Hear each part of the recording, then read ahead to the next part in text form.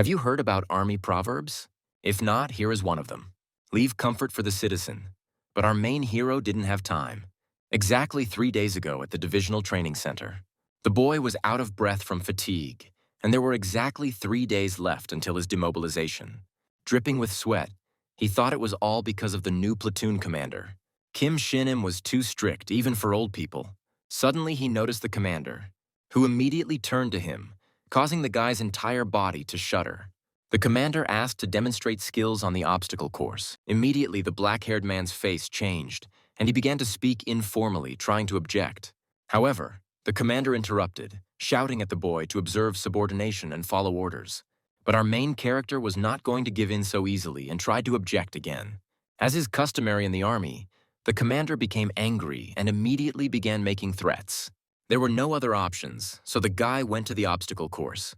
Standing in front of his subordinates, he thought, thinking that he would now demonstrate everything, but would be extinguished after that until demobilization. Immediately starting to jump over obstacles. His speed was quite fast.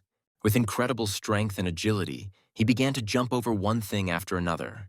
Everyone standing and watching this was surprised. And at that moment, the black-haired man thought that his body had changed a lot in the 1.5 years of service. He planned to become a civilian as soon as his service ended and forget about the army. But not everything went according to the boy's ideal scenario. He caught his foot and immediately felt something was wrong. After all, he stumbled and immediately began to fall down. The commander was the first to scream in fear, drenched in sweat. Right at the moment of the fall, Pak Ben-chan managed to catch up with his commander. And then our hero fell and died. Suddenly, he began to hear himself addressed as a warrior. Raising his head, the boy thought that he was seriously injured, but he felt fine. He didn't understand where he was and started looking around. Suddenly, he saw something wrong in front of him and started screaming. The girl introduced herself as a goddess, also adding that she would lead him. Her name was Prima. She also talked about all the difficulties in her previous life. At that very moment, our hero began to laugh awkwardly. Pak begged her to say that it was all not real, and then he breathed a sigh of relief, thinking that it was a dream. Prima, in turn, began to ask what the boy was talking about. Without even paying attention to her, Pak immediately began to hit himself in the face. Watching the beating itself, the girl tried to turn around, but he did not listen to her, continuing to harm himself. Still with the same hysterical laughter, the black-haired man continued to beat himself.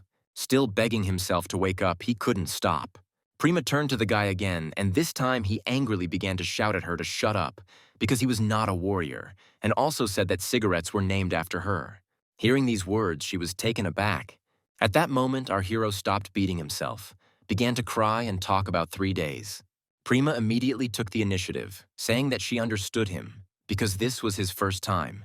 Pak interrupted her immediately, making a face and saying that she didn't understand him one bit.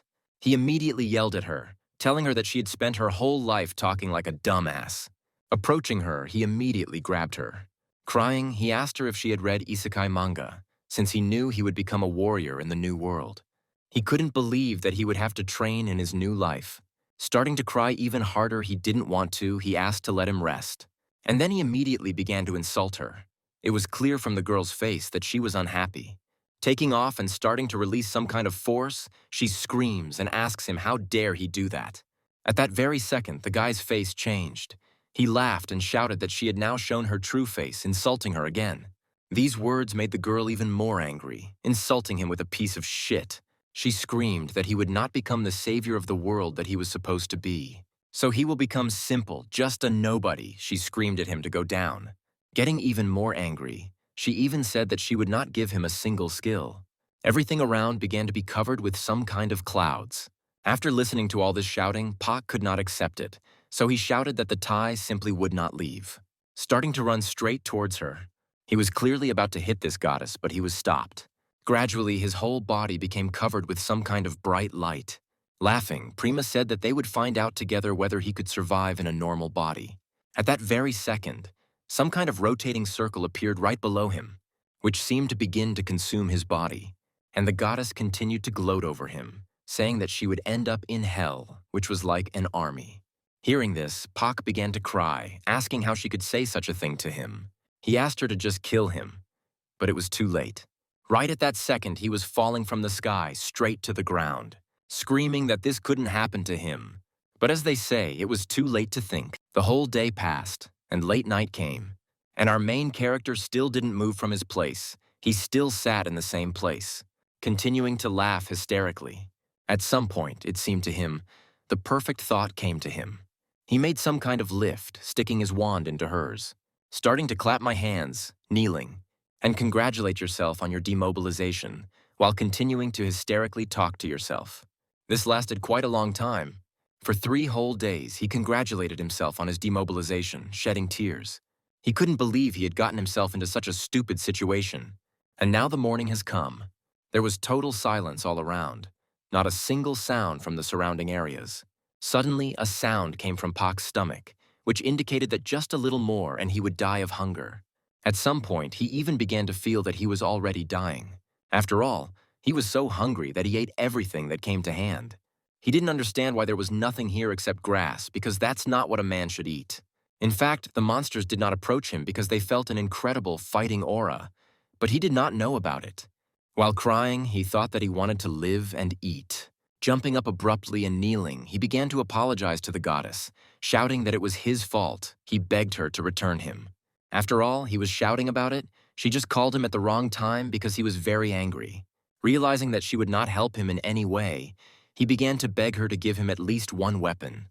But there was no answer here either, so the guy had no choice but to cry. Suddenly, right in his head, he heard a familiar voice that said, "Okay." Prima said that she forgives his stupidity and gives him her blessing. Pak immediately began to praise her and bow, thanking her for this. He shouted that he would never forget her kindness. Still continuing to cry, his face suddenly began to change. After all, quite familiar objects began to emerge, which he didn't particularly like. It was a shovel, some kind of bag, and paper. Laughing, Prima said that she knew his past, so she supplied him with the things and materials with which he was most familiar. The bag contains kimchi with cucumbers and stewed boneless mackerel. A shovel is for digging, the goddess explained. And then she started laughing at everyone, telling him not to call her anymore. For a few more minutes, our hero looked at these 3 things, not understanding what to do with them. Time passed. Even several days passed, as it might seem. There were 2 girls on horses near the forest. They felt some strange place in the depths of this dense thicket. Having dismounted from her horse, one of the girls suggested taking a closer look. Here he began to remove the mask from his face. Her partner agreed with this wish, and a few seconds later, the girls were standing on their own 2 feet. Dora recalled being told about monsters in the forest that attack villages. The 50-year-old horned girl standing there said she had never seen anything like it, suggesting that a terrible creature had appeared in the forest. She ordered them to go immediately and sort everything out. Captain Dora understood the task, and so they set out on a long journey to defeat another powerful monster. As they made their way through the forest, they didn't really feel anything, just as they didn't see anything. The yellow-haired girl found this strange because they had already come so far, but still had not met a single monster. But Captain Dora didn't answer this and began to look around. And at that very second, some kind of stick caught her attention. She didn't understand what it was. Moreover, there was some strange text written around her that she had never seen before. Taking a closer look, she guessed that it might be something very terrible. Touching the text, she felt strange emotions. It was hatred and resentment. Calling Nilari, she said that it looked too dangerous and suggested that they go home. At that very second, she began to remember the affairs of the 50-year-old horned girl. Captain Dora was known for her irresponsibility and carelessness. So for a few more minutes, she tried to shift the responsibility onto her companion. Suddenly, she felt something terrifying and immediately shut up. Starting to show his friend a sign to close and look at her. Showing 3 fingers, she said, "On the count of 3, and then twisted again." She pretended to run and said, "Run as fast as you can." She looked around and immediately nodded to the captain, making it clear that she understood everything. Her commander immediately showed one on her finger, while the yellow-haired girl was trembling. Seeing 2 fingers, she began to tremble even more. After a short pause, Captain Dora held up 3 fingers. The purple-haired girl immediately jumped forward. She thought that they should increase the distance, but her face almost immediately became covered in sweat. She did not understand what it was. Turning back, she noticed her companion grab her hand, starting to ask what she was doing while her friend laughed. Dora, dripping with sweat, said that they needed to run, but her friend didn't think so. The yellow-haired girl understood everything. saying that she just wanted to get out of the mission. Laughing, she asked if she really thought she was that stupid. At that very second, the purple-haired girl started crying, screaming that they needed to run. Suddenly, out of nowhere, a rough voice was heard shouting that they couldn't escape. The younger one's whole face was covered in sweat, and she, trembling, asked who said that. Suddenly, a black silhouette appeared right from behind the tree, who immediately began to insult them, occasionally talking about food. Seeing this facial expression, they immediately screamed in fear in one voice. And then he started running far to the side with all his might, without even looking back. At that moment, our protagonist stuck a dirty shovel into the ground and started giggling. Dora looked back and decided to check if they were being followed. But there was no one in the place where the guy stood. She didn't understand where he was, assuming that he simply disappeared since he was nowhere to be found. She looked around, but didn't even think that the same monster was right above them.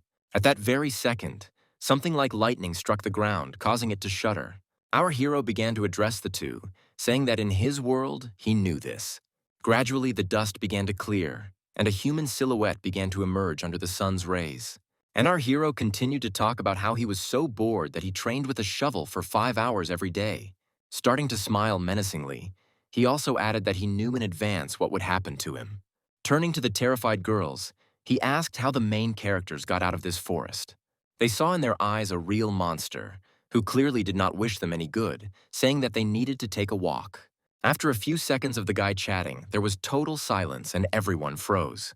Dora reached back for her weapon and grabbed it, and then with a sharp movement she pulled it out, holding it in front of her, ordering Nilara to draw her weapon and prepare for battle. Looking at our hero, Dora thought that a monster was standing in front of her, because she had never heard such a language, and besides, it emitted malice towards this whole world. She thought that she couldn't let this creature out of this forest. Remembering those inscriptions, Dora was only perfectly aware of one thing, that a real monster stood before her. She had definitely never heard the language before, even though she had been to different places. But most of all, she was frightened by the aura, which seemed to be about to devour her. Of course, she understood that one shouldn't judge by aura alone. But the evil she felt in him overshadowed all other factors. Her face began to sweat as she thought about how long it would take to procrastinate.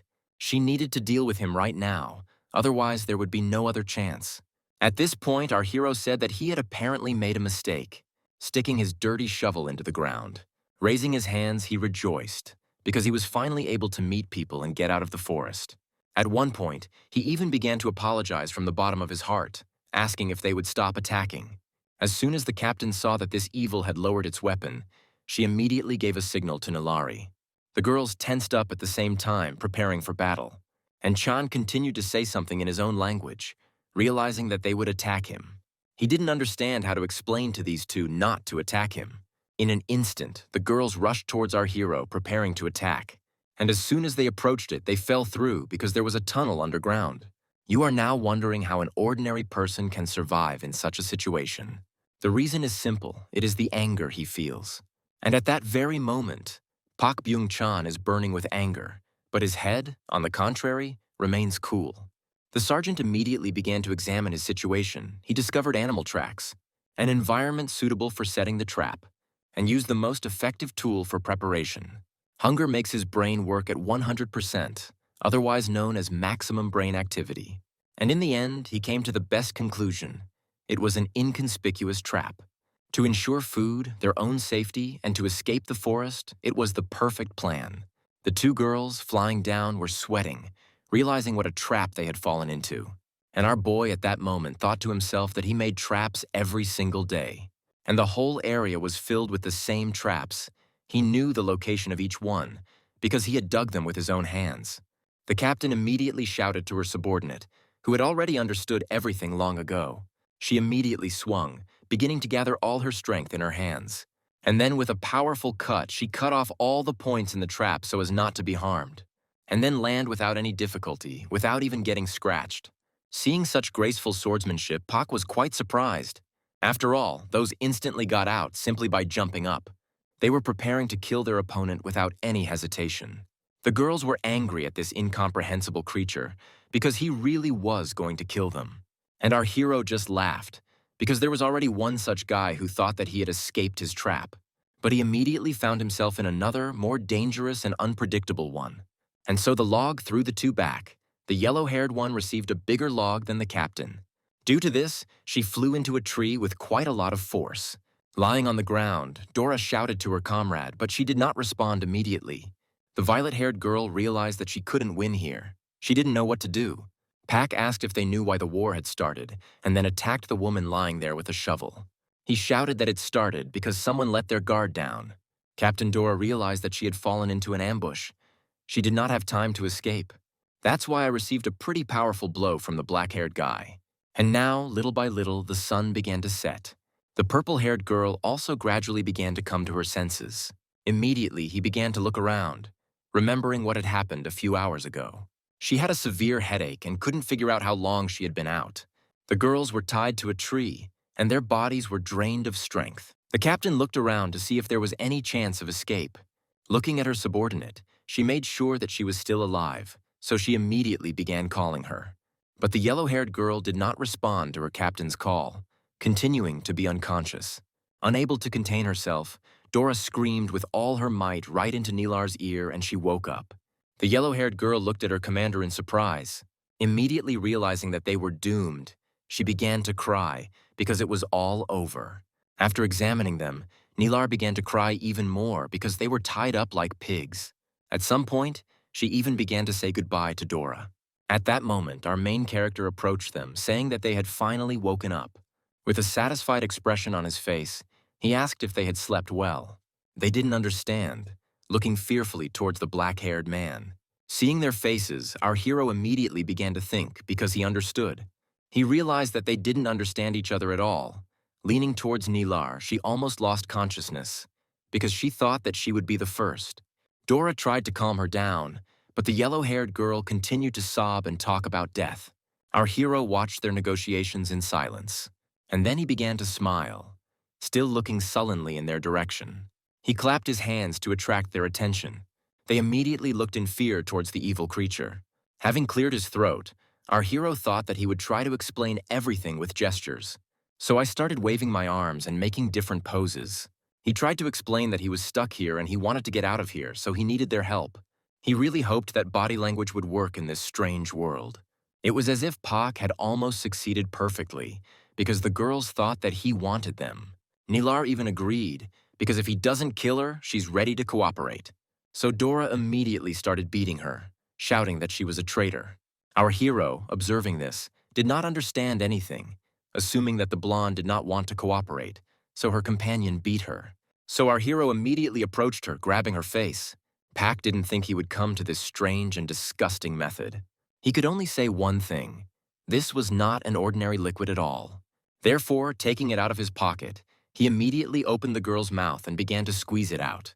He recalled that when he was a grandfather in the service, he often played pranks on his spirits, because it is a special hot Tabasco sauce. Watching this, the yellow-haired girl became even more horrified. The captain, naturally, did not immediately swallow the contents in his mouth, but he began to feel a burning sensation. So there was nothing left to do but swallow this liquid. Immediately lowering her head, Nilar began to call for her captain, because she thought that she had died. At that moment, Dora herself exhaled, letting off steam, and drool began to come out of her mouth. And after all this, already with a scarlet face, she screamed throughout the forest. The yellow-haired girl tried to calm her companion down, but she continued to scream, turning redder and redder. It was at this moment that the younger one began to turn her gaze to this monster, who asked them about the exit. Dora began to lick her subordinate's hair, trying to cool his tongue. Our hero, having shown this Pak, asked the other one whether she would cooperate. And now the next day has arrived. In a village, in one of the houses where these two girls came from, there sat that same 50-year-old horned woman sitting on her knees. Suddenly, right inside the building, the wind began to gradually rise, which extinguished absolutely all the candles that were lit, and a poster with some similar horned girl began to shine with a bright light. Seeing this, the white-haired girl's face immediately changed. She began to expect a miracle. Light gradually began to fill the room, as if it were cleaning the entire area. For now, our heroine could not believe that it was Prima herself who was coming to her. Suddenly, everything returned to its place and there was a lull. At the same time, in the forest, Dora's whole body was shaking. She was too tense. After all, our main character was sitting right on her back, looking towards the yellow-haired girl. The captain thought to herself that there was a real devil sitting on her. Nilar thought the same. They were not going to obey this monster. Seeing her expression, our hero immediately asked if she wanted to try it too. Having shown that very bag, Pak asked not to look at him with such a nasty glance. That's why she immediately began to bow, saying in a sweet voice that she was sorry. When she stood up, the yellow-haired girl's whole face was covered in sweat. With gestures, she showed that all they needed was to get him out of the forest. At that very moment, our hero deliberately looked up at the night sky. He sat tensely for several minutes without answering. Nilar began to fidget, trembling, asking if he wanted to make a deal. Suddenly, our main character started laughing, lowering her head down. Dora was the first to feel this aura, since it was closer to her companion. Nilar, in turn, was already scared, so she wasn't very surprised. Pak showed that he and they would go to their city. The yellow-haired girl thought that she seemed to understand him, but she was too scared. And now the next day has arrived. The Horned One sat with her companions by the fire in the center of the building. She began to doubt them, because too much time had passed since they left. The red-haired man asked the lady to rest in peace, because she had sent 2 of her best students there. She agreed with this, but she couldn't stop worrying about them. The men sitting nearby began to think at that moment. Suddenly, a rather loud stomping sound began to be heard, which became louder and louder with each passing second. And then a girl ran into the tent, screaming and calling for the mistress. Everyone immediately turned their attention to her, and she continued to shout that Captain Dora and Nilari had returned. At that very moment, the Horned One breathed a sigh of relief, since she had already thought of all sorts of things. However, the one who had run in again started screaming at her. At that moment, the hero was sitting on a horse with the yellow-haired girl, covering her mouth while you fell to ask for help. Behind their backs on the next one, Dora lay unconscious. Having come to her senses, she continued to lie there, thinking that they were in the village and that they had a chance that they could now deal with this monster. However, the faces of all the men standing at the entrance to the village clearly said otherwise. Pak began to carefully examine those standing in front of him, continuing to threaten Nilari so that she wouldn't do anything stupid. The black-haired boy also turned his attention to the statue standing behind him. His face immediately changed, as a rather familiar silhouette emerged. At that very moment, our protagonist began to remember how he stood and listened to the two's conversations, and he heard exactly what they were saying about Prima. He couldn't understand why he hadn't thought of this before, as soon as he saw them. After all, this world may be completely under the control of this Prima. Having thrown the girl, Pak shouted that they were starting to have fun. With some unusual force, he was able to throw the girl right above himself. And then he stretched out his hand straight, intending to grab the yellow-haired one. Gently grabbing her by the back, he began to descend with her, climbing off the horse. And now, in a graceful pose, they were already on the ground. Nilari didn't even have time to understand what just happened. At that very moment, quite loud sounds from boots began to be heard. Our main character was surrounded from all sides. Taking him into a circle, Pak was not going to give up. The men couldn't believe that their beautiful Nilari was being held hostage. They considered the guy a cowardly bastard. Thinking that he only had one chance, he began to squeeze out the sauce. At that very second, he pushed the girl aside. She spun around and fell into the arms of a boy standing nearby. And at that very moment, everyone started shouting that this was their chance. They were going to deal with the kidnapper. At this moment, our hero approached the statue of Prima and gradually began to kneel. He folded his arms and thought that he would only do this humiliation once. All those running immediately stopped and began to observe the enemy's actions. Even Captain Dora, who was trying to get off her horse with all her might, was surprised by this. After all, everyone thought that he was kneeling before their goddess, bowing to her. There was total silence. No one could even move from this surprise. After all, it's as if their enemy is praying right now. After holding for a short time, Pak began to rise slowly. And then he turned around with a brilliant expression on his face, saying that he was the warrior Prima had sent.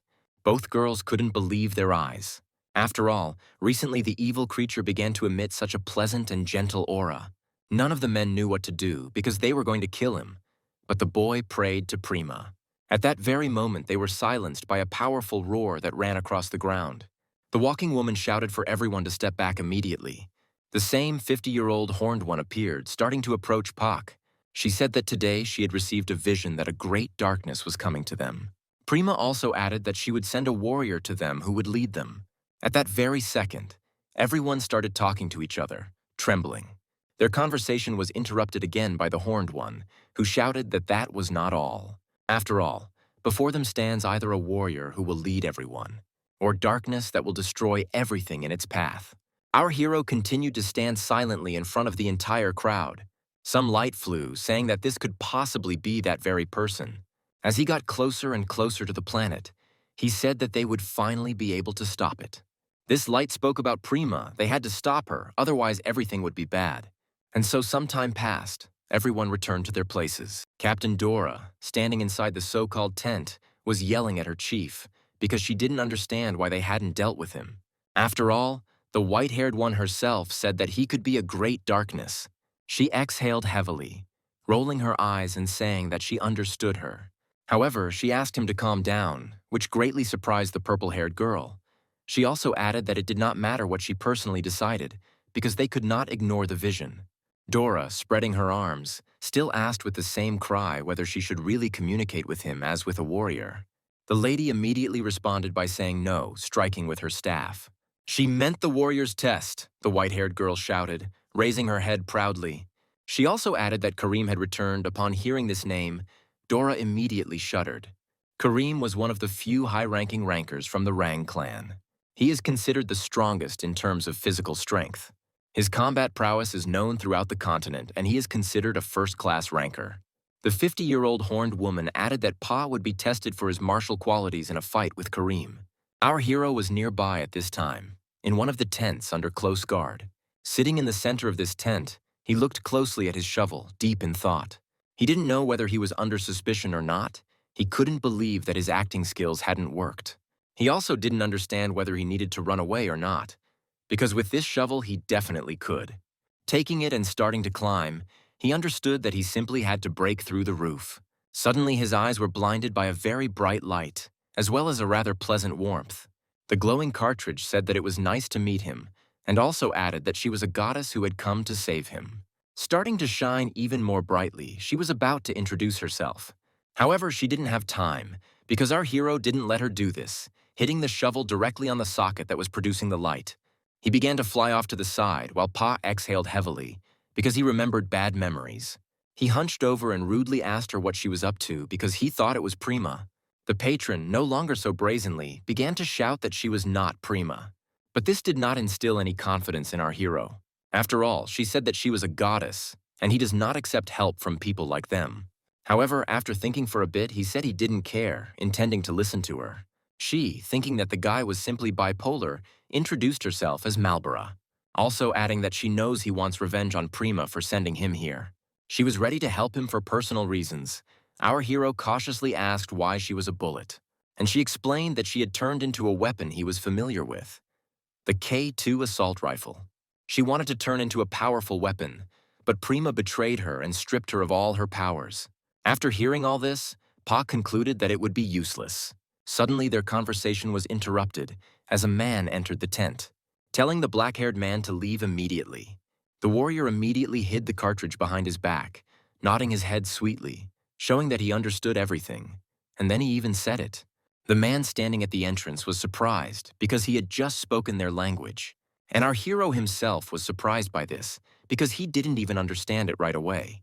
His whole face began to be covered in beads of sweat. With trembling hands, he touched his mouth. Immediately beginning to shine, he praised the goddess because it was she who had given him the reward for the first test. He thanked Prima. Coughing awkwardly, the old man told the guy to come out as soon as he was ready because they were already waiting for him. And then he began to leave, still looking back at the black-haired man. As soon as the old man left, Pak began to laugh hysterically. At this point, Malbora spoke up, asking if he still considered her useless, and also promising that she would give him much more once they strengthened their trust in each other. She asked if he was willing to join forces with her. Our protagonist's face began to shine. He was pleased to hear this. That's why he immediately replied that he was ready. He agreed. Hearing this answer, the goddess's voice changed. She was also pleased. Starting to glow, she moved to the garter hanging on the guy's neck. while our black-haired hero continued to laugh hysterically. Taking up the shovel, he said that they would discuss the god history later, since first they needed to finish here. At this time, Prima felt something that pierced her.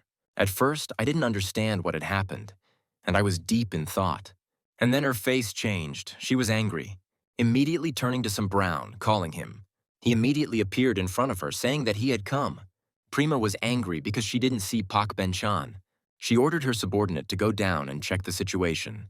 Our hero at this time had already arrived at the place he was told to come to. He stood surrounded by a fairly loud crowd of people who were screaming at the top of their voices.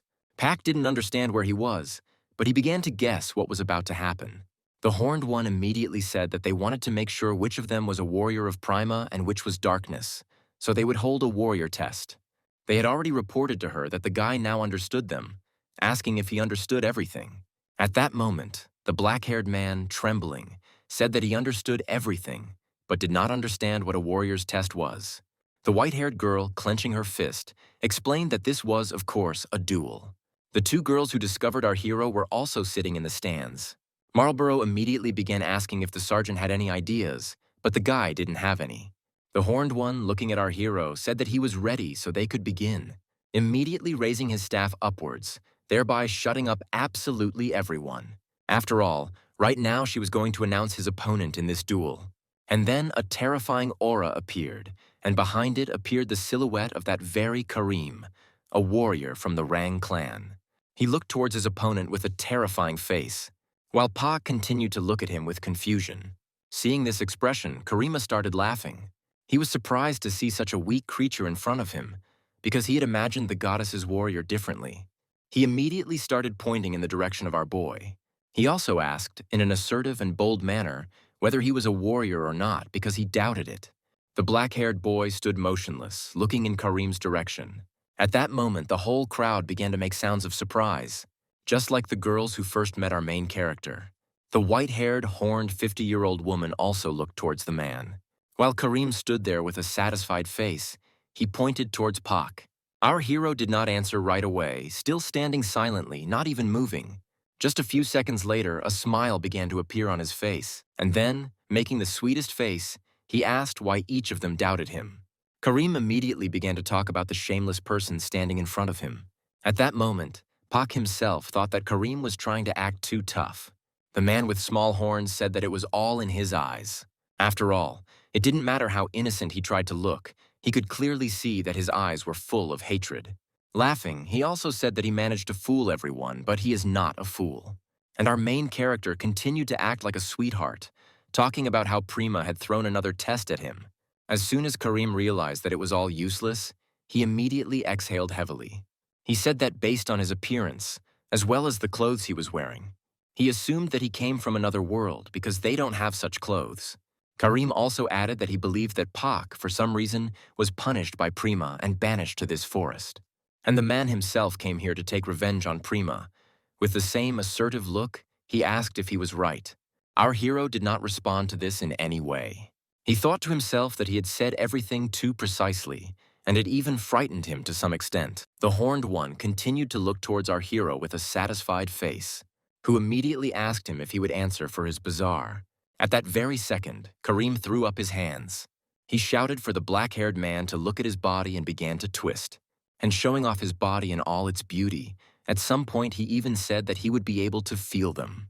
Looking towards our hero with the same satisfied face, the muscle man said that he had the greatest intelligence in this city. He also shouted that he understood psychology better than anyone else, so he recommended facing the truth. Pak did not understand how this little animal connected intelligence and a strong body. Lowering his head, the black-haired man told his opponent not to worry about it and to stop playing psychologist. Hearing this, the Horned One exhaled heavily. After all, his opponent got into a fighting stance, shouting that with the power that Prima had given him, he had no other option but to show it. Realizing that talking was pointless, Karim also took a fighting stance. There is a saying in the army: a soldier can defeat an enemy alone, but a sergeant can defeat as many as 4 enemies. 3 days had passed since his retirement, and our hero was wondering if he could destroy an entire enemy platoon. However, he understood perfectly well that this was not the case, because he was facing a much stronger opponent. So he decided he needed to attack first, quickly closing the distance. But his opponent wasn't so simple either. He immediately dodged this attack, although some part of it still hit his head. Captain Dora was surprised, because she was also attacked, and if Kareem couldn't even dodge, then she wasn't that weak. At that very moment, Pak was smiling, because everything was going exactly according to his plan. Probably because he was clearly thinking about it before they grabbed his leg. Kareem said tensely that he was disappointed. After all, if this is all the black-haired man's power, he is very sorry. Immediately, he began to spin him around, holding him by the leg. And then, with a powerful swing, he slammed the black-haired man into the ground, causing it to shake. Lying on the ground, Pak felt all the pain from that powerful fall. At that moment, Karen did not understand. Having said that with such strength and intelligence, he managed to convince everyone that he was a warrior of the goddess. Getting up, our hero did not lose heart, wiping the drool from his face. Turning to Kareem with a satisfied face, Pak said that he simply did not want to embarrass him from the very beginning of the fight. Coming up close to the pompous muscle man, and looking straight into his face, our hero smiled. Asking what was wrong with his face, was he really afraid? He immediately tried to hit our hero, but Pak managed to dodge.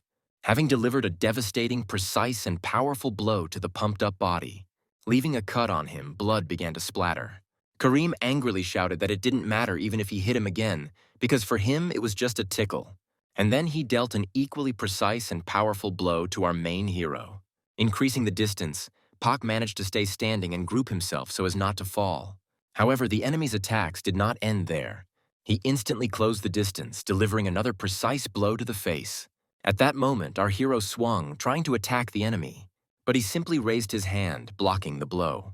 And then he even somehow parried the attack, throwing the shovel aside. And then he grabbed her, immediately starting to pull the man towards him. Naturally, due to the unequal strength, Pak could not resist. Therefore, he flew straight towards the horned one without any attempts to resist it.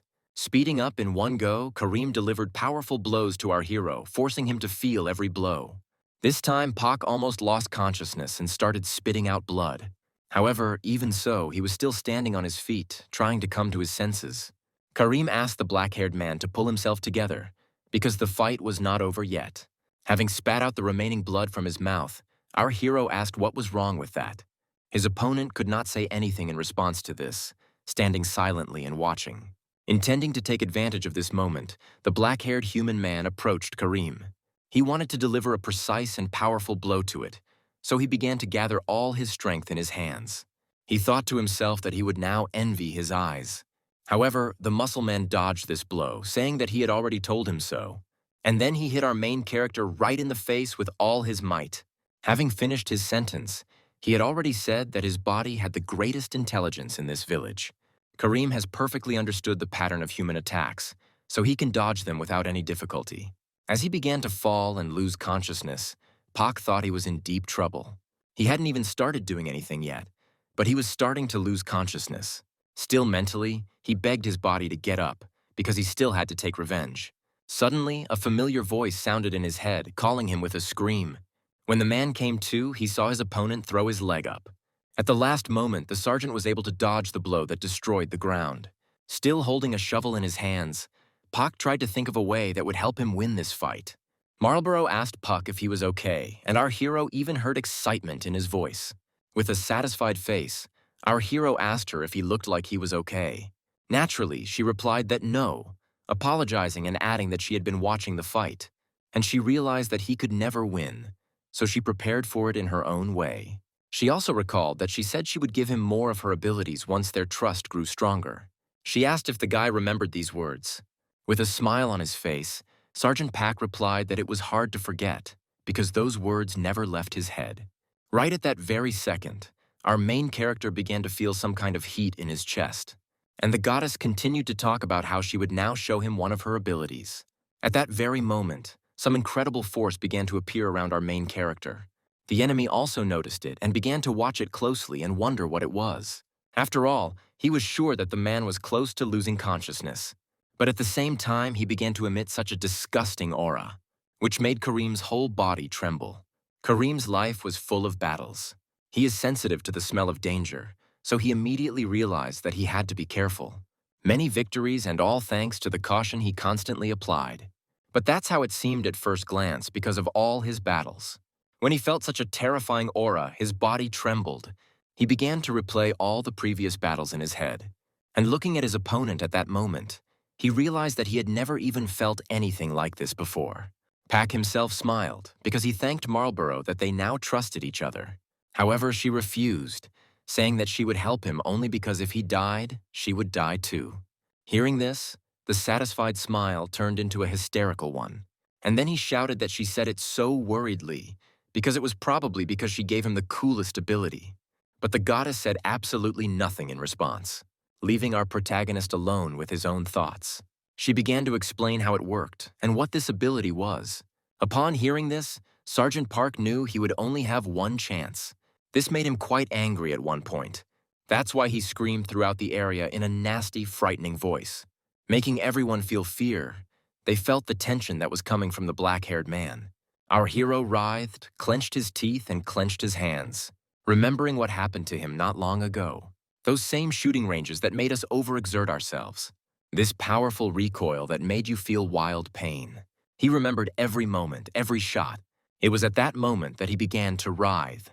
He didn't like the fact that everything kept bringing him back to the army, and he screamed not out of anger but out of hopelessness, which scared everyone. It was very hard for him. He wanted to forget about the army and those stupid days in it, but they were chasing him at some point. The boy even began to think that it was all for the best, since he had shot a lot, so much so that even the hands forgot about the recoil, and the loud sound no longer seemed so loud. The boy also recalled how the commander came out after the shooting range. Turning to him, he then began to take out a pack of cigarettes. Our main character immediately picked everything up and started running towards the senior sergeant. He immediately took a lighter out of his pocket and began to light Ben Chan's cigarette. The senior sergeant rudely asked the junior sergeant what he was doing anyway. At that moment, our boy's whole body shuddered because this was the army and anything could happen here. The senior officer put his hand on his shoulders, saying that he had never seen such crap before. And then, leaning right up to his ear, he whispered and asked if he would tell him the truth. Then he started laughing sweetly, saying that he would never understand how he hit the target with 100% accuracy, because even the captains were jealous of him. Having remembered all these situations, the sergeant returned to the present time. It was at that very moment that he almost died of fear. The goddess also felt all this and began to tenderly and anxiously call her companion.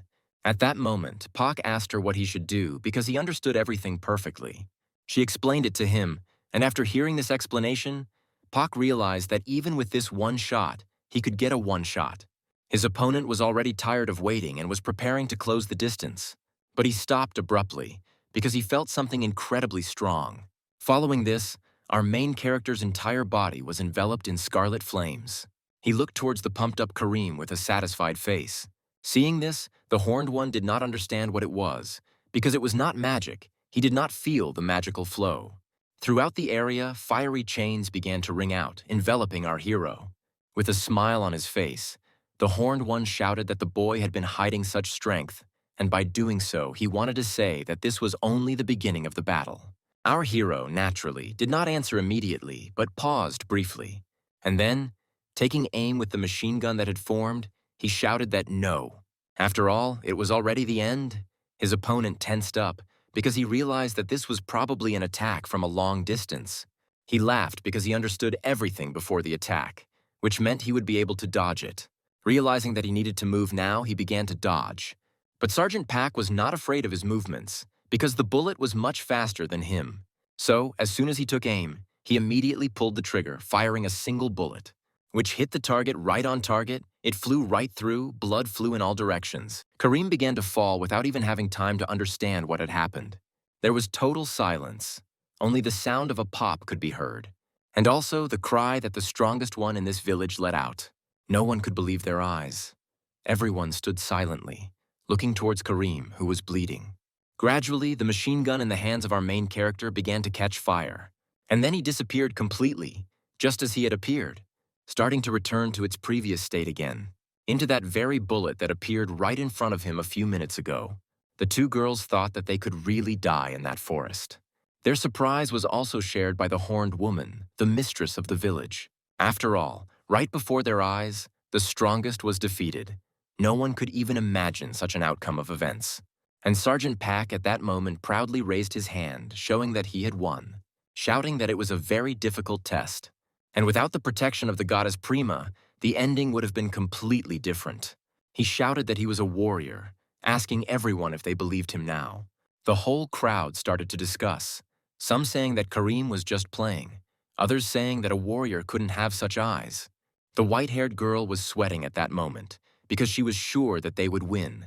But this is this power. Suddenly, a rather loud laugh ran across the entire battlefield. The enemy, covered in blood, began to move slowly. This made the boy tense up because he thought he had missed. Even though blood was flowing from Kareem's mouth, he continued to laugh. However, Pak quickly dismissed his thoughts because he was sure that he had hit a vital point. But his thoughts were not shared by his evil adversary, who was clearly not happy with this outcome. He immediately started shouting so that the Rang warriors could hear him. He was about to say something with all the honor he had for the goddess. Kareem shouted that the man who fought him was the very darkness sent into this beautiful world. The 50-year-old horned girl immediately raised her hand, beginning to remember what had happened just recently. She told her friend that he had understood everything correctly. After all, the battle could take an unexpected turn of events, although the chance of such a thing is 1 in 1,000. Therefore, everyone must be armed. Each of them must be ready to kill this man. This is exactly what she said to the old man, who conveyed this information to absolutely everyone. At that moment, our hero realized that he had been deceived because they were preparing to kill him at any cost. And Kareem continued to scream that he was fighting with real darkness. This was the signal that absolutely everyone reacted to, getting ready to kill Pak. The protagonist stood still, thinking about what he needed to do. All of this was observed by a winged guy sent by Prima. Now he realized that it was all Marley, because it was she who made it so that they could no longer watch Puck. With a smile on his face, he said that this vile goddess still had some strength left. Therefore, he decided to first inform Prima about everything.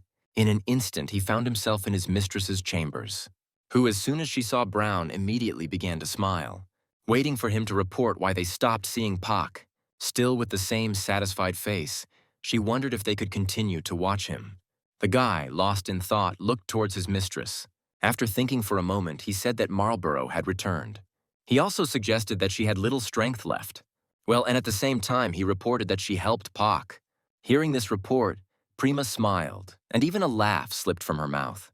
The goddess, with a satisfied face, said that she was wondering where she had disappeared to.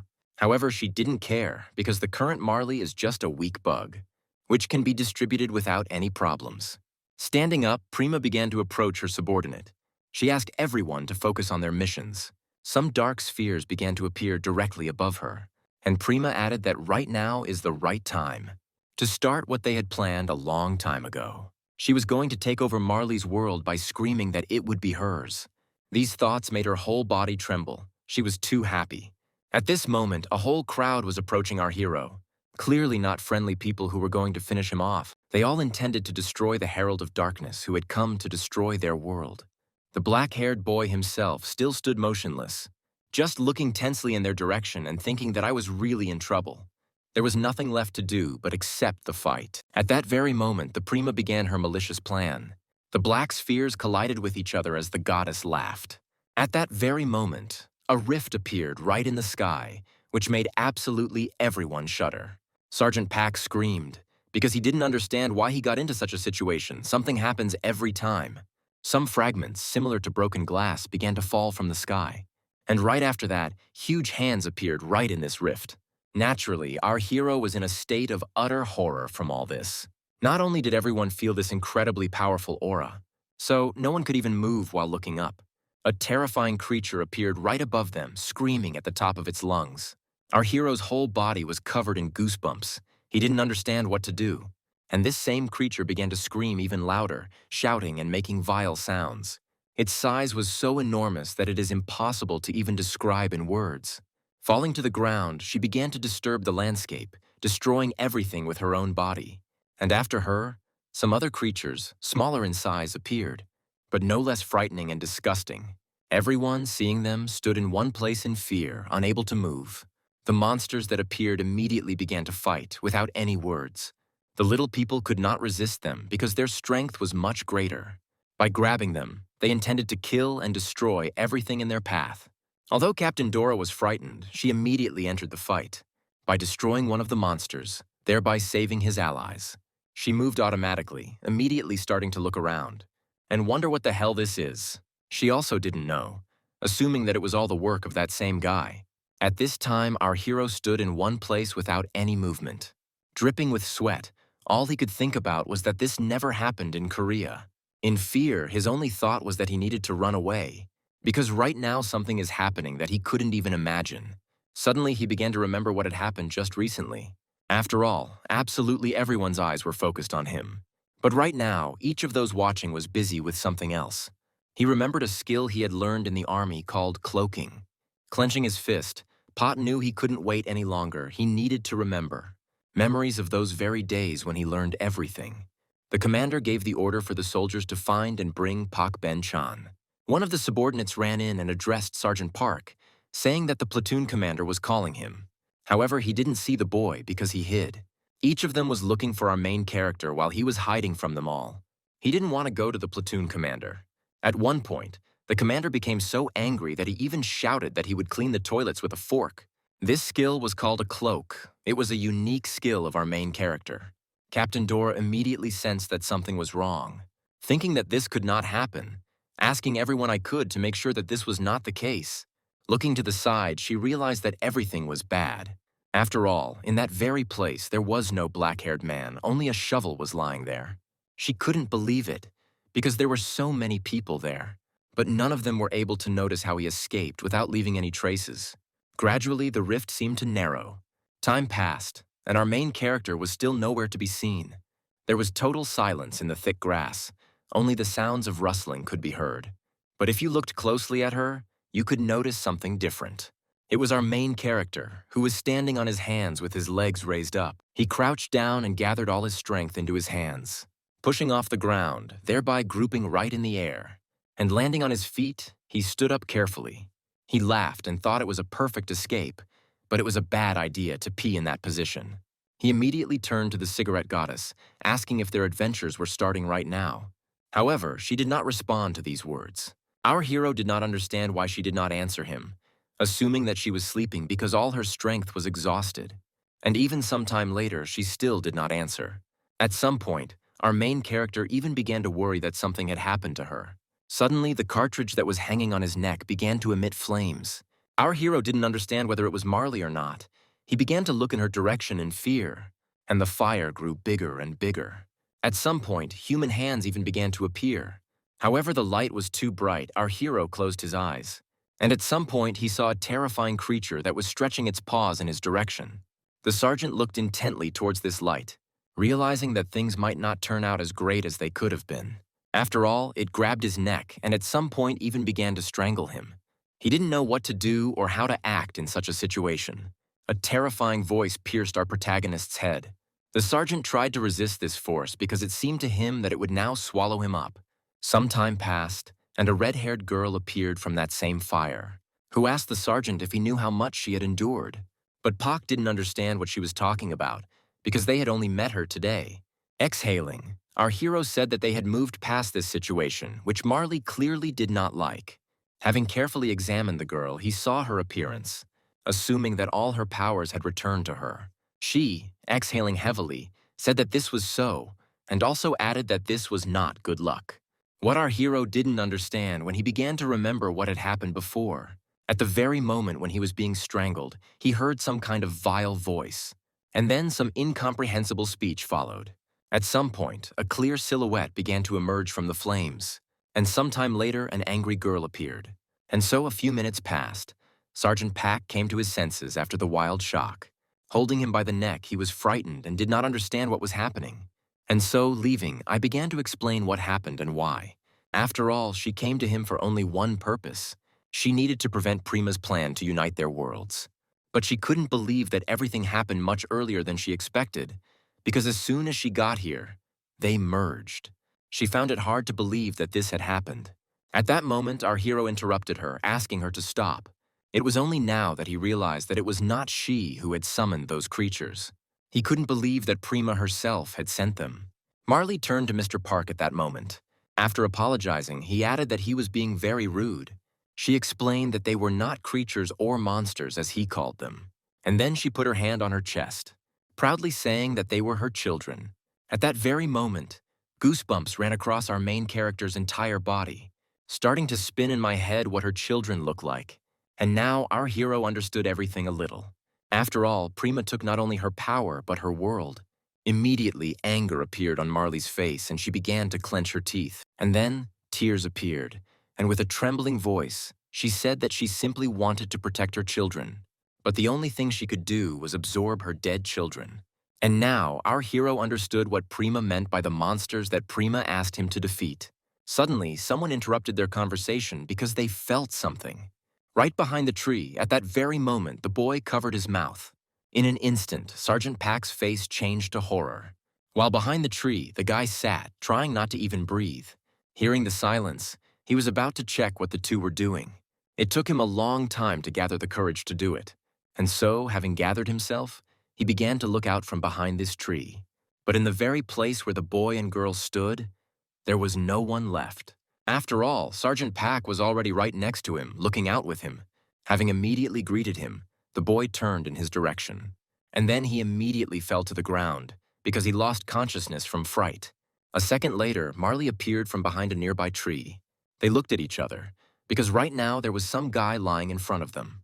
Marley threw up her hands, not knowing what to do with him. Naturally, Pac was angry about this situation because he also didn't know what to do. And so some time passed. They tied the boy to a tree and started hitting him on the cheeks. The sergeant told him to wake up. The black-haired man was angry because this was already the third of their race that he had tied. The boy thought to himself that he had been awake for a long time, but he was afraid to open his eyes because he would die. Realizing that he was not waking up, the sergeant began to think. As he stood up, he also understood perfectly well that they could not waste any more time here. Hearing this, the boy was happy, because in this case he would stay alive. Suddenly, Pac said that he just needed to finish off the hostage in this case. He immediately screamed that he had woken up, emitting disgusting cries. A rather awkward situation has arisen, and our hero, putting his hand on the guy's head, said that you need to snore if you pretend to be asleep. He asked not to kill him.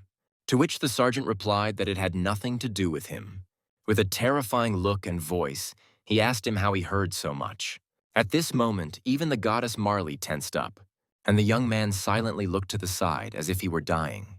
Turning away, he said that he had heard absolutely nothing because he didn't even understand what conversation was being discussed. Our hero realized that he had heard everything and said it out loud. The boy realized that he was in deep trouble and started crying. Pac decided to ask the next question, because even if they had gone after him, they would not have found him. So he was interested in how he was able to find it. He was also curious as to why he had gone to do this alone. After all, he left the shovel because it was inconvenient for escape. He did not understand why he brought it to him. The sergeant could clearly feel how they wanted to kill him. Lowering his head, the green-haired man said that he would explain everything.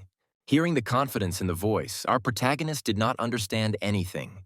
Immediately, some kind of green energy began to emanate from the guy's body, which covered his entire body, and some circles were carved on his forehead. His whole face gradually began to change, and then he spoke, that the transformation technique was used to allow him to infiltrate the village. He even repeated several times that he was not a native of that village, and he came from a place where they hate Prima and her useless faith. The guy's name was June. He was a spy. He was an outspoken opponent of the primate faith, and also a collector of information. He was chosen as a talented, brave man to infiltrate the village of Rang alone.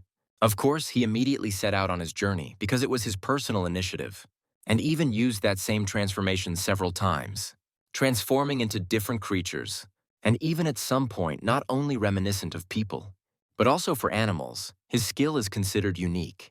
Everything was as calm, fast, and quiet as possible. Suddenly, while moving through the forest, I noticed something unusual. He saw a man building some kind of traps by lifting up tree logs.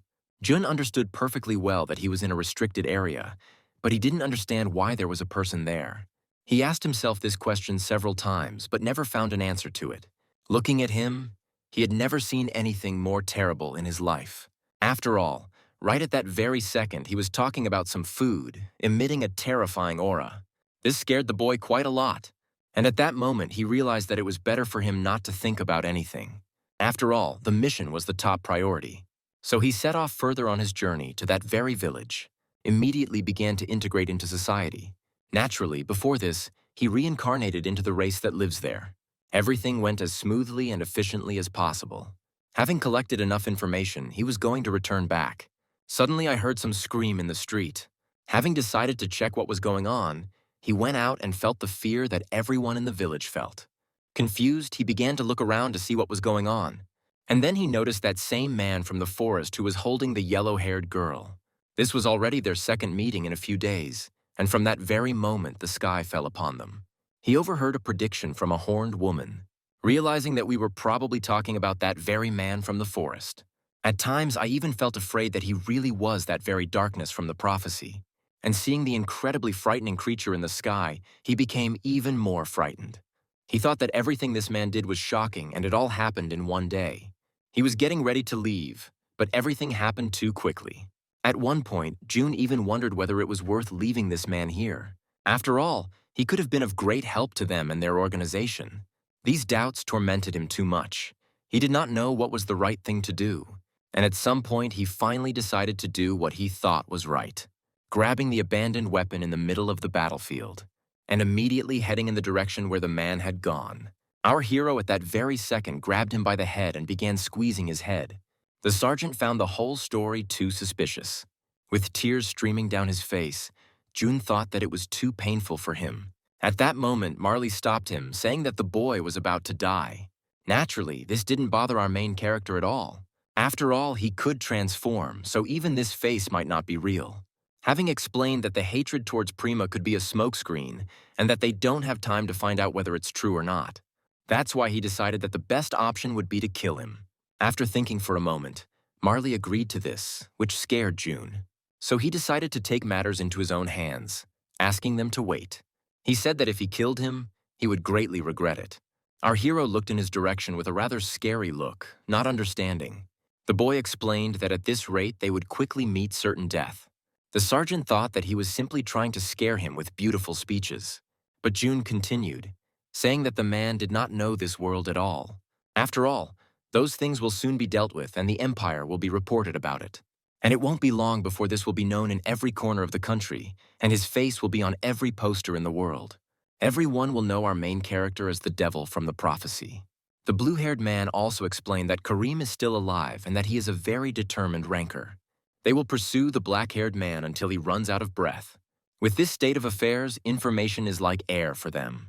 Our hero listened to him attentively, asking if he could really be their oxygen tank. At that moment, June began to smile, saying that he is a genius spy, he will be their oxygen. He explained that camouflage and infiltration were the best option in their situation. After all, there was no one else who needed him as much as they did. It was at that moment that our hero began to laugh, so frighteningly that even Marley's body felt goosebumps. In a terrifying voice, our hero said that behind his beautiful speeches there was a manipulator, and he really liked it. He immediately turned to the red-haired goddess standing next to him, asking if she was going to take revenge for having her world stolen from her. The girl's expression immediately changed. With a positive wave, she was going to take revenge for everything. Seeing that expression, Sergeant Pack understood everything without words. The goddess who lost absolutely everything, a suspicious self-proclaimed spy. Our protagonist thought that these were the strangest pawns for his game that could possibly be. At that very second, a smug smile appeared on his face. Raising his hand, Peck said he had the perfect plan. Marley, immediately understanding, looked towards the sergeant. Just like the Tide spy, Peck immediately made it clear that he had no intention of killing anyone. After all, together they are going on the most interesting adventure of their lives. Thinking to himself that he was doing this just for himself, Marley does this all for her children. And the blue-haired boy will do this for his organization. The trio immediately set off on a journey. After all, when faced with their fate, no one knew what the future held for them. Peck recalled those same terrible moments with the army, hoping that the commander who killed him is currently in a state of disarray and blaming himself for the death of his subordinate. And so, in one class, several students were sitting. Each of them looked anxiously towards the standing officers, No one could even move, looking in their direction. The senior officials, in turn, carefully examined the students. A month before Pak Byung-chan's death, Lieutenant Kim was called to the administrative department by the platoon commander, who was surprised by this. After all, even at that moment he understood what awaited him. The first platoon commander, who was about to retire, tried to give him as much advice as possible. Therefore, their relationship was always positive, without any bullying. The junior officer who had arrived reported to the commander that he had come at his summons. And then he fell silent, waiting to be allowed to enter the office. The person sitting inside the office asked not to worry, because he just wanted to talk, asking his subordinate to sit down. The younger one immediately went towards the chair that his commander pointed to and sat down on it. Lysik asked the boy how he felt about the army and, in general, what his reputation was among the kids. The black-haired man lowered his head, unable to show confidence, so he didn't answer. Seeing this expression, the current commander immediately laughed, because that's what he thought. And then, his face changing, he asked to listen to his little piece of advice. At that very moment, the younger boy's entire body trembled with tension. The senior began his story by saying that as soon as he became the commander of the first platoon, he had to listen to a lot from the sergeants. These weren't the best moments, because he was being told what he should do. He asked the younger one if he understood what it all meant. The black-haired man answered with a trembling voice that he didn't know. The platoon commander's expression changed completely again. He started shouting that he was better than him, because he had served in the army longer. These words struck fear to the depths of his soul, and the younger one immediately jumped up with a scream. And his superior explained that a platoon commander inevitably makes mistakes at first, and corporals, like hyenas, look for such an opportunity. At that very second, the commander began to take out his papers from his pocket. Well, after that he took out a folded piece of paper, handed it over, and asked to look at the photograph. Opening it, the younger one asked whose photograph it was, because it looked like a family photo and everyone had a lot of hair. To which the elder replied that it was his family, which frightened the young man quite a bit. After all, he just said that the biggest thing the commander doesn't have is his hair. With tears in his eyes and his hand on his heart, the commander explained that he lost his hair due to stress. The deputy platoon commander and the corporal openly ignored him after the lost battle. Several years later, he was still under a lot of stress. Continuing to sob, he asked the younger one if he understood what he was talking about. This time, the answer was confident. The boy understood what his commander meant. Corporals, he couldn't let them humiliate him. He thought to himself that even if it was a bald man telling him this, it was excellent advice. The army is a high-class society and a jungle at the same time. If you show yourself as a sergeant, the juniors will follow you. This speech made the boy's body burn. He was ready for these difficulties. The elder had been waiting for an answer for several minutes, while the younger was flying in the clouds. Coming to his senses, he saw him smiling and asking if he had understood everything correctly. At that very second, a smile began to appear on the boy's face. With confidence, he shouted to the whole office that yes, and now some time has passed. The black-haired man put on a beret, intending to show the juniors his importance here. He was going to teach the sergeant respect so that he wouldn't be rude to him. And here is that very training ground with obstacle course. And so our main character jumps over these very obstacles. Right in front of the whole crowd, he catches his foot on a log and falls straight head first to meet his death, to the alarmed cries of all who were watching this. In response, they heard the falling man insult his commander several times. And right at that moment, the newly appointed commander understands. What did he do? This death is his fault. Prima felt a pleasant sensation as she watched the two worlds collide. Looking with empty eyes, she thought that this was a success, because the two worlds began to gradually merge. Her subordinates praised her at that moment. They were happy for their mistress. The goddess herself looked in their direction at that moment, turning to the girl. White immediately began to shine. Because the lady herself addressed her, she was glad, asking the blonde to show him everything. By this she meant a newly baked warrior, on whom she had placed very high hopes. By the way, the face of this warrior is already familiar to us. It was that same platoon commander, who had no idea where he was or what he was doing there. Naturally, I immediately assumed that this was an ordinary dream. The goddess in turn said that this was his new world, not a dream, introducing himself to Kim Shin-im as Prima, explaining that he died in that world. Kim had been thinking to himself that he had been having nightmares lately, but this one topped them all. The goddess explained all the details to him, but Shinim Kim had a tendency to become deaf when he was thinking about his own things. The black-haired man still thought to himself that this was a dream, so it would all end soon. At some point, I even hoped that everything would happen to Sergeant Park Byung-chan in his dream. After some time, he even began to think that everything was real, but he didn't know what to do. Prima, in turn, said that they could pretend that this never happened, which surprised the guy. His whole face immediately became covered in beads of sweat, and he waved his hand, showing refusal. The goddess began to say that it was all an accident, so he didn't need to worry. And she also apologized for keeping his memory alive when he died. Therefore, she immediately clapped her hands and plunged Kim into memories. All the moments that happened in his life began to quickly scroll by.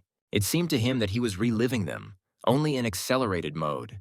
He fell to his knees and clutched his head, while the goddess looked in his direction with a terrifying face. In a trembling voice, he said that he really was dead.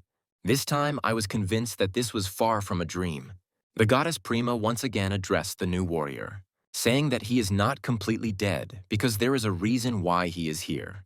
Hugging him, she also added that she decided to give him a second chance. Kim, with a trembling voice, asked to let him make sure that all this did not happen. And then she immediately shouted that he was thinking correctly. After all, the time of that incident, she will send him back in time to where it happened. But she will do this only on one condition. After all, nothing is free. She asked if he agreed with her. At that moment, the boy began to think. Having thought everything through carefully, he began to rise, saying that he understood everything. He correctly understood what his interlocutor was saying. Seeing this face, the goddess Prima immediately began to smile. Kim, in turn, said that even if it was difficult, he would still overcome this obstacle to fix everything. He asked to tell him about the test he must perform for her. Hearing these words, she began to rejoice, saying that these were wonderful words. With the same blushing face, she shouted that the test was as simple as possible. He just needs to become a real warrior. At that very second, the guy's whole body began to shine. She explained to him that he just needed to save the world and destroy all the evil in it. There was peace in the empire. Everything went as planned, without any incidents. As usual, there was a huge crowd of people on one of the main streets. The mother asked her son what he learned at school. The boy was happily talking about how his next day at school went, and how he noticed some kind of glass in front of him, which fell right next to him, breaking. Another one, exactly the same, fell nearby. The two looked up at the sky where they were falling from, because they didn't understand what it was. And as soon as they raised their heads, they noticed something they didn't expect at all. A huge monster with an equally huge number of teeth inside was falling right on them. And then a powerful explosion occurred because this huge body fell straight to the ground. There was devastation everywhere. Houses were destroyed. People were terrified, screaming and running away from unknown creatures. Some people have lost hope in life, staying in one place, while that same creature continued to destroy the empire, with no intention of leaving anyone alive. At that very moment, a new warrior and his escort fell from the sky. As he flew, he recalled what had happened just recently. After all, the goddess Prima endowed him with incredible power. He said that it was a small gift from her, because he needed strength to become a worthy warrior. She asked not to be afraid of the new world, and also added that her child, named White, would be her guide in it. They immediately introduced themselves to each other, shaking hands warmly. And Prima continued, saying that a warrior has the strength to overcome any challenge. She asked him to immerse himself in a new force. Kim understood what kind of power the goddess was talking about, because it filled his entire body. Right in the air, he began to release her. It seemed as if the sun was falling on this creature, because it was shining so brightly. White began to transform, gradually turning into a sword, which our new hero immediately grabbed, swinging it and gathering energy, dealing a direct blow to the huge creature lying on the ground. In one instant, he dealt several thousand blows. And then there was a powerful explosion that began to lift the stones upward. The monster was defeated while all the people who had already lost hope in life looked at the epicenter of the explosion. As soon as the column of dust began to gradually disappear, a human silhouette appeared, who immediately asked everyone not to worry. Gradually, the faces of those who had lost hope began to change. After all, the man who had just killed this incredible creature shouted that from now on he would protect them. Meanwhile, near the entrance to the empire, our heroes were already standing in a long line right next to the main gate.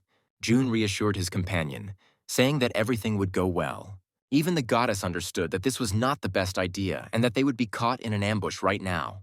And so, little by little, the queue began to get shorter and shorter, finally reaching our heroes, who were already quite worried. The duo dressed up as priests, who smiled sweetly. The main character dressed up as one of the influential priests, and the spy into the girl, the saint. Marlborough, in turn, became some kind of pendant. The guards looked at them carefully until they stopped smiling. One of them had a poster of our main character. He compared him to a man who laughs sweetly, looking back a few more times, while our hero was remembering how he signed up for this venture in the first place. Back in the forest, Pak said that they were heading to the Empire right now. Jun tried to dissuade them, because they had already been reported to the Empire, and they would look for him everywhere. He even started shouting that Pak was clearly out of his mind and that the idea was stupid. But our main character didn't ask his opinion, so he immediately started yelling at him. Having said that, that's not all they will do. Having said that, in the world where he came from, there was one cool saying. She said this: if you want to hide something, put it in a visible place. And if you know that they are hunting you, then it is better to go straight to the enemy's lair. That way you have a better chance of kicking their asses. After listening to this story, the blue-haired man's whole face was covered in beads of sweat. He was too scared. After all, he didn't see a person in front of him right now. He saw evil, which tells him that he is already dead, so he has nothing to fear. It was at that moment that June understood everything. He realized perfectly well that he had to take Pak to the captain at any cost. Looking at his face, he understood that he was the man they needed. Getting up, Jun said that he couldn't do anything for now, adding that he was all on his way to the Empire, and also adding that he would help everyone. And so they successfully reached those very famous walls, standing in front of a checkpoint that clearly wasn't slacking off from its job. From the long wait, our heroes even began to turn blue in fear that they would be discovered. The warrior standing at the gate looked intently straight at their faces. Suddenly he shouted loudly, "What are they doing here?" He laughed. Seeing this reaction, our protagonist began to laugh, saying that they came here because of the incidents with monsters. It was a script that June wrote for him, and the security believed this story. That's why the Saints were happily let through, even though they were considered too important persons, since everyone applauded them. The black-haired protagonist, in turn, walking further and further, did not understand how this happened. Turning to June, he asked if that was all. And then he added that he almost shit himself, although it was too easy. Marlborough, for her part, was still wondering why Puck had shaved everything under his clothes. The blue-haired man happily said that they were a little lucky. After all, they attacked the van to create a fake identity. The kingdom they are heading to right now is a very religious place. Extremely religious, June said. Marlborough, in turn, told Pak that it was not in vain that they took this boy with them. Although our main character agreed with her opinion, there was still one important factor that irritated him. Walking along the streets, June said that it was all strange because the square was too busy. Our main character, in turn, did not understand what was strange here because it was a square after all. But the guy still said it was too weird. It was reminiscent of the atmosphere of a festival, but it was still a long way off. The fire goddess joined their conversation. After all, the largest empire was in such a festive mood, she also thought it was strange. So our heroes decided to conduct a study. At some point, their conversation was interrupted because a boy bumped into Pak's arm. He screamed and fell to the ground as his mother ran up to him. Naturally, the primary expression on our hero's face was not one of satisfaction. However, it changed so quickly that no one had time to notice it. Picking him up in a trembling voice, Pak apologized to him, also adding that he had not noticed him.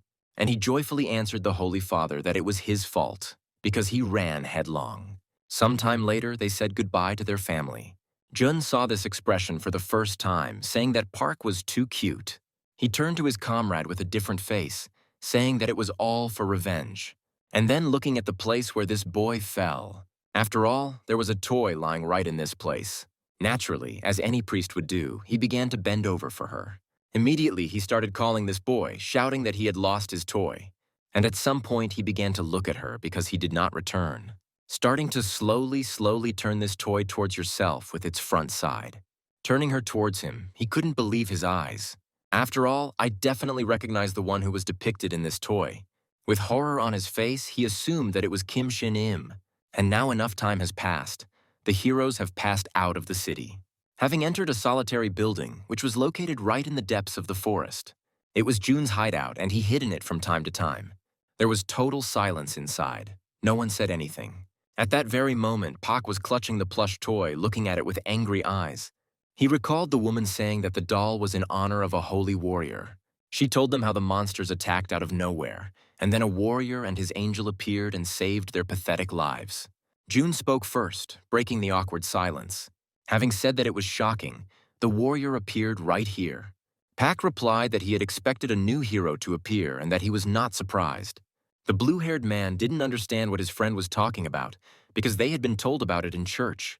Our protagonist explained to the young man that he was originally a candidate for warriors, which shocked not only Juna, but even the red-haired goddess. They were surprised by this, shouting in one voice. Pak did not expect such a reaction because he thought that they knew about it. He thought to himself that his companions were not the smartest, but at least he was lucky in that regard. He also added to his answer that because of his current situation, he could assume that a new hero would emerge. But this new warrior made him very angry. While squeezing the doll, he also added that he had a very bad feeling about this. And then he suddenly fell silent, once again immersed in his own thoughts. After a while, June broke the silence again, asking what they would do next. Marlborough added to the blue-haired man's question, as Puck was supposed to tell them the plan as soon as they arrived here. The main character himself began to remember his past. The battle with Kareem, when he could not do anything against him. After all, if it weren't for the red-haired one, by now he would have certainly died at the hands of his past enemy. He understood perfectly well that if he did not become stronger, his life would quickly end. So he said he would be honest with them, saying that he lacked the strength and knowledge. And then he turned to June, offering to make him a deal. He explained that they would go to a place where he would secretly increase his power. Pak also knew that the guy had a purpose to go with him, so he asked him to answer right away. Naturally, upon hearing this, the younger one was not happy, asking if Pak was a fool because they would die there. The black-haired man, cowering in horror, said that he didn't care what the goddess didn't share. After thinking for a bit, Jun said that such a place existed, but they would go there as soon as they were ready. At this time, a man was standing near a huge statue of the goddess Prima, silently looking towards the stone statue without any movements. Suddenly the silence was broken, because some young man addressed him. The hero of this world did not immediately respond to this call. After a short pause, he turned around, smiling, asking if they had been looking for him and apologizing. The young man, in turn, bowed, saying that no one was looking for him, and also that he did not need to apologize. The long-haired man turned to Mr. Warrior, saying that someone had come to see him. He also added that this girl knows who demons are, and upon hearing this, he naturally told them to call her. And then, sometime later, that same woman entered the hall. She walked, hooded, slowly approaching the duo. Coming closer, she slowly began to pull the hood that covered her face off her head. The two guys looked at her silently, waiting. A purple-haired girl appeared. It was Captain Dora, the same one who pulled our main hero out of the forest. And then the glances between the men and the girl met. Looking at the black-haired man, she wondered if he was really a real warrior. However, upon closer inspection, I felt the energy. It was divine energy. A young man standing nearby explained that the girl was the leader of the Rang Clan Rangers and the first person to encounter demons. After hearing this, Kim nodded positively, saying that she had come a long way. However, she did not answer, looking towards the warrior with a terrifying aura. Her face changed in an instant. She was angry. She said in an angry tone that she had one request for Mr. Warrior. She asked to destroy the city where the demon and his supporters live. She told how her youngest fell into a coma at the height of the disaster. Clenching her fist in anger, she turned again to the hero of this world. After repeating please several times, she asked to be allowed to join his group. At this time, in a not particularly remarkable building, there were quite loud cries of people. These were cries of joy. After all, right inside there was a place where people fight for show. And there you could not only watch the fights, but also bet money on the victory of this or that fighter. The host of this event shouted that he would introduce the players right now, asking to greet a person with a loud cry, a deadly weapon. And for his friends, he was just a crusher. Seeing him, the crowd immediately exploded with shouts. Blue-Skinned was going to help the disadvantaged with the prize fund. Bets began to be placed immediately, while the host asked everyone to wait, since he had not yet introduced the second fighter. He shouted, wondering if they were interested in who would be their favorite's opponent. and also adding that today will be his first appearance. I disperse the crowd to see if he will survive in this tough arena. The crowd immediately fell silent, waiting to see that very daredevil. And so the presenter introduced the tiger as a village strongman. The man came out and shouted that he loved this place because right now his heart was going to explode. Our protagonist's comrades watched all of this from the crowd, trying not to attract any attention and not to stand out. As usual, Jun took care of the disguise. He hoped that Pak wouldn't die. And so the two fighters met eyes in the middle of the fighting arena. The battle of gazes had already begun. The host could not wait too long because he himself was interested. Starting to jump joyfully, he shouted to the audience asking if they could begin already. Hearing the screams, he waved his hand, shouting that the battle was starting right now. The blue-skinned man immediately swung, shouting that he didn't like long conversations. Pak, at this time, stood silently in one place without any movements. There was a powerful blow that even the spectators seemed to feel. Everyone immediately fell silent. There was silence. No one could believe their eyes. Our two, in turn, still didn't stand out. A column of dust rose up in the middle of the arena, obscuring the view and making it impossible to see anything. And as soon as she settled, our main character appeared. And right at his feet lay that same invincible enemy. Pak, in turn, making a terrifying face, shouted to release the next one because this was not enough for him. The man began to come out laughing, because the primitive one was already calling the next one. He thought he was too cheeky and was going to teach him some manners. The bearded man began to talk about what came after him. He will never be able to say who is next, or even speak at all.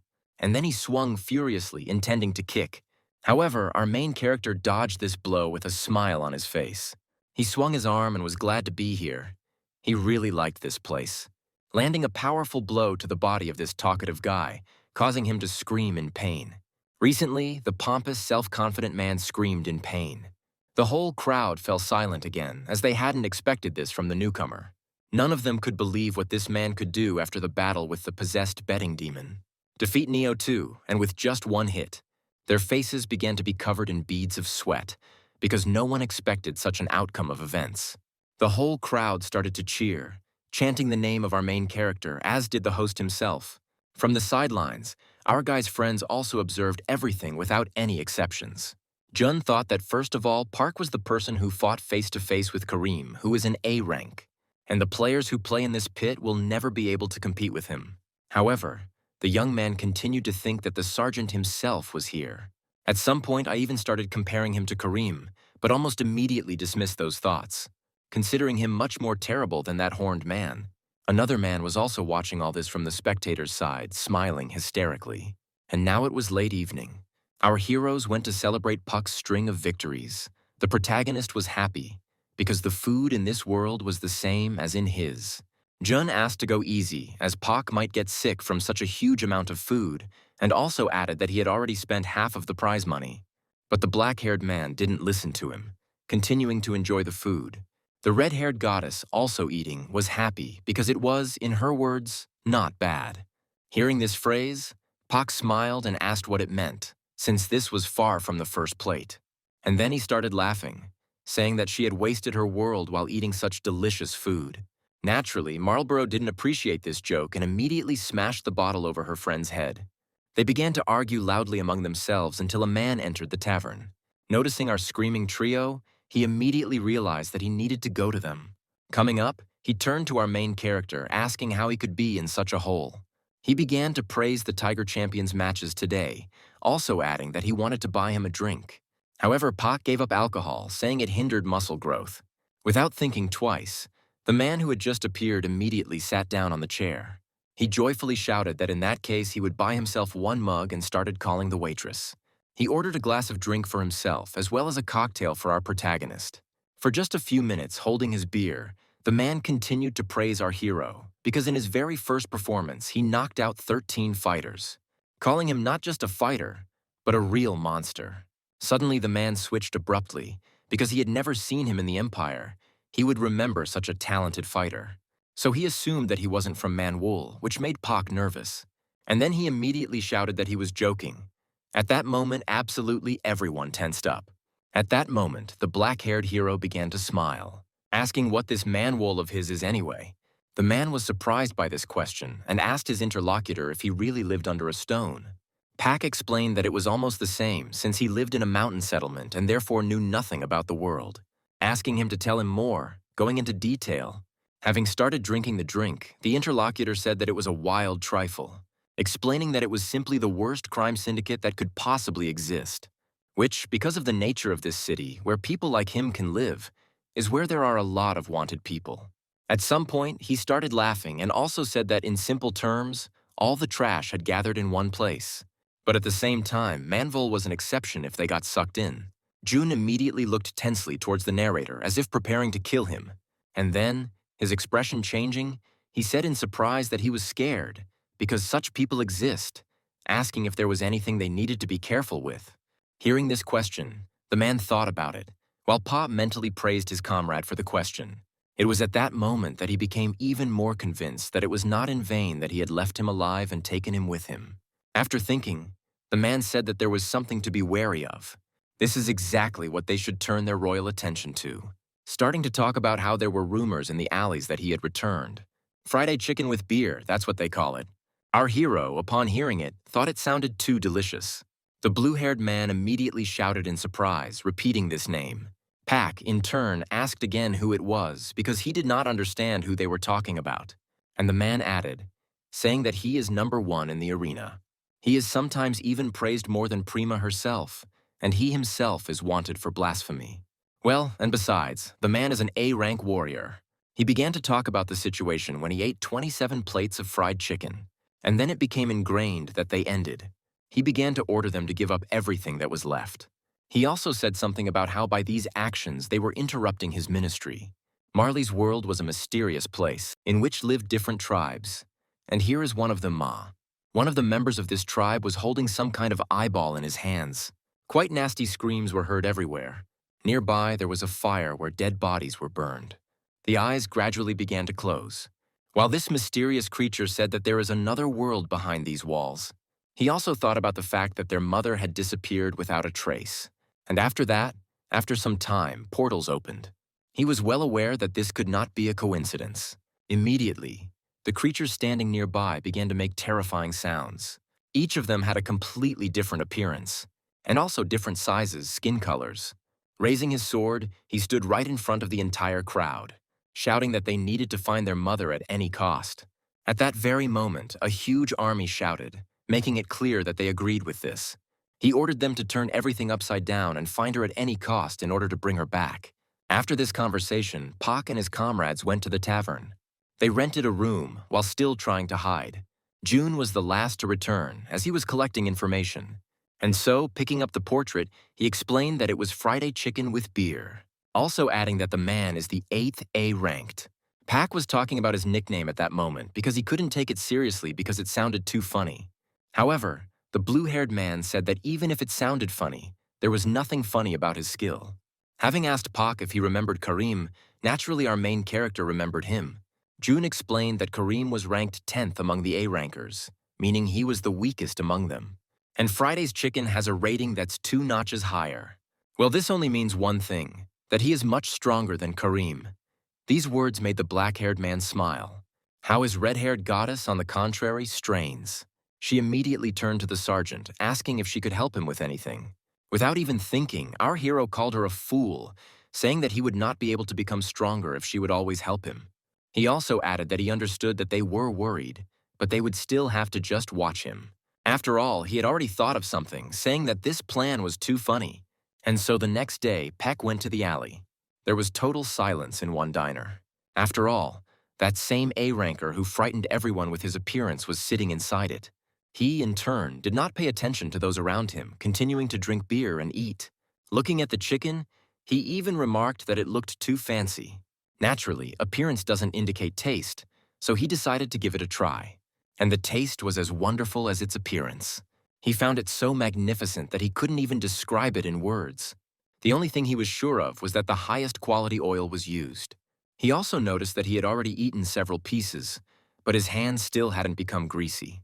When he was suddenly addressed, the man's face changed in an instant. Well, a second later, our main character fell onto the chair opposite. Everyone in the building immediately started whispering because they thought the guy was already dead. Peck, in turn, smiling, asked if he could have a bite too, since the man had awakened a strong appetite in him. Friday's chicken said angrily that the black-haired man was still alive because the chicken tasted great today. The main character, having listened to the big guy, asked him to calm down, asking if he really thought that he had come to fight him. And the mustachioed man continued to say that in this village no one had the right to tear him away from eating chicken, calling our main character by his nickname. To the rather great surprise of the black-haired man, our hero's expression immediately changed. And then he started smiling, saying that it was funny, because now he was sure that he had watched the match. Now he didn't need to explain why he came, asking if he understood. Our hero offered to fight Mr. Friday, and this offer almost made Peck's heart beat out of his chest. The fair-haired man even began to eat the chicken without answering our hero. After eating one, he asked the Tiger Champion if he knew why he was fighting in these matches, explaining that the taste of chicken after winning is simply fantastic.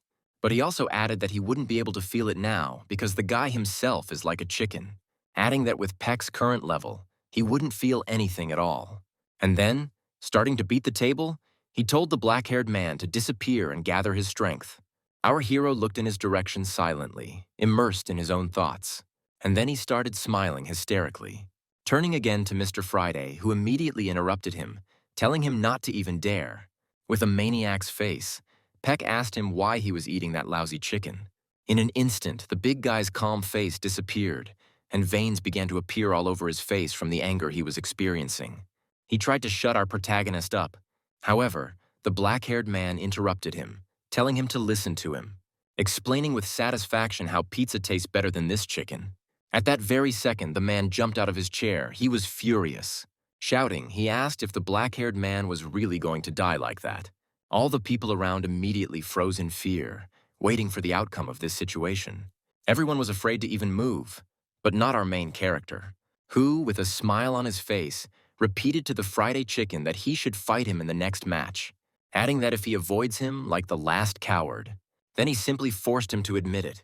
That pizza is much tastier than this chicken. The owner, hearing this, cried, because he believed that his chicken really was the most delicious. At this moment, people realized that the black-haired man was simply provoking the A rank. Others discussed that this was a common method of suicide. This calm, they thought, was just before the storm, because right now everything was about to start. Immediately, the A-ranker's hand began to become covered with what seemed to be some kind of liquid. He shouted, asking why they should go to the arena if they could decide this right now. Friday's chicken screamed that he was ready to eat the guy right now and spit him out. At that very moment, our boy grabbed the table. He said that he could turn it over with ease. Still with the same smile on his face, Peck said that his chicken would turn over along with the table. This was the end. The man could no longer contain his rage. He was going to kill our hero. He swung, intending to deliver one powerful and accurate blow. At that very moment, everything on the table began to jump, which instantly stopped all the man's fighting spirit. With a frightened face, he thought that he had gotten into too difficult a situation.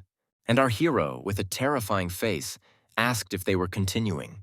As he began to threaten the big guy, his whole face began to be covered in beads of sweat.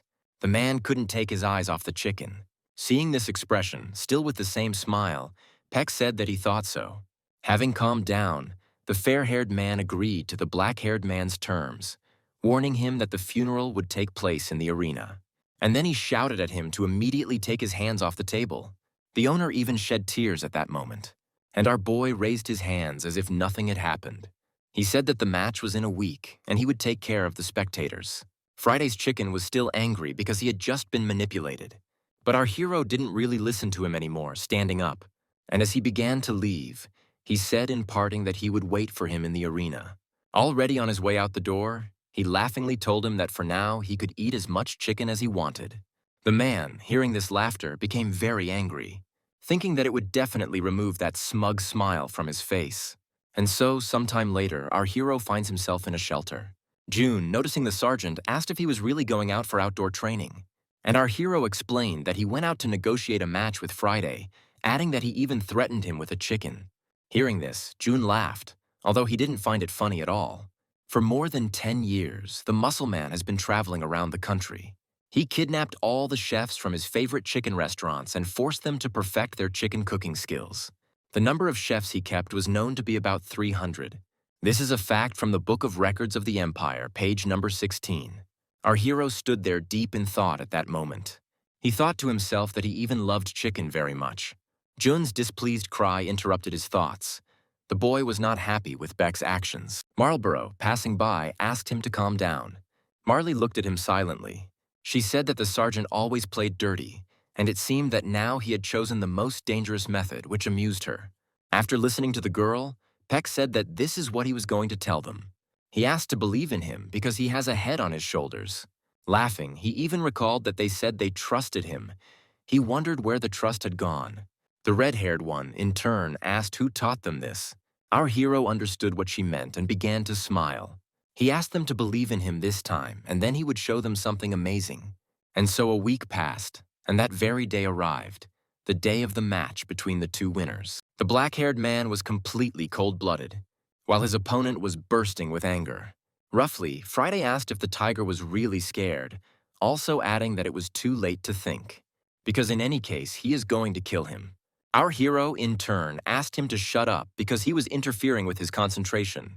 Hearing these words, the big guy became even more angry. While the presenter was shouting that the atmosphere was now too harsh, everyone around understood that the match promised to be very bloody. Everyone was shouting for them to start faster. They couldn't wait for it to begin. And the presenter continued to commentate, because today there will be a fight between the two best. He announced the start, and the crowd immediately started shouting even louder. Of all the techniques our hero learned, the best were the methods of defense. Why this was so, our hero did not know the exact answer, assuming that it was because of the strong influence on him. Absurd Attack Series by Park Byung-chan. This is exactly what our main character was going to do. One of the most useful strikes is the strike to the little finger. It was this blow that knocked the opponent off his feet, forcing him to bend over. And this technique gave the chance to deliver a powerful blow from above, right to the head. But our hero's opponent was not weak, so he was able to grab him by the arms. Friday asked the black-haired man not to be so presumptuous. But our hero expected this, saying that he needed to look lower. He shouted at him to lower his eyes to the floor. And then he grabbed his opponent by the hair. Our hero began using a second series of absurd attacks, lifting the big guy, shouting throughout the arena with anger, rage, hatred, slamming this huge body straight into the ground, face down. Peck thought to himself that if he dropped him like that, his head would shatter into pieces. Jin couldn't believe his comrade had become so strong in just a week. He didn't understand what kind of training he needed to do to master such power. Our hero stood with a satisfied face, looking at his rising opponent, who, wiping away the blood, said that he also had a kind of sense of humor. For in an arena like this, he had set himself one rule: don't defend yourself at all, but rather accept all the blows and endure them. And then, hitting his chest, he seemed to awaken his inner strength. He said that today he would have chicken and beer. Our hero continued to stand in place, silently looking with a satisfied face towards the enemy. And here is the very attack with which he was going to attack him in the establishment. All the energy gathered in his left hand. The man shouted that today's food would be too delicious. The crowd was jubilant, because they had not seen such incredible fights for a long time. Some of them even began to remember all the deities. In a trembling voice, one of the observers turned to Neo, asking if he could see it. And he, also drenched in sweat, answered the pressman that he could not take his eyes off him. After all, many people know this ability, but no one has seen it. They couldn't believe that they would be able to see her in this dump. And Friday explained to Peck that his ability was soda. In other words, the magic of manipulating the body, the properties of his body are the same as carbon dioxide. Turning to the champion tiger, Kuroshkin began to thank him. He said that he had shaken him up enough after a long break. And then he sent a powerful attack straight towards our main hero, which he successfully reflected, accepting it. Peck felt it. It was even quite painful at the moment. The black-haired man saw how his opponent was already swinging for the next shot, about to launch that flying attack again. But this time there was a sparkling amplifier, which in that moment shortened the distance between them. Our hero took this blow with his face. Although he managed to stay on his feet, the force was greater than expected. That's why he started spitting blood. Bayek thought to himself that June had prepared him for this. After all, he explained what carbonated magic is. She has the ability to release colossal power. It was simple, but its use was powerful and varied. However, there was one weakness. which our main character was going to take advantage of. Approaching and grabbing the man by the face, he started using an absurd series of attacks number 3. He also slammed the big guy into the ground, causing the earth to break under his own weight. Our hero called this technique taking out the trash. The observers were surprised because no one had fought Friday for so long, and our hero explained that he was defenseless at the moment of using magic. These actions angered the man. He immediately jumped straight up using magic. The man shouted that the tiger was an idiot because it had not learned anything from his previous attack. After all, by continuing to attack, he only stirs up his soda. The blonde one started using the sparkling meteor this time, imprinting with all his might right at the place where Peck stood. Although the black-haired man managed to dodge, Kurochkin wasn't going to let him go so easily. But our hero was able to dodge this attack too. Although gradually, his eyes had already begun to get used to this speed. Our hero thought that as long as he could see the gaps in the defense, he could win. But this is what the soda man was waiting for, dealing a powerful blow to Peck. Blue-Skinned was surprised because Friday used a burst of gases to change the trajectory of the blows. He couldn't believe that the boy had forced him to use his abilities. Neo also said he was surprised. After all, he was still standing and smiling, looking at his opponent. At times, our protagonist even continued to provoke the soda drinker. He said that he had the same plan as him, because he was going to leave here victorious. The pair's gazes met. The blonde one was angry, while our black-haired one remained calm. And so the two opponents rushed towards each other. This time, both hands of Friday's chicken were already shining with magic. While our hero was looking for the right moment to attack, the blonde man began to use the gas breakthrough, starting to deal a huge number of blows. Our hero thought to himself that he had to do this. He must do his best to avoid hitting vital points, even if it breaks his arms. And when he ran out of gas, he was going to finish it off in an instant. Everyone watched in horror as what turned out to be a beating happened. Jun even began to pray for his comrade's victory. Marley looked at the man with concern, believing in him. And then, at some point, our hero noticed that the blows became weaker, and in just a few seconds they were all gone. Considering that the time had come, our hero gathered all his strength. He swung, intending to use a deadly technique. However, at that very moment, a smile appeared on his opponent's face. And at some point, just before the impact, the sergeant lost his balance, his head began to spin, and the strength left his body.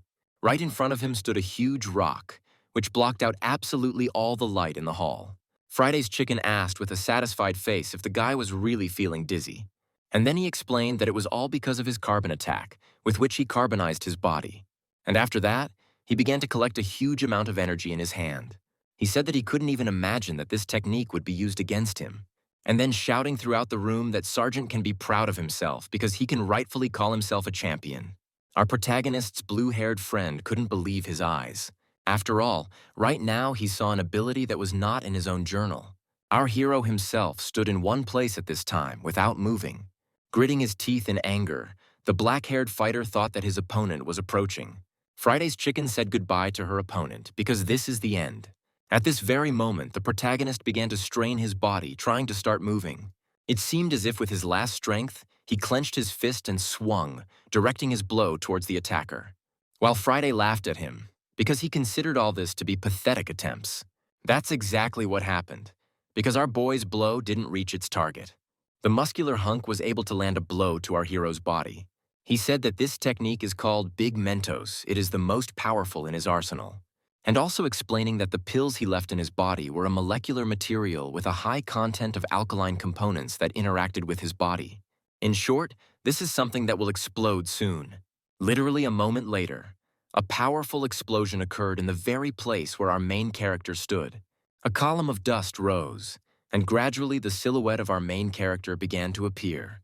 The black-haired man sat on the ground, looking up without any movements, his whole body covered in wounds. Jun, covering his mouth and sweating, thought that it was all because of him.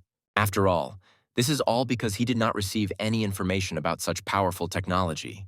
He mentally blamed himself for the death of his comrade. His eyes began to fill with tears. He didn't know what to do. He grabbed his head and began to squeeze it, because he did not understand whether he could call himself the best spy. Marlborough herself was clenching her fist in anger at that moment. Looking at his opponent, the blonde-haired man said that he was sorry, because his opponent could not withstand this blow. and also told him that it was all because he decided to touch his chicken. This is exactly why he died. If he hadn't touched her then, he would be alive now. He exhaled heavily because he didn't want to kill him at all at first, when he first saw him in the arena. As he left, he also said that it was the best fight he had ever had, still continuing to call himself Sergeant, the champion tiger. Gradually, the black-haired hero's body began to emit some kind of dark aura that sent shivers down Friday's spine.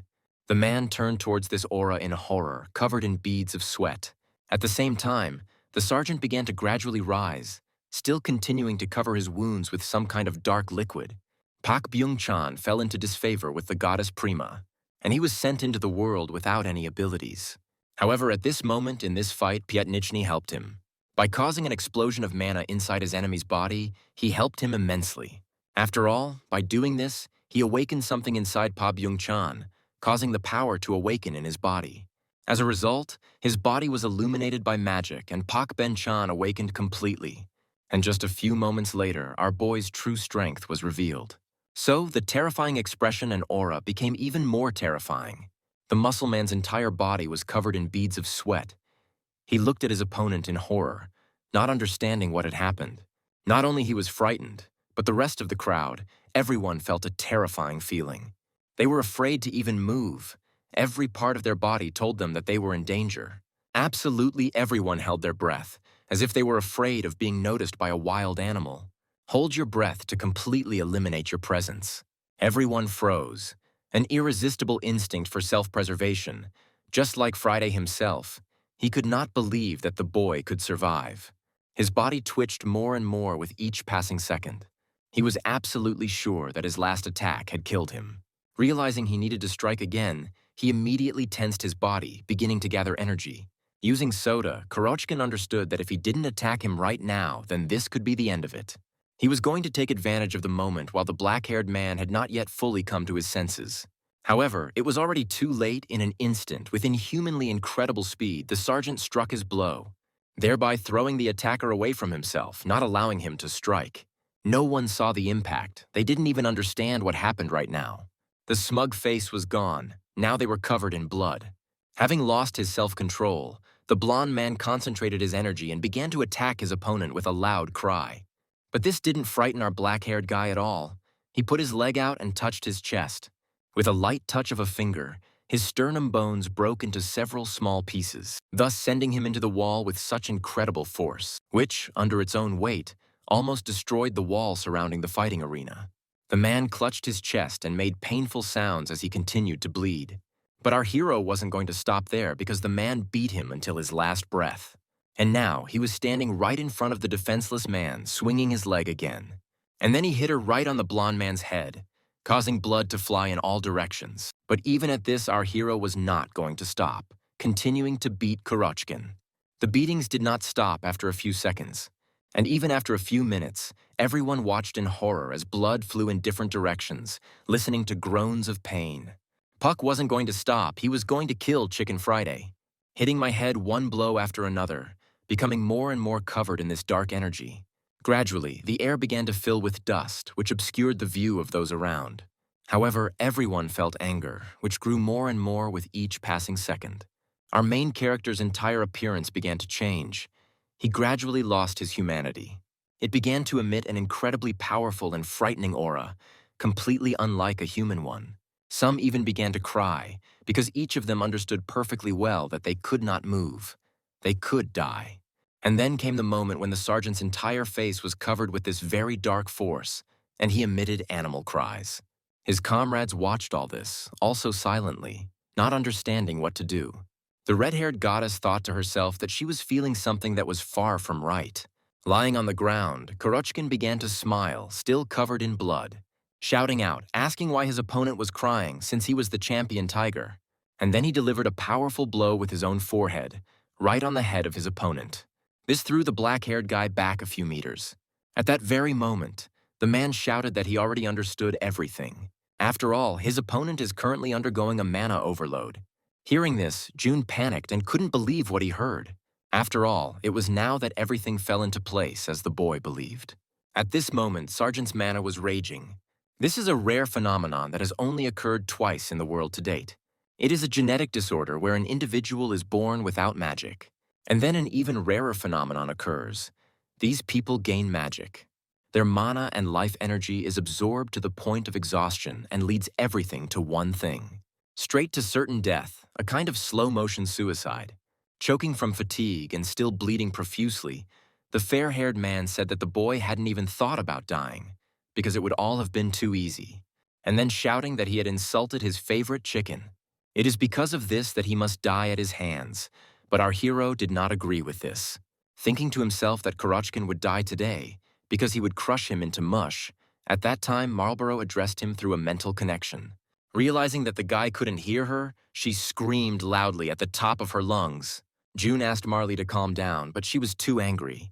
Continuing to shout about how the guy promised to show something amazing, she asked him not to dare die after such a promise. The blue-haired man continued to calm her down while she was screaming about the place, and also for him not to do this to her. The crowd began to speculate that the girl might have started her period, or that she had placed a large bet on his victory. It was at this moment that the black-haired man stopped. Hearing this familiar, pleasant voice, he became thoughtful, starting to remember what place the red-haired one was screaming about.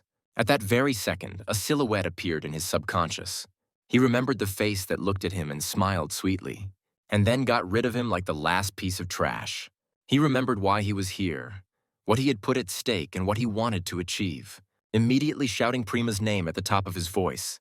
This horrified his comrades, and they looked at Pak with horror, just like Friday Kurochkin himself, who didn't understand what was happening. And then he hit himself with his own hand, with all his strength, right in the face, thus trying to bring himself to his senses. If it doesn't help the first time, then he will try again and again. He didn't want to lose everything until he achieved his goal. Blood flew in all directions. Park Byung-chan started beating himself because his body wouldn't obey him. He hits him as if he is threatening him, thereby telling himself to pull himself together. It is a deadly desire for revenge, an unconscious state. When all these factors come together, a miracle occurs. It was at that moment that all the darkness began to disappear and a smile appeared on the boy's face. With this smile, he turned to Friday, asking if they would finish the fight right now. In response, he heard from his opponent that he was a real madman. The only one who truly understood what was going on at the dump was Friday. With a crazy face, he asked if everything was really as real as he thought. After all, the boy used his own magic to beat himself up, and thus he overcame the overload without any consequences. It wasn't a deliberate move at all. With a madman's smile, the muscleman said that he knew he was out of his mind. He liked his opponent, because before this, he had never experienced anything like this, shouting that the boy had lost control as well as himself. But the sergeant didn't agree with this, shouting back that he had good self-control. It was at this moment that a new stage of the battle between these two began. Kurochkin, waving his fists, reawakened his energy, looking at the tiger champion with a smile. And then he said that he is not the champion tiger. Now he is Sergeant Pak for him. Kurochkin shouted that he didn't give a damn about all of this. All that mattered was that Pak had insulted his chicken and beer, and now he is his enemy, whom he will never fight again. But he also noted that he was an opponent who forced him to put everything on the line to win. Having released his energy, our hero's body became covered in blackness again. Jun was surprised to see this, because looking at this, he understood that the mana had stabilized. Marley, in turn, understood that the winner would now be determined. Like the rest of the crowd, they were now unafraid to move. But still, no one made even a sound. Everyone prepared for battle, taking a fighting stance, collecting as much energy as possible and releasing it. And the first one to start the attack will be Friday, hitting his chest with his own energy. Looking at this, our hero did not understand how the man used Mentos on himself. Fizzy is a skill that utilizes the explosive power of carbonated drinks. If you use Mentos, which is a catalyst for explosive power, it will be beyond control. This blow, as our hero assumed, was the most powerful in the man's arsenal. Hearing the warning from Fridays, our hero laughed. He even told the muscle man that he was too relaxed because he even warned him about the attack. However, in an instant, his opponent was behind him. Realizing it was too late to avoid the blow, Paku had only one choice. This is to take a blow, trying to withstand it as much as possible. And so the fists of two incredibly strong fighters began to approach each other. As they touched, a powerful gust of wind appeared around them, which seemed to lift everything around them. The mana covering our hero's hand disappeared in an instant, and then everything that covered his body disappeared. Kurochkin shouted at the boy to hold on, as his mana was already dissipating, having shouted several times that he would now be Sergeant Pack to him. But our hero wasn't going to give up either. With the last of his strength, he clenched his fist, trying to push out the muscle man's fist. He enjoyed it, and as he bled, a smile appeared on his face. Smiling, Pack shouted that this was incredible power. He thought to himself that even in this situation, there was still a technique in his memory that he could use. And then, literally in a second, a shovel appeared right in his hand. Friday asked why the guy was gathering all his strength in one hand. Thinking to himself that even half-crippled, his opponent is trying to win. It was at that very moment that Pac shouted that he didn't care because his Marley would fix everything. Hearing this, the red-haired girl was very surprised, and then our main character dealt a powerful blow to Kurochkin, forcing him to break. This was Pac's new skill, the shovel cut. Seeing this, no one could believe their eyes. Even the presenter was speechless, frozen with his mouth open. Veterans of this garbage arena understood that this was a truly incredible move. Just like Jun, who couldn't believe his friend had won. Gradually, the mana in the black-haired man's hand began to dissipate. His entire body was torn to pieces, covered with numerous wounds. Looking up, gasping for breath, he made no sounds, while the others still couldn't believe that the black-haired man had actually managed to win. Our hero lowered his head and smiled, surprised that he had actually succeeded. And then he began to lose consciousness, realizing that he could no longer stand on his own. Right at that moment, Marley appeared and grabbed Puck in a hug, in a gentle voice turning to him, asking what he was going to show her with this. Also adding still sweetly that the guy is still useless. But also noting that it was a wonderful fight, he suggested going to their so-called house. And now our heroes were already in Jun's shelter. The main character was lying unconscious in bed, while his two comrades stood near the bed watching him.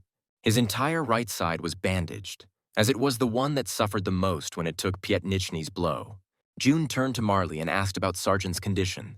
The red-haired girl lowered her head and replied that the boy was in a terrible state, adding that the external and internal damage is quite serious, especially the right hand, because the blow he blocked was ground into flour. And it was after these words that she began to think again, remembering how the black-haired man shouted that she would be the one to fix everything. These words made her smile, and to some extent she was even glad. Energy began to shine around her body. The red-haired woman said joyfully that the sergeant did everything he could. At that moment, a burning torch appeared in her hand. Holding it in her hands, she continued speaking again, saying that this will be the norm, give him a reward. Time passed, and there was deathly silence in the forest. Deep in the forest, in the shelter, there was also complete silence. Those bandages had already been removed, and the man's right side was completely restored. And gradually, Park Baek-chan began to come to his senses. His eyes began to open, waking up and making a moaning sound. Seeing that Sergeant had woken up, Marley immediately greeted him. In an instant, our hero's face changed, and he immediately glanced towards the girl. And then he jumped up and said her name in a quiet voice. Looking at her, he saw her tiredness and also her sad face. With a trembling voice, the protagonist asked how long he had slept. Lost in thought, she said that the boy had slept for about 8 hours. Exhaling heavily, Pak said that it was just a normal dream, and then asked why she had cut her hair. Hearing this, Marley became angry, saying that it was all because she had spent a lot of her energy on treatment. After thinking for a moment, Beck compared the length of her hair to the amount of her strength, and then he switched to his hand, starting to squeeze it and sharply raise and lower it. Realizing that his body part was normal, he began to rejoice because he did not feel any discomfort in his arm. The red-haired woman, exhaling heavily, told the sergeant to focus on his recovery, explaining that his body and her strength weren't a good match, explaining that he needed about a month to recover. Hearing this, the black-haired man said that it was too long, and then, looking around, he began to think, asking where their blue-haired spy was. Marley immediately began to explain that Friday Chicken, whom he defeated, explaining that he is a big celebrity. She also added that, fortunately, during the battle, the sergeant did not say anything unnecessary. However, she also added that they now need to be on guard and prepared for the consequences. Junrietta, or simply a village simpleton. This is the peak of enthusiasm and spycraft. This is exactly what Jun thought when he went out to gather information. Walking through the back streets of the town, he became lost in thought. Lost in thought. thinking that because of two people who don't know the Empire, he is the one who suffers. But he also understood that he had no choice, because he needed to get help from a member of the organization. He wanted this sweet couple to join them and get a new place to live. He was sure that Mr. Riku would help them with this problem, so he went to him. He was an undercover member of their organization, telling June to only come to them in female guise. As he walked to the bakery, the blue-haired man tried not to focus on it, thinking that he would take a couple of croissants for Marley. And so, approaching her, he immediately looked around. After all, there was no line of customers here at all. At some point, they joked that it was possible to go bankrupt. Entering the building, he called Mr. Riku. It was even somehow sweet to ask if all the bread had already been sold. And at that very moment, he fell silent, because he saw the devastation inside. He also drew attention to a situation that clearly frightened him. After all, a member of their organization was beaten and covered in blood, and around him stood people in black robes, while Ricky knelt in the center of their circle. There was a purple-haired man standing in front of him, who immediately turned in the direction of the scream, rudely asking who he was. Immediately, the face of the blue-haired girl or guy became covered in sweat. He couldn't understand how this had happened. After all, he recognized the guy standing in front of him. He didn't understand why he was so unlucky. Immediately, the purple-haired man's face changed, and in a sweet voice, he asked if this was a client. With a trembling voice, June asked in a female voice what happened here. And the boy in black explained that they were just interrogating the owner of this bakery at the moment, explaining that the owner turned out to be a member of the Manhwa organization, and that the client himself had come in during the interrogation. The interrogator also added that this fat man remained silent and silent. Our hero was anxiously thinking to himself about what he should do and how to act in this situation. He mentally apologized to the old man, and then he immediately started to leave, apologizing and saying that he didn't want to get underfoot. At that very moment, Uncle Ricky's head was slammed into the ground, breaking the floor, and the purple-haired man himself shouted for the girl to stop. Juliet stopped immediately, covered in sweat again from fear. As the man stood up, he looked at her carefully. Having said that, the client is also subject to careful verification. And then he began to walk slowly towards her, standing close and beginning to examine her while she was trembling with fear. The purple-haired one spoke first, asking why she was shaking, asking insistently if she was afraid of the man who defended the Empire. And then he put his hands on her shoulders, turning to her. Everyone also asked horrifyingly if she was part of Manhwa. Juliet immediately fell to her knees in fear, starting to look at the warrior of the Empire, continuing to shake with fear and break out in a cold sweat. Because right now, June felt the frightening aura of the strongest A-ranker. It was he who was the strongest unit of the Empire. There was total silence. No one made a sound, looking at the girl sitting on her knees. Purple's subordinates also did not move, waiting for the order. Ricky thought to himself that June looked too cute today, remembering that the boy always asks him for information with an overly cute face. As he stood up, he also thought to himself that the reason for coming in women's clothing was not just his desire. He asked him about this to make sure that if something like this happened, they would be prepared with the best defense that no one could penetrate.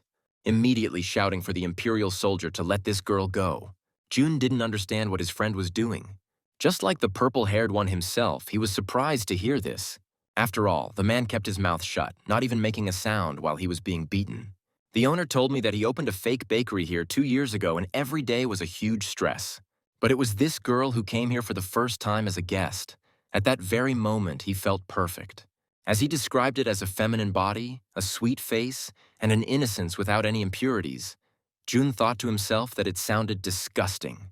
Ricky began to insult a member of the Imperial Army because he had frightened his client. At this point, the boy in the black uniform began to think. After all, he saw before him a direct gaze that was not afraid of death, this disgusting feeling that squeezed him in the chest. The purple-haired man thought that the man in front of him was telling the pure truth. After thinking a little more, he exhaled heavily, having told the blue-haired girl, who was speechless from fear, to leave. And then, changing his expression again, he asked him to thank him for this chance and to get lost immediately while he was giving him this chance. Juliet immediately began to rise, still trembling with fear. Taking hold of the door, she began to leave, turning around one last time to see Ricky, who had just saved him. The man sat surrounded by Imperial soldiers. His face looked happy. He was glad that he managed to save June. The boy's eyes gradually began to fill with tears. Thinking that he was very sorry, he began to move away from the building. With a smile on his face, Ricky thought about letting Jun take care of the rest. Suddenly, the smile disappeared from his face and it became covered in darkness. After all, he understood what was about to happen. The Imperial A-ranker approached him with incredible speed, swinging his sword. At the same time, Juliet ran as far away as possible, still feeling a piercing fear. Hearing the A-ranker say that tomorrow evening, every member of Manhwa in their custody, they will send you to the so-called doctor. Hearing this, Jun immediately thought about it. He understood perfectly well who was being talked about. Remembering the terrifying face that said everything would pass quickly, his eyes began to fill with tears again. Thinking about his new comrades, he immediately went to them. At this time, the shelter was extremely noisy. Our protagonist stood in the center of the room, concentrating his mana, and gradually releasing it, trying to release as much as possible. Seeing her, he rejoiced, because this was a new power. Marley was surprised because Pak Byung-chan quickly got used to her. At that very moment, the black-haired man switched over, because Jun had been gone for a long time. The red-haired girl, in turn, asked the guy to be more relaxed, since there was no need to rush. However, the sergeant did not quite agree with this, explaining that he was Korean and that impatience was normal for them. Suddenly he heard sounds, realizing that the boy had returned.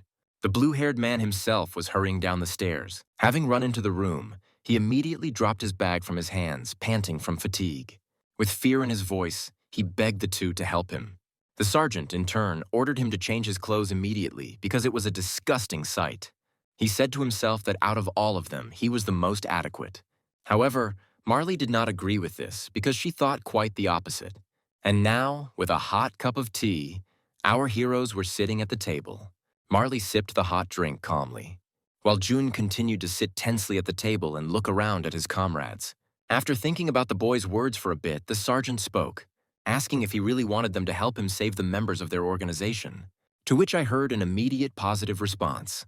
The sergeant said that the boy did everything in his power to help him. He began to talk about how he had brought him to the Empire as well as to the fighting arena. He added that it was thanks to him that our hero gained his strength, and also said that without him it would have been difficult. And then his face suddenly changed, and our hero's aura immediately changed. This scared Jun, who immediately tensed up. Even Marley noticed this murderous aura, and Baek turned to Jun and asked, perhaps this is why he mistook him for his partner. Marley immediately jumped up and shouted at the sergeant, asking if the urine had really gone to his head, to which the black-haired man replied that they were sticking together here only because they were useful to each other. He added that they were not friends, and then looked at Jun and asked if he really had to go and fight the strongest A-rank, and then hitting the table quite hard, which attracted even more attention from Marlborough. The blue-haired man still sat with his face downcast, feeling guilty for such a request. And Ben continued, telling him not to cross the line. It was after these words that silence ensued. Marley broke the silence by saying that she really hoped that Sergeant was just on his period, explaining that she didn't see Jun as just an ordinary tool, as well as our main character himself, adding that she considers them her comrades. And then he ordered the sergeant to go and rest and recuperate. Well, and in the end, she said that she would personally go and help Jun. Grabbing his hand, she led him towards the exit, loudly slamming the door behind him. Our main character was left alone in the room, straining with anger. I started to replay in my head the moments that happened not so long ago, when the blue-haired man complained to Marley that the sergeant was too scary. As they infiltrated the Empire together, Jun helped him, just as the red-haired goddess herself praised him, hugging him tenderly. With one powerful blow, he smashed everything in the room. He called himself a complete idiot and then exhaled heavily. At this time, our two had already set off for the rescue, hiding in the thick foliage without making a sound, staring into the distance, realizing the situation they were in. Marley didn't understand why Jun didn't just use transformation. The boy swallowed and said that he would now tell everything about his ability. After all, if we put it as briefly as possible, he eats a part of the body of the desired subject and receives a body. But the problem is that the more an object differs from a person, the more pressure it puts on his body.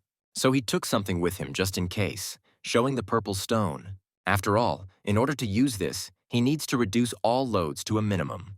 And then he added that he had no idea what this thing was, which surprised Marley. He said that the captain gave it to him. He took everything in his mouth from him without asking. remembering how the captain said to only use it when there was no other way. And so, June explained that he saw no other way out at the moment. Having heard this rather incomprehensible story, the red-haired girl exhaled heavily. And then their conversation was interrupted by the loud clanging of chains. The blue-haired man immediately tensed up and began to look into the distance. After all, a huge crowd of people in armor was leading a tied crowd of people. Their faces were covered with some kind of bags, tightly tied. The red-haired girl and the blue-haired boy thought about it. These are the ones they came to save. The warriors were extremely relaxed, yawning heavily at times, not paying attention to those around them. They weren't soul knights, which was logical, since they had no need to accompany criminals directly. Our heroes exchanged glances and smiled joyfully. It was a great opportunity, but they relaxed too much. Right from behind them, some kind of monster appeared, who was saying something about Prima. At that moment, June's face became covered in sweat. Just like Marley, because they were discovered right now. The monster screamed loudly and swung. However, the red-haired one was faster. She immediately stood up and began to concentrate her energy, launching a powerful blast of flame straight into the attacker's head. The warriors immediately shouted that there was an ambush here, preparing for battle. They shouted that they needed to go to the other side, because there could be more enemies here. The blue-haired man thought to himself that this was a bad idea, because everything they had done before could be in vain. I also didn't understand how they were declassified, because they couldn't be found so easily. Marley distracted him from these thoughts, shouting at the boy to pull himself together. She was going to stop the thug alone while the guy would save his comrades. At this time, our hero began to peer into the distance towards those fleeing. With trembling hands, lift that very stone. Remembering his captain's words, he understood that there would be no other chance. That's why I decided to eat it, because this is exactly the situation. At that very moment, a powerful explosion was heard right next to the boy. The bully said in a nasty voice, "Go ahead and explode," which scared the blue-haired man quite a bit. Now there were already two of these vile thugs. They both shouted that they came from Prima, defending her interests. And then he dealt a powerful blow to the blue-headed one. Because of this blow, Jun dropped that very purple stone from his hands. Seeing this, Marley became distracted, anxiously shouting her comrade's name. It was her mistake, because the enemy was standing right in front of her. Taking advantage of this, he thrust the girl into the ground, breaking the earth with her head. Gritting her teeth in anger, Marley looked into the distance, trying to come up with a plan. However, nothing came to her mind, because Jun was about to be killed right before her eyes. Right at that moment, Jun realized who was standing in front of him, for he saw enough decay to be already dead. And this meant only one thing. In front of him were living meat bastards. At that very moment, the deathly silence was broken by a rather loud stomping sound, who stopped for a moment to pick up that very stone. And then, standing up again, he began to walk towards our heroes and the big guys. This was our hero who insulted his comrades as idiots, loudly, asking what they had told him not so long ago. And then he started laughing, which greatly surprised his comrades because they immediately recognized the sergeant by his voice. Approaching the dead man, Pak said that he felt much better if he hit him harder. And then he turned to Jun as a partner, asking if he had come to his senses yet. Literally a fleeting moment passed, and our main hero has already defeated those very invincible creatures. Both thugs lay on the ground while our hero stood and looked in their direction. In a dissatisfied voice, he asked what his comrades were counting on, since they couldn't even defeat these weaklings. And then, looking towards the blue-haired man, he told him to use his abilities.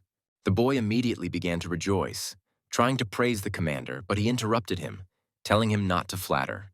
Wiping his hands, the black-haired man said in a rough voice that this was not so, explaining that he had once helped him out, and he had promised to repay him. Naturally, Jun didn't like this answer, and he immediately started shouting in displeasure. Hearing these screams, Sergeant began to walk away while Jun tried to stop him. Marlborough watched all this with a smile on her face. Interrupting their argument, she shouted that Sergeant Sundere, but almost immediately, all three fell silent, looking forward. They've attracted too much attention to themselves. Everyone is looking at them right now. Putting on hoods and covering their faces, they decided to follow the captured ones. The blue-haired man pointed the direction to his comrades. At this time, a rather nasty laugh was heard in one of the buildings. The gray-skinned man, sitting on a chair, laughed loudly, looking at something in his hands. The man who came in said that the doctor looked too happy today. The man who came in was the same A rank from the Imperial Army. Throwing out the head of the inhabitant of Marley's world, the doctor shouted that it was amazing, and also adding that a very funny situation happened just recently. Sitting down on a chair, the purple-headed man said that it was too curious, asking to tell. Continuing to laugh, the doctor looked at his interlocutor. He explained that the toys he sent had most likely died, as the connection with them had been lost, explaining that the connection is lost in the event of death or loss of consciousness. Hearing these words, the A rank immediately became thoughtful. Seeing this look, the doctor shouted loudly that the boy was thinking correctly, which put quite a lot of stress on the young warrior from the Imperial Army. Skin Gray added that everything is happening exactly as he said, brave warrior. Remembering how he talked about anti-government organizations, asking to hide some information from your subordinate.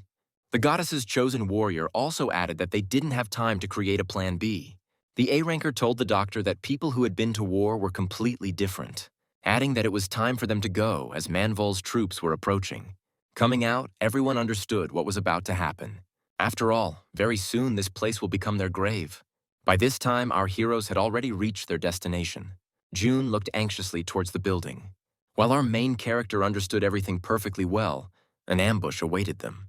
The blue-haired man happily replied that this was so, and also added that he knew all the intricacies of the Imperial Army's work.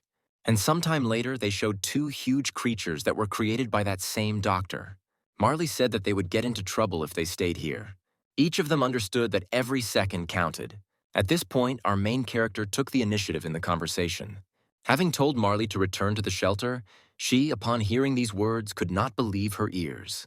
To which the sergeant interrupted her, telling her to listen to him, explaining that he was only here because of June, and also adding that he will need it in his future plans. So if there is even a minimal chance that something happens to her, then it is better for him to remove her from the mission. After hearing these explanations, the red-haired girl remained silent for a few more seconds, and then, taking hold of her hood, she replied that she understood, but also added that she still wanted to know what was going on. And at that very second, a hot flame appeared, which in an instant reached the hand of our hero. Lifting the sleeve of his cape, he saw a bright red pattern on his arm. Suddenly, in his head, he heard Marlborough's voice. However, he didn't pay any attention to this, thinking that this tattoo looked like it belonged to 2000s. He was distracted from his own thoughts by June, who asked if they were coming. At that very second, an evil smile appeared on the black-haired man's face. With the same expression on his face, he came out from behind the corner where they were hiding. The blue-haired boy followed him. The doctor, along with an A-rank warrior of the Imperial Army, were already waiting, as well as those they bound for trial. After all this, the sergeant continues to reflect. After all, ever since he came here, this world has been a real hell. And sometime later, the guard at the gate was knocked out. Our heroes exchanged glances, realizing what each of them was thinking. The sergeant immediately began to carefully and as quietly as possible open the gate. At this time, the doctor was still playing with the head of the inhabitant of the world of Marley, who asked the madman to stop. Suddenly, the gray skin laughed sharply, because he had again lost the signal with his creations. And then he immediately told the A-ranker that they would soon have guests. The purple-haired one, in turn, was not so happy because the opponents arrived too quickly. At the same time, our heroes had already reached the hangar gates. Standing near the gate, they gathered their courage in order to immediately launch a surprise attack. In turn, Jun checked the total number of enemies. He asked the commander to wait as he was trying to concentrate. Focusing his gaze, he looked as far as he could, seeing his bound comrades in the distance, kneeling as they were surrounded by Imperial warriors. After counting them, he told the sergeant that there were only 6 prisoners and 6 soldiers. He also said that they had reinforcements because there were many more of them. But there was no need to be afraid of him, because the sergeant was now with him. He asked the black-haired man to save his comrades at any cost. Listening to these words, our main character smiled, because they believed in him and in his strength, and he liked it. Therefore, right there, with just one light blow, he smashed the door into small pieces. The soldiers standing inside were extremely surprised by this, because they did not expect this. They couldn't even imagine that everything would happen exactly like this. As he started walking, Beck asked June if he really meant to steal from him. With a creepy look and a creepy voice, the sergeant said that he was speed itself. The dust gradually began to settle, and the soldiers saw 2 human silhouettes in the distance. With trembling hands, he gradually began to touch his weapon, trying to utter at least one sound. Suddenly, they started shouting at the top of their voices that they were being attacked, but it was already too late. After all, our main character had already approached them, stabbing one of the soldiers straight into the ground. And then he began to rise slowly, looking with the same gaze. On his opponents, he looked closely at his enemies. This scared the Imperial soldiers quite a lot. At some point, they even started to tremble, sweating. Their commander, as soon as he came to his senses, immediately gave the order for them not to stand there like a pillar, but to attack. While our protagonist dealt with the enemies, June watched everything, thinking that this was the perfect chance. That's why he immediately took off from the spot and ran towards his comrades. All he thought about was that he needed to save his comrades and escape as quickly as possible, trying to get closer to them as quickly and quietly as possible. They, in turn, mooed, making strange sounds. The blue-haired man, as soon as he approached them, immediately shouted to them that he would save them now. They started making some strange sounds again. Using a knife, he began to cut the ropes, while June continued to calm them down, saying that he would get them out of here now. And now the first rope had already been cut from the face. The fabric that covered the face gradually began to fall off. As soon as the face opened, a face appeared that called the blue-haired man an idiot. The boy, seeing and hearing this, immediately panicked, just like our main character, who didn't immediately understand what was going on here. After all, right before his eyes, those for whom they came here began to attack their saviors. With a slight movement, the red-haired man broke the handcuffs. Following him, the rest of the hostages began to do the same, removing the bandages from his face as if nothing had happened. While Jun was being strangled, he didn't understand what was happening because his comrades should have been here. However, it was not them. It was the enemies who were attacking them right now. Seeing this, the black-haired man immediately rushed to help the blue-haired man, throwing one of the armored soldiers straight towards the boy, thus knocking down the attacking prisoners. They began to fall to the ground, landing next to the blue-haired man. Our hero stood there, wondering what was going on here. Marley turned to our protagonist at this point, but he interrupted her, saying that he knew. And then he told the boy that it was a trap set by their enemies. At that very moment, the sound of feet began to be heard, followed by the cracking of wood. Almost immediately, a second silhouette appeared, slowly descending the same stairs, and behind them a huge crowd of people. The purple-haired man was surprised, because there were only 2 opponents, which was much less than he thought. The doctor continued to laugh in his own way, asking the A-ranker if he was really disappointed. And just a few seconds later, a whole army stood in front of our 2.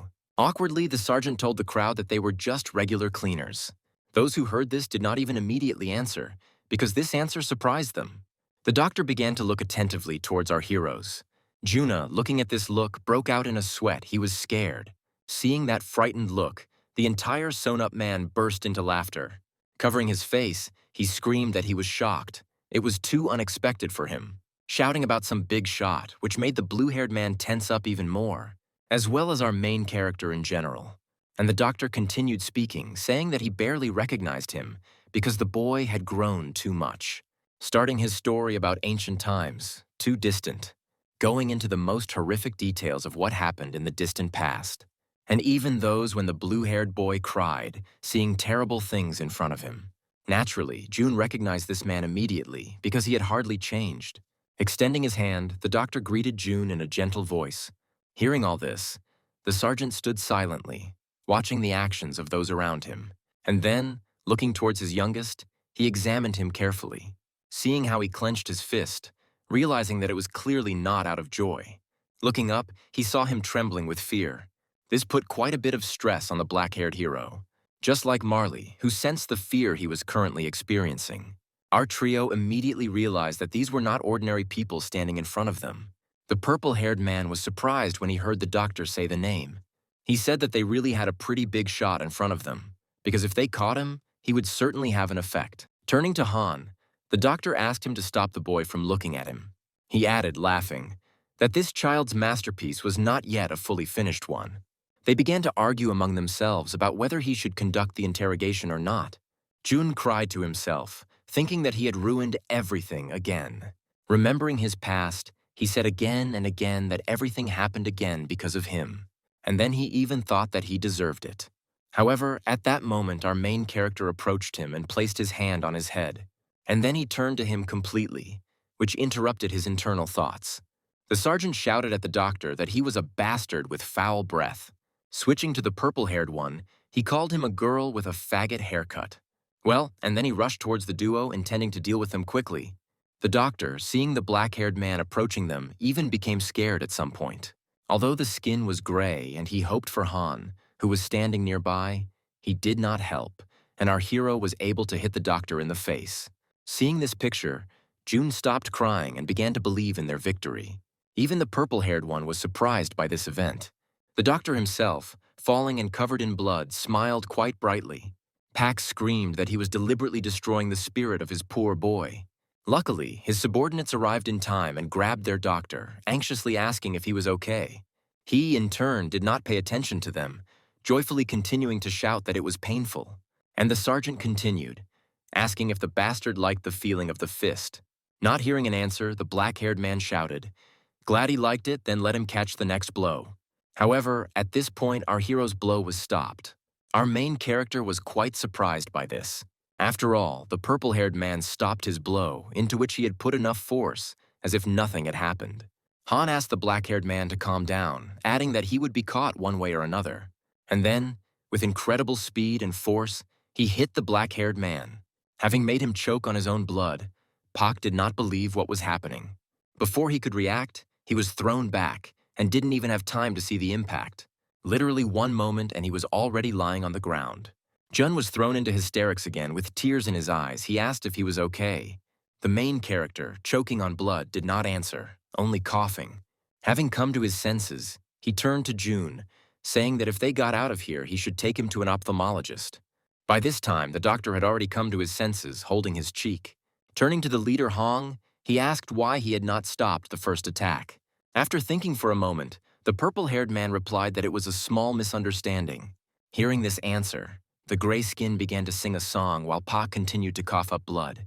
At this time, Jun bowed his head, began to apologize and say that it was all because of him. He continued to blame himself for everything, saying that the sergeant had already done too much for him. To which the black-haired man did not respond, but only stood up with a smile on his face. And then he began to tell how he once had a younger brother who was a simple private, but always claimed that he would become a general. And finally he added that because of these words, he always made fun of him. But if someone mocked him, besides him, Pac would tear him to shreds, because only he could do that. Hearing this, our main character's younger brother shut up, deep in thought. A second later, our hero threw something in his direction. Having told him to hold it, the blue-haired man opened his hands and saw that very bright stone. Pac asked the boy if he understood everything correctly, since this was his insurance. And then, with a crazier face, he looked towards the blue-haired man, telling him that the time has come, the time for action. At that moment, Marley asked Puck not to fart because he was giving another cool speech. Naturally, the sergeant reproached her because he was there because of her, to which he received a shameful silence. A moment later, his entire body was covered in black energy. Han was quite surprised to see his opponent using magic. And then, almost instantly, he gave the order to his subordinates to take him. They immediately rushed to the attack, but our hero was already ready for battle. Park Byung-chan began to accumulate mana in his hand, preparing to deliver a fatal blow. He swung and waited for them to get as close to him as possible. While it felt like an entire army was rushing towards him. After the impact, there was a powerful explosion, a bright flash right in the center of the crowd. As a result, those who had recently fled so energetically scattered in different directions. The sergeant stood in the center, still in the same place, looking forward at Han. His gaze was serious, showing that he was ready for whatever was to happen in the near future. Seeing this, the doctor immediately began to pat the leader on the shoulder, joyfully shouting that he needed this one too. By this point, Jun had already calmed down, thinking that his commander was cool. Clenching his fist, he tried to calm down, starting to thank his comrade for everything. And then, having thrown this stone into his mouth, he swallowed it. Immediately froze in one place, even seeming to stop breathing. Inside, the heart began to beat stronger and stronger, each time louder and louder. Everyone in this room felt an eerie aura. Even our hero was covered in sweat, his whole face covered in droplets. But ordinary soldiers couldn't move. They even found it hard to breathe. Even Marley was surprised by this, because she was familiar with this feeling. Gradually, the clothes on the younger one began to tear and his body began to grow.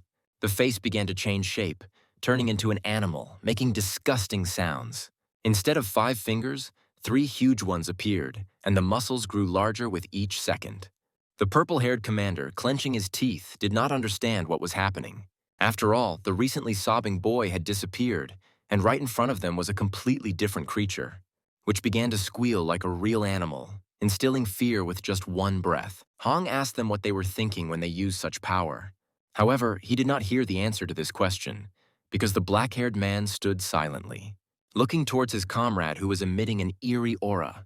The red-haired goddess burst into tears because right now she saw her son in June. The bloodied creature from Marley's world turned to the man standing in front of her, asking why they should kill each other. However, the man did not answer this question. Looking around, he saw a huge number of dead bodies. For both human and other races, the battle was truly difficult. He lowered his head and began to think, turning this question over in his head. Subsequently, he did not answer this question because he did not know. Those around still felt a wild fear of the creature that had appeared. No one expected such a turn of events. Even Jun himself, examining his body, was surprised by such a transformation. Even the sergeant, seeing his comrade in such a state, tensed up. The doctor closed his mouth in admiration. At some point, the blue-haired boy screamed at the top of his voice, frightened, asking who he was. At one point, Han and the purple-haired man's fear disappeared and was replaced by surprise. Our main character, in turn, could barely contain himself. And Jun continued to shout, pointing his finger at his mouth, asking who he was. But Pak didn't know the answer to this. The gray-skinned doctor looked at the boy with a trembling gaze. He stretched out his hand and launched something, shouting in surprise. At that very moment, some kind of ball rolled towards our heroes, which gradually began to stop. And in the end, he turned over, showing his face. Having greeted everyone, he surprised not only Sergeant Pak, but also Juna, who, as it seemed to him, knew everything about this world. And literally in an instant, huge tentacles appeared and grabbed our heroes. And the re-sewn man himself laughed, shouting about some expensive toy. The creature at that moment was praising its master. And then she began to unwind her tentacles from side to side. As a result, both of our heroes were slammed straight into the wall, having broken through a huge stone wall. All the damage went to our guys. They were unable to defend themselves. Therefore, we felt the pain with our whole body. The man himself approached the leader Hong, telling him that this must remain a top secret. And then he added that this choice is his, since he most likely does not want his people to be given away. He asked the purple-haired man to decide as quickly as possible while he was holding back the two. At that moment, Pak turned to Jun, saying that he had become such a monster, but he couldn't do anything. He responded with a frightened cry that he had never seen anything like it, so he didn't know. Marley intervened in their conversation, saying that the younger one was a complete idiot. She yelled at him to just use his teeth. Hearing this, he did not immediately understand what she meant.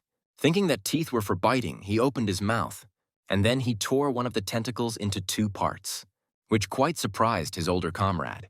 The A-rank stood silently, at some point also surprised. With a heavy sigh, Hong asked the doctor to help him here. Continuing to laugh, the doctor said that he had finally made up his mind. And then he added that he shouldn't even think that he could shut his men's mouths. He recommended killing them all. At that moment, the boy's expression changed, and he said that he would take care of his people. These words made the doctor laugh even harder. By this time, our two had already completely freed themselves and were ready for battle. Having shown himself, the doctor turned to Jun and Park, saying that they would play with him until their leader returned. Park turned to his younger comrade, asking if he wanted to brush his teeth. The blue-haired man whispered that now was their perfect chance, because the strongest one had left, and the doctor himself was weaker than the woman. However, he also revealed that there is one dangerous ability called plasticine, explaining that everything in his hands turns into something like plasticine, like clay. He also spoke about the experiments that the gray skin conducted on living beings. Jun was even afraid to imagine what potential the mad doctor had. Standing on his creation, he began to open its body parts, and then throw them towards our pair. Jun was quite surprised by this attack. But this time, our main hero came to his aid, repelling this attack. Naturally, this was not the entire attack. Right at that moment, the doctor shouted, "Boom!" The expression on our protagonist's face spoke for itself. He expected that this was no ordinary attack. And then there was a powerful explosion and a column of flame rose up. The doctor was surprised by this, because the black-haired man was able to dodge at the very last moment before the explosion. He mentally praised the boy's reflexes. After all, the combination of the object and the explosives was useless against such an experienced opponent. Literally a second later, our main character appeared from the flames. This didn't frighten the crazy doctor at all. But our hero wasn't going to stop there with the lightest possible movement. The black-haired man came closer and said that he would now trim his crooked teeth. And then he hit the doctor right in the face with a direct blow, who clearly did not expect it. Dust began to rise around the gray madman's skin from the powerful blow from our protagonist. However, right at that moment, Pak was very surprised, not understanding what was wrong with this man's skin. After all, from this blow, his skull fell apart, becoming as if liquid. Our hero thought to himself that before hitting him, the doctor might have used his ability on himself. And right at that moment, he was about to touch his opponent. The sergeant didn't expect this, so he noticed the attack at the last moment, knowing full well that he wouldn't have time to dodge. But the younger one came to his aid, tearing apart the attacker's arm. With a light bite, he was able to cut it into 2 pieces. The attack was unsuccessful, so the madman stopped pretending to be defeated. He jumped up and leaped upward, catching his severed limb. And then, having landed, he began to heal his body with the help of his ability, doing the same with your face. And then everyone laughs and shouts that it was unexpected. Looking at his opponents, he also shouted that it was not fair because there were 2 of them and only 1 of him. Therefore, he suggested that our heroes should play on equal terms. And at that very second, a huge monster appeared, making eerie sounds. Opening his mouth, he released a huge amount of warm steam. Pak immediately became wary because the enemy was already not easy, and now everything became much more difficult. In turn, June felt a rather strange feeling. At that moment, the doctor himself happily explained that it was Jopnik in front of them, explaining that he had done it in a hurry. However, he was sure that everything turned out well because the ingredients were too good. And then, pointing at June, he motioned for his creation to play with him. Right at that second, the blue-haired man realized something. A rather familiar and, in turn, native silhouette ran through his consciousness. The boy shouted anxiously, asking if it was really Riku. He, in turn, somehow with quite a lot of difficulty, said the boy's name. He called our hero Cutie June, and right at that second tears appeared on the blue-haired man's face. And the orange creature repeated the boy's name over and over again. The protagonist's younger friend didn't know how to react to this. Just a few seconds later, the doctor's creation began to make some strange sounds. Every muscle in his body began to tense, and the aura around his body began to change. Now she was not at all friendly, which our heroes felt. While the mad doctor giggled, trying to hide it as best he could, Riku began to slowly approach our couple, making strange sounds. And then he even shouted that he had already warned the boy about this. Striking the ground with its huge foot, the monster shouted that it had ordered June to come to it only in the form of a woman. Time after time, he asked June to turn into a woman, which surprised the boy. At some point, she even mentioned that she would give him clothes. He wanted the boy to wear a bikini, at which point even Marley felt ashamed, telling her friend that it was shameful. This time, Pak intervened, asking if they had really come to save him. The monster continued to growl, making quite frightening sounds. The blue-haired man tried to justify his comrade, saying that he was always like that. The mad doctor laughed at this situation because he didn't expect that the creation would retain its old habits. But literally a second later, he also added that it was no longer important. Snapping his fingers, he said that the reconstruction was successful. And right at that very second, his orange creation screamed. And then she took a deep breath, in order to release some kind of liquid into our heroes. This cha-cha flew at our heroes while they stood like pillars. Pak was the first to come to his senses, shouting at the younger one to dodge. Jumping to the side, the liquid fell right on the spot where they were standing. It began to corrode the floor, emitting a disgusting hissing sound. Looking at this, Pak was horrified because they could already be dead right now. The ground seemed to melt. The monster was clearly going to kill them. Jun, seeing this, thought that Riku's ability was the body's toxic digestive fluids. However, Jun was surprised by this because usually everything was different. Saliva splashed during conversation and ruined clothes, leaving scars on the skin. This was a meaningless ability. Now she was much more powerful than before. The boy's thoughts were interrupted by the sergeant, who asked about the man's abilities. The blue-haired man replied that he didn't know because he had changed too much. By this point, the mad doctor had already given orders to his creation to deal with them as quickly as possible. The order has been given, which means it is time to carry it out. Jun began to recall the past again, thinking about how Riku was prone to sweating heavily, and now that he had been modified, his sweat had turned into a solvent. Everyone there understood that just by touching him now, they could receive a fatal injury. There was no time to think about how to save the orange monster, because it attacked. In an instant, he approached our heroes. More and more drops of some kind began to appear on his body with each passing second. Raising his hands, Riku began to spin around, trying to do it as quickly as possible. He used the hurricane juicer in order to increase the attack radius much more. The attack caught up with Jun, who was standing there, and as soon as the drop started to hit his body, the boy started to scream in pain. The sergeant began using an absurd series to defend himself. What he did successfully was that he was ready for a surprise attack. Therefore, I defended myself without any problems. Watching this, the doctor thought to himself that the more he looked, the more he liked this subject. After all, he was extremely well adapted, giving him a potential of 200%. He liked it. So at that very second, a smile appeared on his face. He couldn't wait to conduct at least one experiment with the black-haired man. Pak looked at Jun and saw him lying on the ground, swaying in pain and screaming. But at some point, he suddenly stopped doing this, asking himself if he was okay. Looking at the surrounding area, he did not understand why it had melted, but he was fine. Standing up, he thought that the creature he had turned into was truly magnificent. They even started to think that with this power, they might be able to achieve anything. At this moment, the doctor had already begun to concentrate energy in his hands. He shouted that he could see the blue-haired man's thoughts, and also added that it was too late. At that moment, the ground began to rise, which rather puzzled the duo. And again, that disgusting laughter was heard, as well as the rumble of the earth. In an instant, a huge wall rose up while the doctor shouted that this was his room. Trinity was closed, completely isolated from the outside world, and the gray-skinned man said that if they increased their combat experience, it would be better for both sides.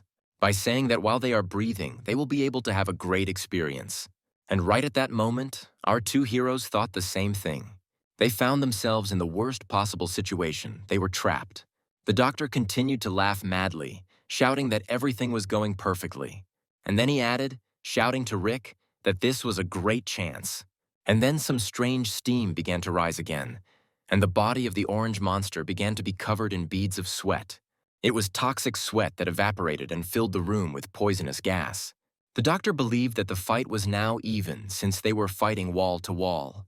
While the re-sewn one was explaining this to our heroes, Riku began to steam more and more, filling the entire room with this steam, intending to finish everything with this attack.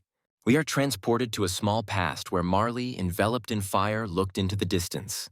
Prima approached and asked if the girl was really looking there again. She, turning towards the voice, did not answer her, seeing the white-haired girl looking at her, smiling, saying that she created such a beautiful world, but at the same time she just watches it. She asked the red-haired girl if this was really enough for her. She asked in a rough voice what she was trying to say by that, to which Prima only laughed, saying that Marlborough was too angry.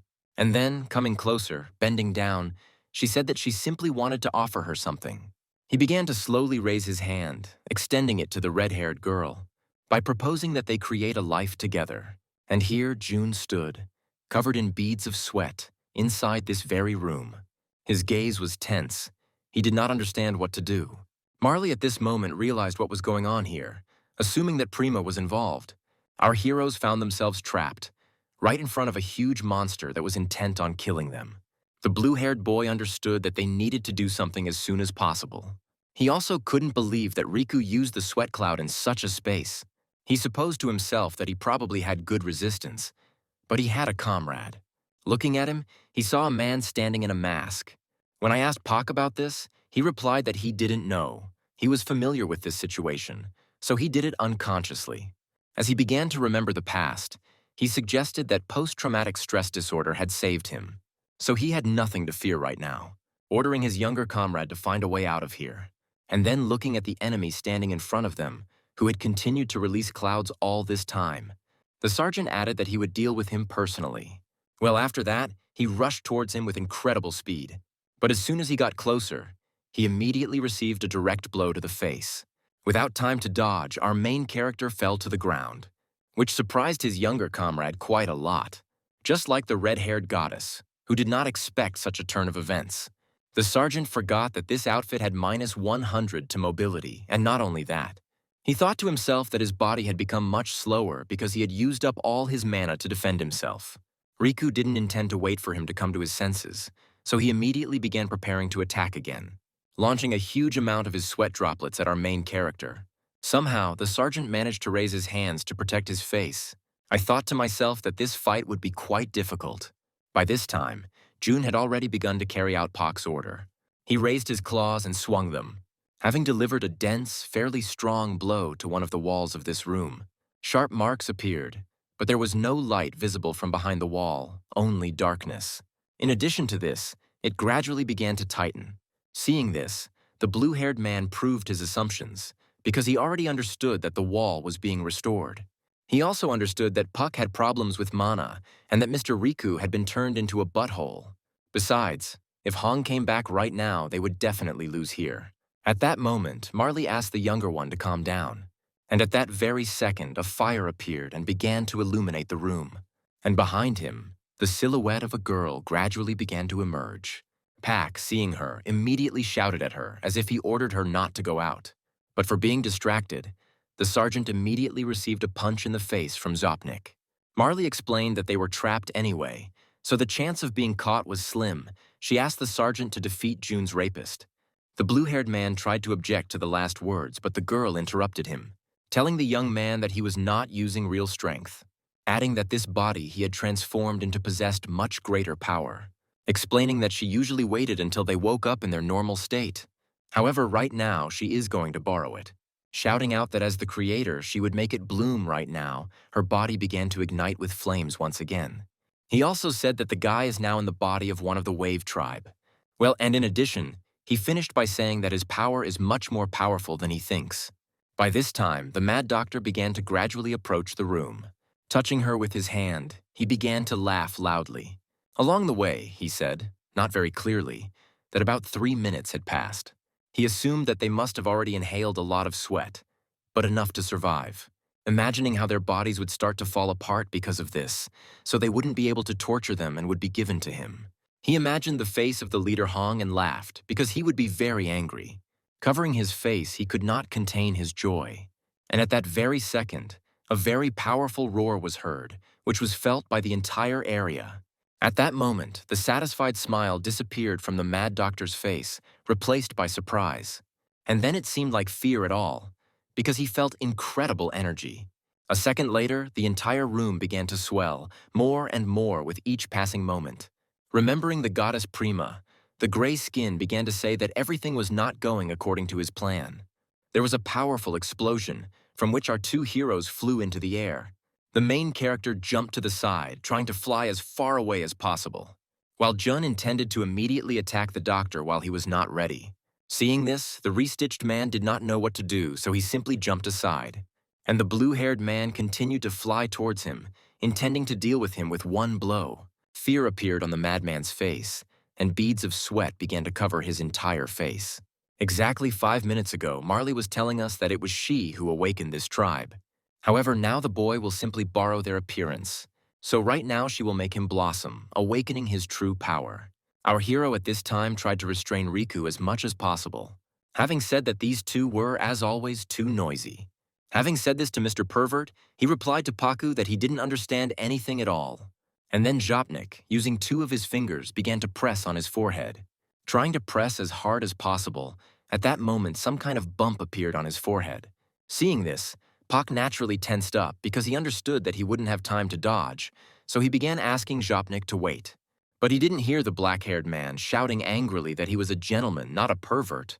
At that moment, the black-haired man stood in one place without any movement.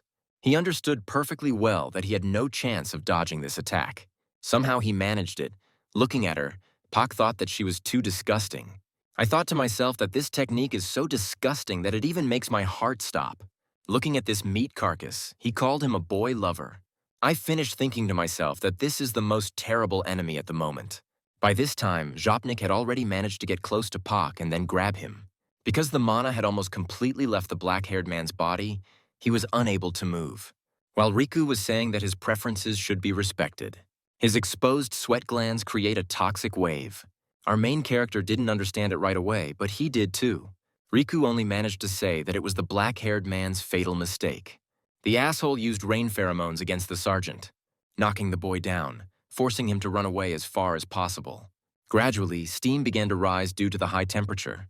Writhing in pain from the liquid, our hero could only think about how much he wanted to punch him. But he realized that his strength was running out, and it was becoming increasingly difficult for him to keep the defenses in working order. Looking at his opponent, he tried to figure out what to do. And right at that moment, Jopnik's hand flew into two pieces, which surprised our main character quite a lot. After all, in one instant, not only his hand was damaged, but all parts of his body. Starting to run away, Pak shouted what was going on here. Marlborough and June watched all this in surprise. They also didn't understand what was happening right now because no one was doing anything. Sometime later, they realized that Riku's body was starting to deteriorate. The body had been created in a hurry.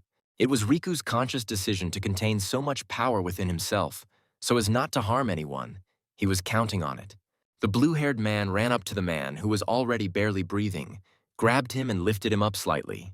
However, the body continued to crumble, smoking more and more with each passing second. The face looked tired, without any emotion.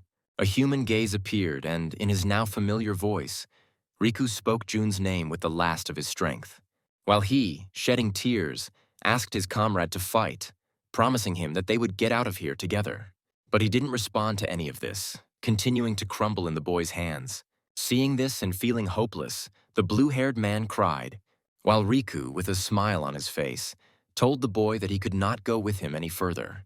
He asked the younger one not to be sad, saying that this was his last moment in life. And then he asked to listen to his last words, asking if he was ready to listen to them. Naturally, the younger one immediately nodded his head in agreement.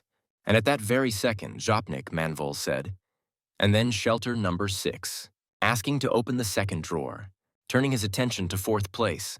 He added that inside there was a secret maid uniform. Naturally, at that moment there was total silence, because no one expected this, and Riku continued to smile, looking at his younger comrade.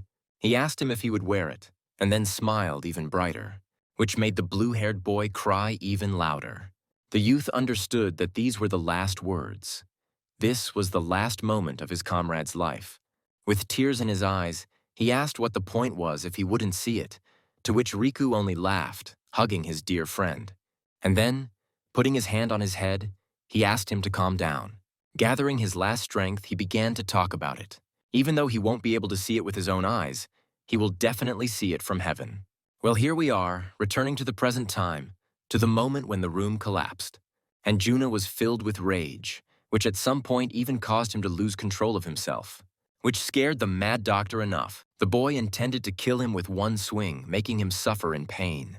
But the scarred man managed to escape this attack by some miracle, and then even grouped and managed to land on his feet.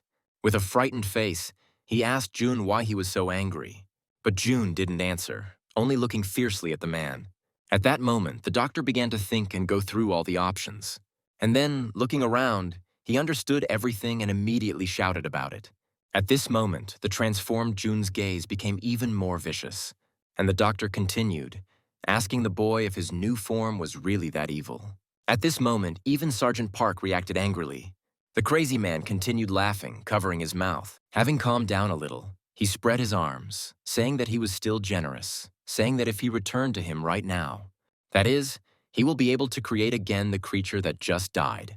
And at that very moment, the doctor's hand disappeared, leaving only the upper part. The man who had been stitched up didn't see the blow, so he was surprised by it. In one small moment, the blue-haired man approached his old acquaintance. On closer inspection, the doctor saw that the young man's mouth was covered in his own blood.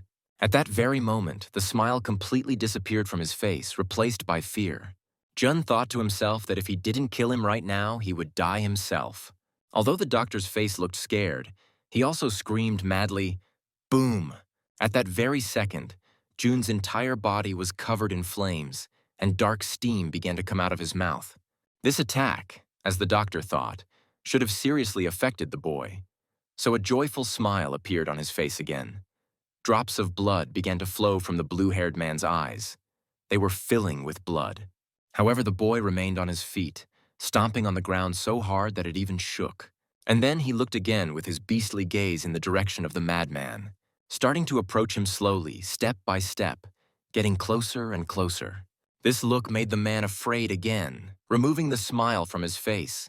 Our hero's entire body began to gradually turn red, and the veins began to bulge, appearing on his body. The blue-haired man, opening his mouth wide, began to move closer.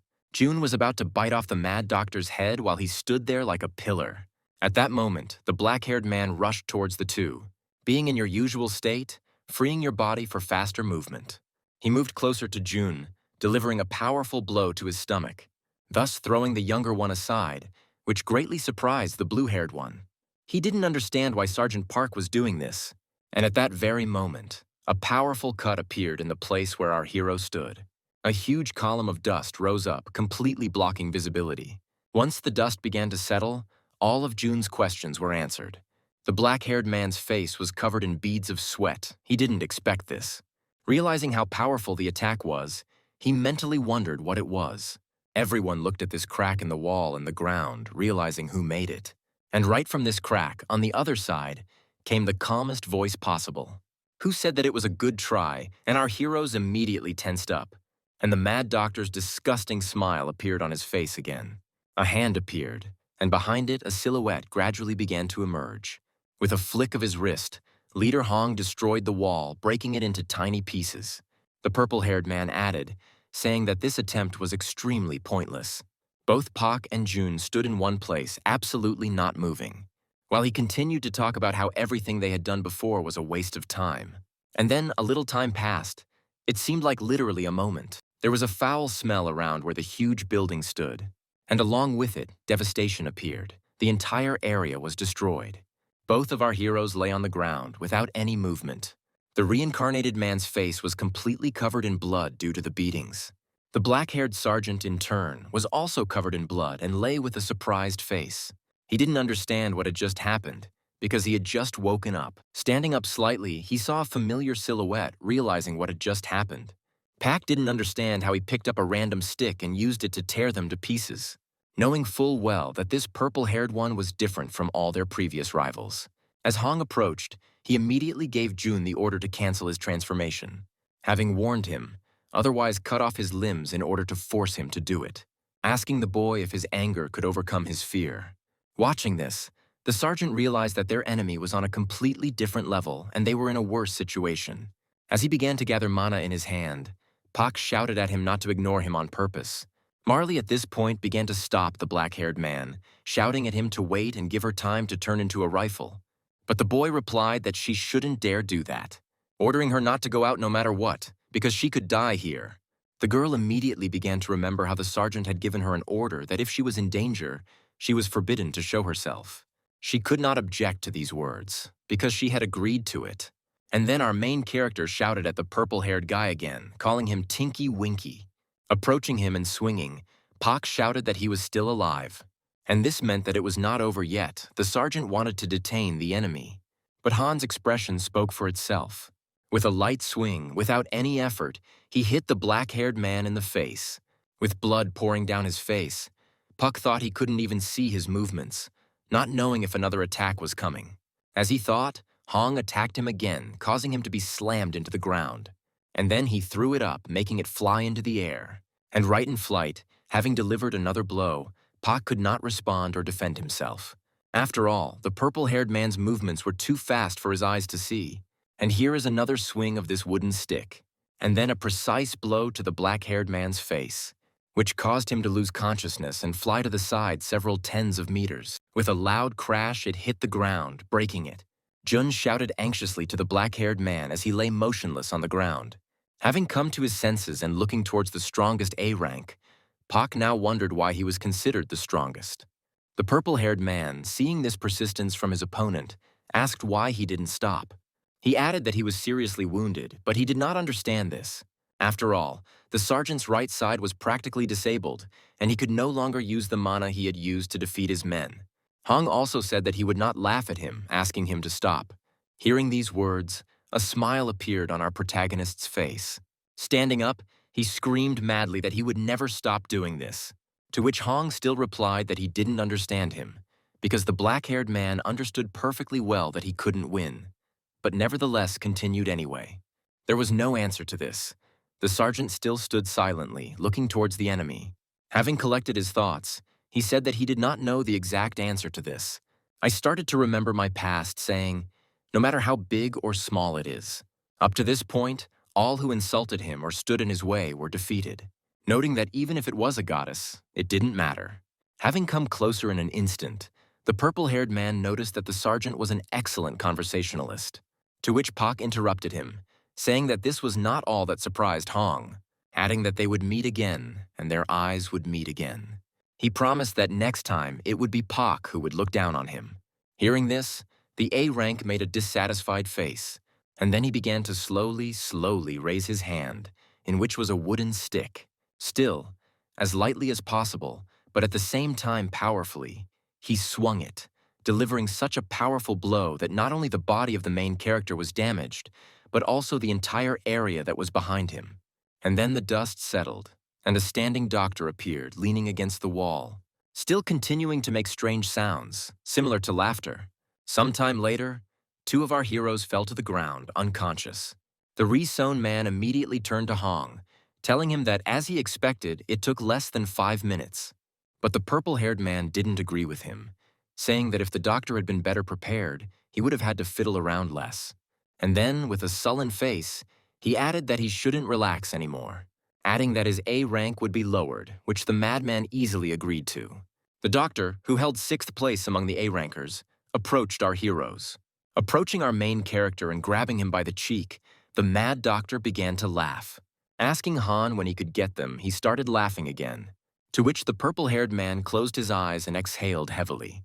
Having said that the blue-haired cutie had arrived earlier, upon hearing this, the doctor's face lit up even more with joy. And so, sometime later, our heroes found themselves in an Imperial concentration camp. Inside the building, on the ground floor, there was total silence, where only the squeak of mice could be heard. A man entered one of the rooms holding a bucket of water in his hands, and then he swung and poured it directly onto the main character's body. Because of this, the black-haired man immediately woke up, starting to cough heavily, while the bespectacled man asked about his well-being, calling the main character a real criminal. The sergeant himself immediately began to look around, seeing a huge number of people standing half-naked turned towards the wall. One of the men was led out of the room by the arms, walking towards the door.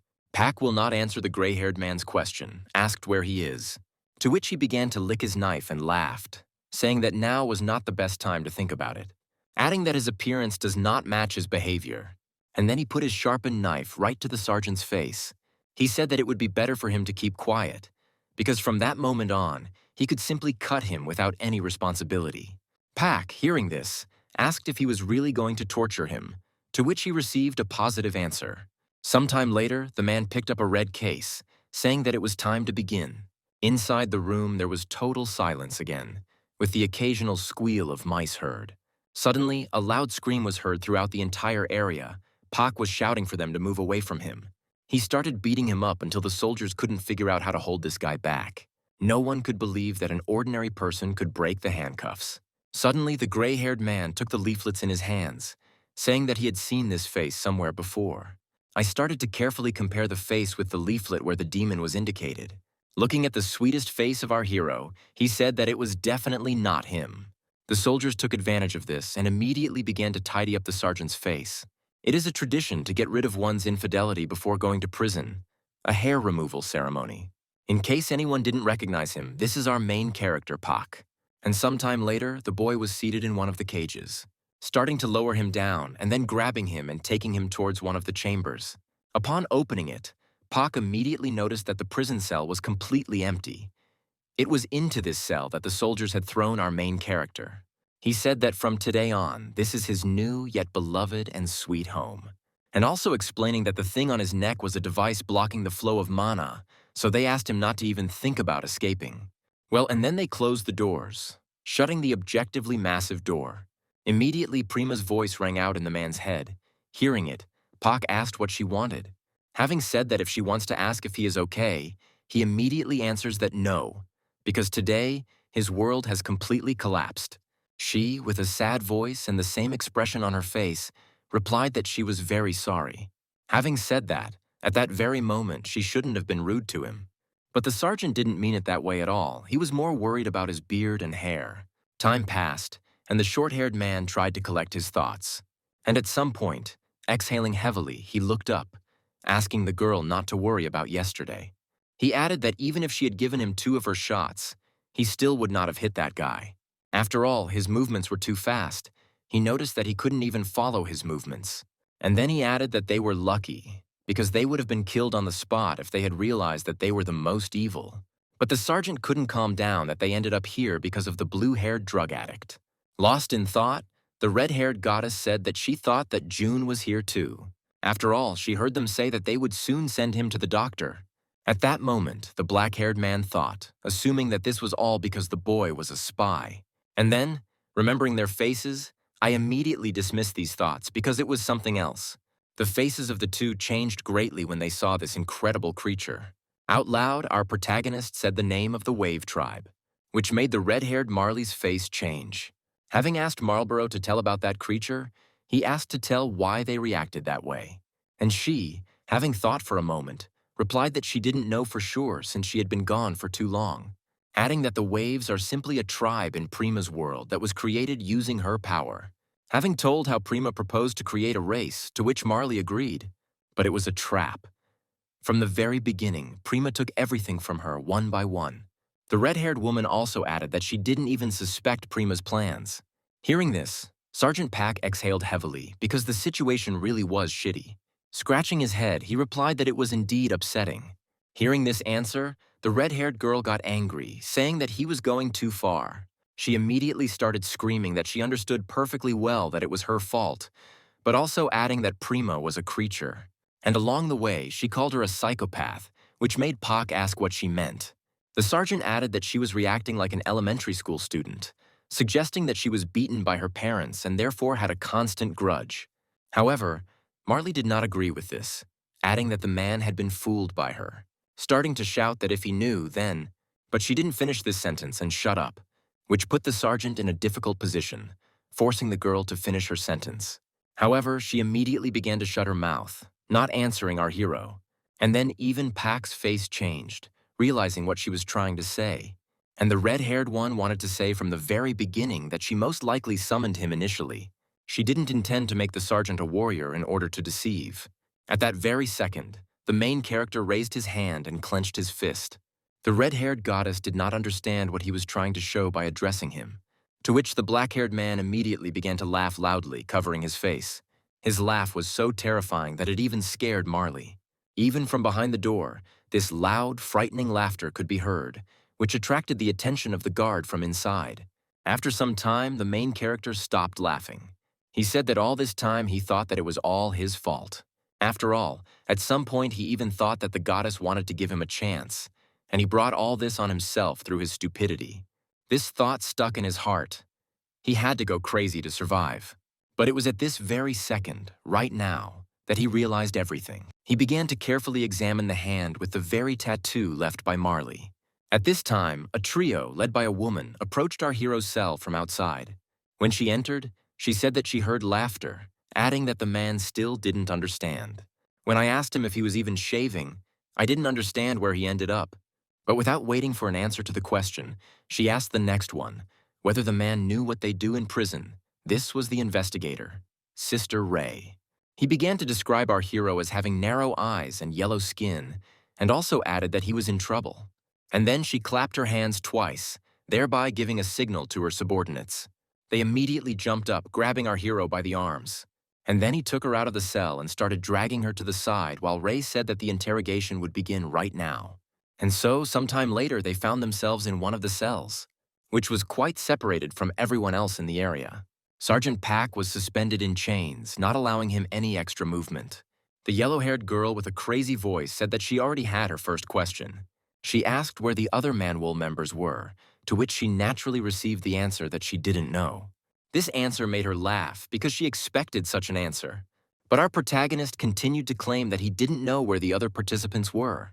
By this time, the table was brought in. The girl, taking the egg in her hands, asked if she would cook him an omelet, would he tell her. And then she hit the egg on the edge of the table, thereby cracking it. Turning on the heat, she placed the frying pan on the stove to warm up. And then, standing over him, she dropped the yolk directly into the frying pan. The sergeant watched all this carefully, not understanding what she was trying to do. But she continued to do her job, not paying any attention to Pak. Just a few seconds later, the short-haired man's face changed dramatically. The yellow-haired one shouted at her, saying what she was doing, because she had to hit with all her strength so that the shell wouldn't hit. And she, laughing, said that she made the fire too strong so something might burn. To which Pa continued to shout at her that it was time to turn it over. These actions angered our protagonist. Marley did not understand why he reacted this way. Ray began to tell how she had been interrogating criminals for 10 years. Coming closer, she added that if he was hiding something, it would be better to tell him right away. After all, right now the interrogation is just beginning. By this time, one of the soldiers was approaching the cell, from which rather eerie screams were heard. As he entered, he opened the door just as our hero shouted for her to stop. The soldier immediately shouted that June's confession had just been received, and also added that this prisoner really didn't know anything. The blue-haired man said that he simply persuaded the villagers to join him, but they were caught on the very first day of promotion. The kid also added that even Manhwa didn't know about the black-haired man's existence yet. As soon as the man was released from the chains, he immediately began to cry, complaining about the yellow-haired girl, while absolutely everyone calmed him down. And then her subordinates started yelling at her because she had 10 years of experience, and she didn't understand that he was telling the truth. Having heard that the girl had caught Friday's chicken, our hero became interested. Thinking that this was a big opportunity if he did everything right, Ray bent down and immediately began to apologize to our hero, saying that she could cook him something tasty. Wiping away tears with a disgusted face, the short-haired man asked to cook him fried chicken. He added that in his village it was considered a very rare delicacy. At this time, in the dining room, standing in line behind everyone else, was the very same opponent of our hero from the arena.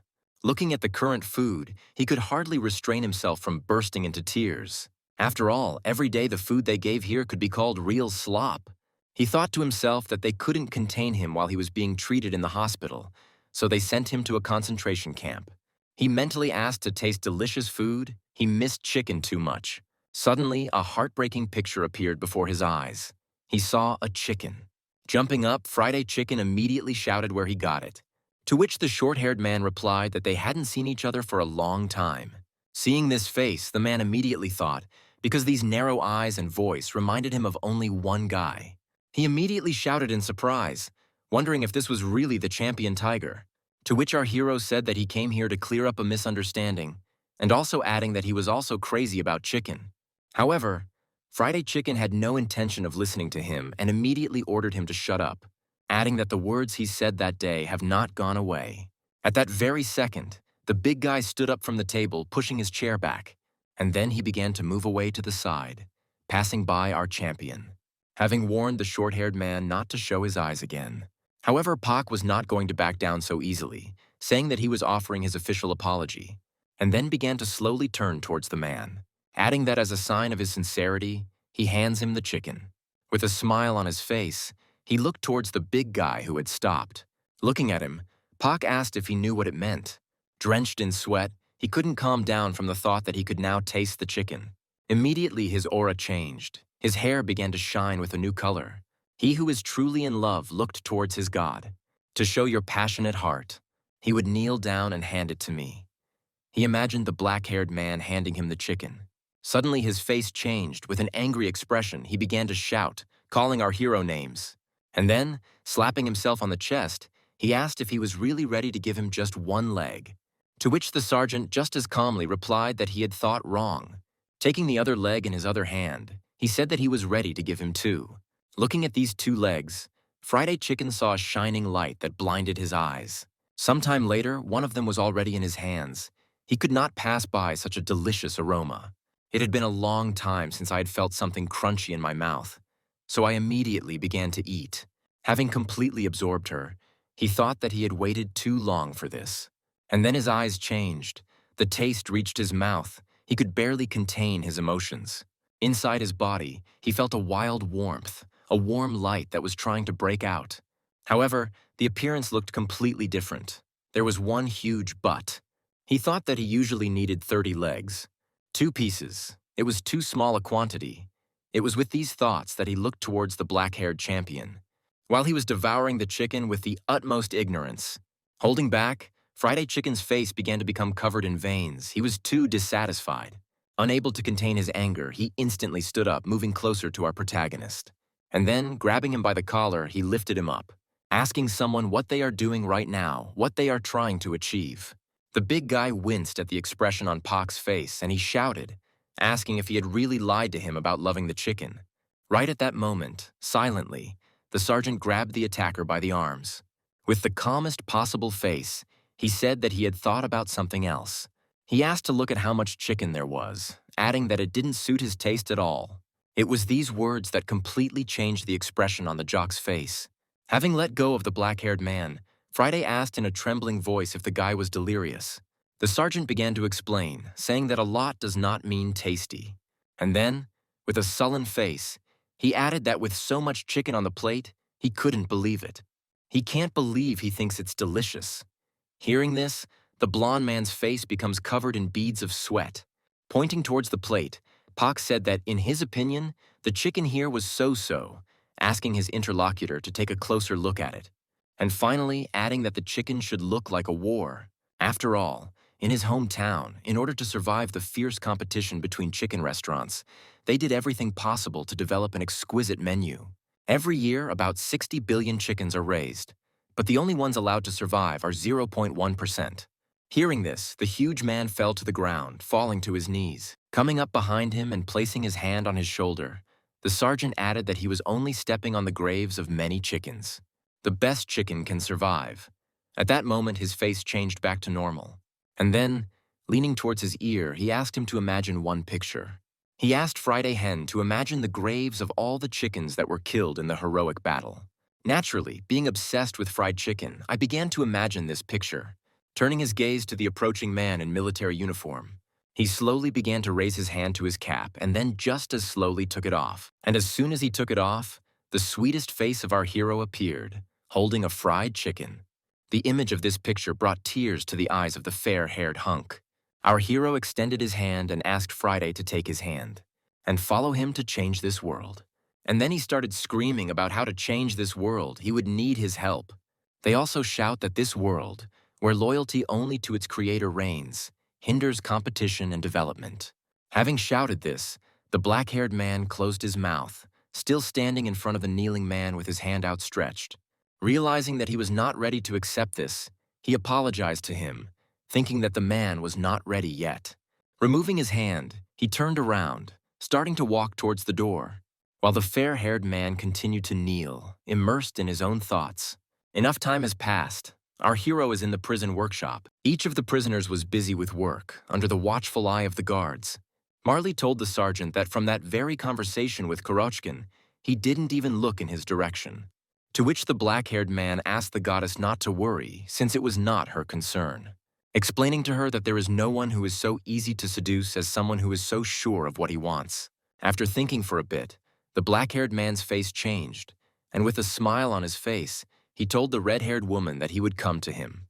This confidence greatly confused the goddess. At that moment, a man began to slowly approach him from behind. Turning to him, he tore the black-haired man away from his own thoughts. Recognizing this voice, the sergeant's face changed into a terrifying expression. He thought that the man had fallen into his net. Turning to Kurochkin, Pac said that he had been waiting for him for a long time, asking if he had made a decision. The fair-haired man said in a calm voice that he agreed, but there was something he wanted to clarify. He started talking about how he had eaten chicken all over the world, but the place he described could not be found in this world. It was at this moment that he began to partially understand, asking who the champion tiger was anyway.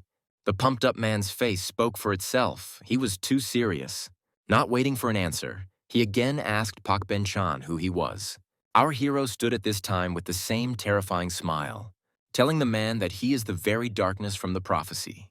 Described as a stranger from another world, the fair-haired man's face changed. And our hero, having said this, immediately fell silent, letting him think everything over. At that moment, Marley also tensed up. She didn't expect Pak to reveal everything as it was. The pumped-up man himself stood silently, immersed in his own thoughts. Suddenly, his face changed to a crazy one. With that same smile, he began to laugh loudly. He said it sounded as cool as possible, so he bet everything on it. It was at this pace that a whole month passed, and Pa began to implement his plan. And so, the prisoners were already discussing among themselves a rumor that had been circulating for a long time. They were discussing the newcomer Manhwa, who had formed a gang from the 6th block, letter A. A bald man with a scar on his eye told all about this. Along the way, he added that they are in close contact with the security guards, and their leader is the one who protects his allies. Well, in addition, the bald one also added that he is possibly a Cossack from the administration, since he was sentenced to only 1 year and 9 months. And on top of that, they decided to take a look at him since he works with them today. Suddenly, they noticed some strange aura and began to look around. Their faces immediately filled with surprise, and then with fear. A huge crowd started shouting that they were working very hard. In front of this crowd stood several prisoners, and in front of them stood our main character, who said in a disgusting voice that they should work harder. We are transported exactly 1 month back to where it all began. The standing crowd, with trembling hands, looked into the distance. While discussing among themselves that the new member Manhwa and Friday were together, they knew perfectly well that they shouldn't even try to talk to them. However, they also couldn't stop thinking about what these two were talking about. At this time, our heroes themselves were discussing escaping from prison. Friday asked if he understood correctly, to which he immediately received a positive answer. Friday didn't understand how they would do this, since their magic was sealed. The sergeant pointed to his neck and told his comrade to give it up if it was bothering him that much, explaining that he had one beautiful trump card for this. Seeing the tattoo on the black-haired man's arm, Pyatnichny was delighted, because he had thought that it was not a simple drawing. But Pak immediately interrupted his mood, saying that this would still not be enough for them. He explained to the pumped-up man that they needed to find as many talents as possible. He started screaming with a crazy face that this was his escape, so he had to be on fire.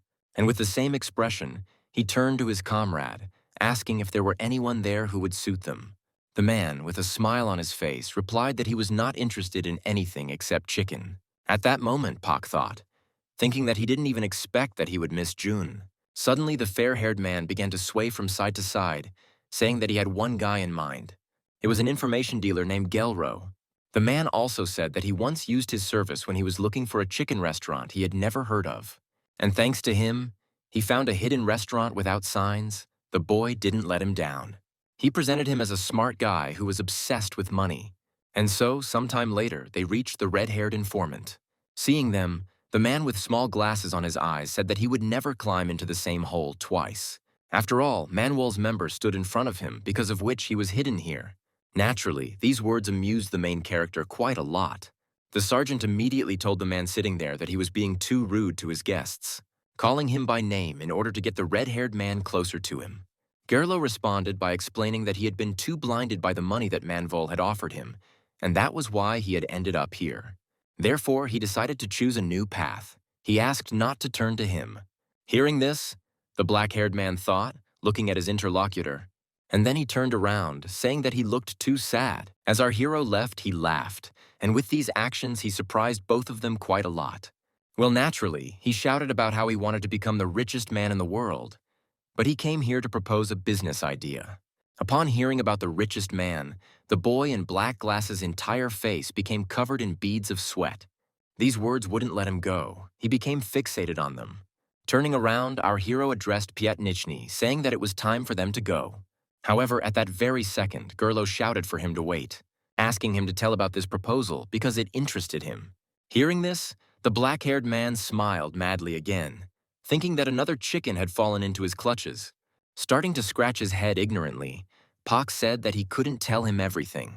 After all, it was his draft. And then he turned to him with a smile. Seeing this picture, the fair-haired big guy thought, because Pak was now doing the same thing to him, wondering if it was a good idea to cooperate with the sergeant. Coming up, our protagonist raised his hand, telling him to listen carefully. Pak explained to the interested party that he was going to start a food delivery business, which surprised him quite a lot, leaving him in a complete stupor. The red-haired man exhaled heavily and said that this was the worst idea, which made the black-haired man laugh. With a smile on his face, Pak added that it was not what he thought. He explained that the problem is in the word delivery. This word needs to be rethought, because delivery is an independent service. Seeing the faces of the two, our hero, once again exhaling heavily, realized that he needed to give an example. He began asking them to imagine that when they were relaxing at home, did they ever want to taste something delicious? But it was already late at night, and you were too lazy to go outside, and the restaurant or store you needed was already closed. This was exactly the kind of delivery he wanted to offer people, and upon hearing this, both were surprised. And Pa continued, starting to shout that from this moment on, they would enter the game. After all, they take freshly prepared dishes and deliver them right to your doorstep, explaining that this business idea is called a trap that preys on human instincts. Their main goal will be to die with a huge pile of money. The red-haired man thought to himself where he got this idea from. At that very moment, the protagonist's interlocutor became thoughtful. Gerlo immediately began asking Pak how he was going to accomplish this. Naturally, our hero didn't think about it, so he said it was a rough idea, adding that if they had his intelligence, he could be sure that they would succeed. At that very moment, Gerlo began to distance himself as much as possible from the black-haired man, because Manvol's member stood in front of him. He knew perfectly well that this was not the person to get involved with. At this point, the sergeant interrupted him, saying that he had completely forgotten to tell about the profit. With the sweetest face, he added that they would split everything 50-50. At that very second, without even thinking, the red-haired man responded with a shout that they had reached an agreement. And then he fell to his knees, shouting that any information they needed they would get. The crowd watching this could not believe that the two of them were able to bring Gelro to his knees. At that very moment, Pak said that in order to make their dream come true, they needed to gather as many colleagues as possible. Having explained that this type of business is not feasible for those who has blind faith in the very thing he just thought about. Hearing this, the boy's face immediately filled with a joyful smile. After all, he understood that he was being asked to show the most marginal and socially excluded people from this camp. So he immediately said that there were a couple of them that immediately came to his mind. One of them was the sisters, the killers, Cindy and Bella. He explained to Paku that they think that true beauty lies in strength. Hearing this, our protagonist blossomed, because Gerlo understood perfectly well what he meant. And just a short time later, the sisters were beaten. Sitting on the ground, they looked at the black-haired man. Wiping the blood from their faces, they called their opponent handsome, to which the also very battered protagonist responded that they were also cute. Hearing this, Cindy and Bella immediately obeyed the sergeant and were recruited. Next up was the butcher Mongi. Gerlo explained that he couldn't be recruited by force. After all, he was abandoned in the mountains, even before he learned to speak, a child who single-handedly killed all the wild animals of the forest. But it is precisely because of this kind of life that he knows neither about faith nor about society. So he attacked the Imperial Army, which is why he was imprisoned. Naturally, Pak found his own approach to him, and so Mongi was recruited without any problems. And finally, Gerlo left the witch Hagar with her minions. The red-haired man immediately noted that they most likely wouldn't be able to recruit her. After all, the criminals who previously shared a cell with her, even the guards responsible for her, were all morally destroyed. They were the most notorious criminals in this camp. And so the yellow-haired man stood in front of the witch Hagar, shouting loudly that he could forgive her everything because of her cute face. But he could not forgive her for humiliating one of the members of his block. The men standing nearby were discussing whether the guy was immortal. While the yellow-haired man continued to shout at the girl, she approached him. Jumping on him, she hugged his neck and began to look him straight in the eyes. And then, slowly, she approached his ear, and he was so shocked that he couldn't even move. And right at that moment, the recently self-confident boy fell to his knees. He started to burst into tears right in front of all his cellmates. While screaming about how his mother was not like that, the boy hit the ground in hysterics. At this time, the girl herself was thinking to herself, had she really gone too far? But our main character interrupted her thoughts by turning to her, who recalled the words of his friend that, according to rumors, the devil lives in her mouth. A girl, The very one who tortured our hero was walking along the huge corridors. Entering the warden's office, she reported that the situation in the prison was currently unhealthy. Having told that the murderous sisters, Manji and Gerlo, and even Friday, all of them joined forces with one man, adding that they all now obey the black-haired monster, suggesting that he was up to something bad. The man sitting in the armor sighed heavily, mispronouncing the name of his subordinate. She interrupted him by giving her correct name, to which the man apologized, asking him not to worry. He asked the yellow-haired woman if she knew who he was, and the woman immediately lowered her head. He said that he was one of the best in the Empire, the second strongest A rank, and also the head of the Imperial camp. Hearing this answer, the man responded logically. Why is she worried then, since she knows who he is? It was called Beatty, the Imperial Detention Center under the jurisdiction of Captain Han. He asked the girl to relax because as long as he was the warden of the prison, everything would be fine. At this time, a huge crowd of prisoners gathered around our heroes. Standing in the center, the black-haired sergeant stretched his body, cracking his neck. At some point, I even went overboard and started coughing quite painfully. This was noticed by the girl and the guys standing nearby, who did not understand what was happening. But naturally, Pak didn't pay attention to this, raising his hand and pointing his finger in the direction of the trio. Having shouted that he and Hagar will it will be their battle. By this time, the yellow-haired girl had already gone downstairs, thinking that she had been ordered to watch, but she was tense about the fact that she did not understand what was about to happen. Naturally, like everyone else around them, they didn't understand anything from the black-haired man's words. They immediately began to discuss it heatedly, but everyone understood perfectly well that there would be a battle now. At some point, they even started to talk about how a real fight was about to start. Hearing this, our hero proudly shouted that he would now explain what a rap battle is. Continuing with the same shouting, he shouted that this was a battle in which they took turns expressing disrespect and undermining each other's authority.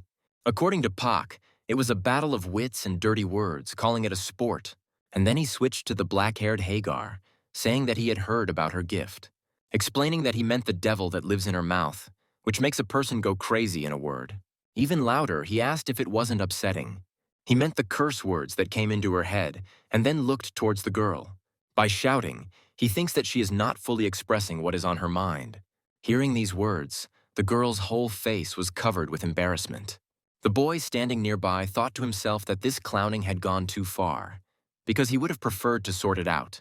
Turning to the fat man Jido, he asked him to help him end everything. He immediately began to approach his comrade, saying that there was no point in beating around the bush.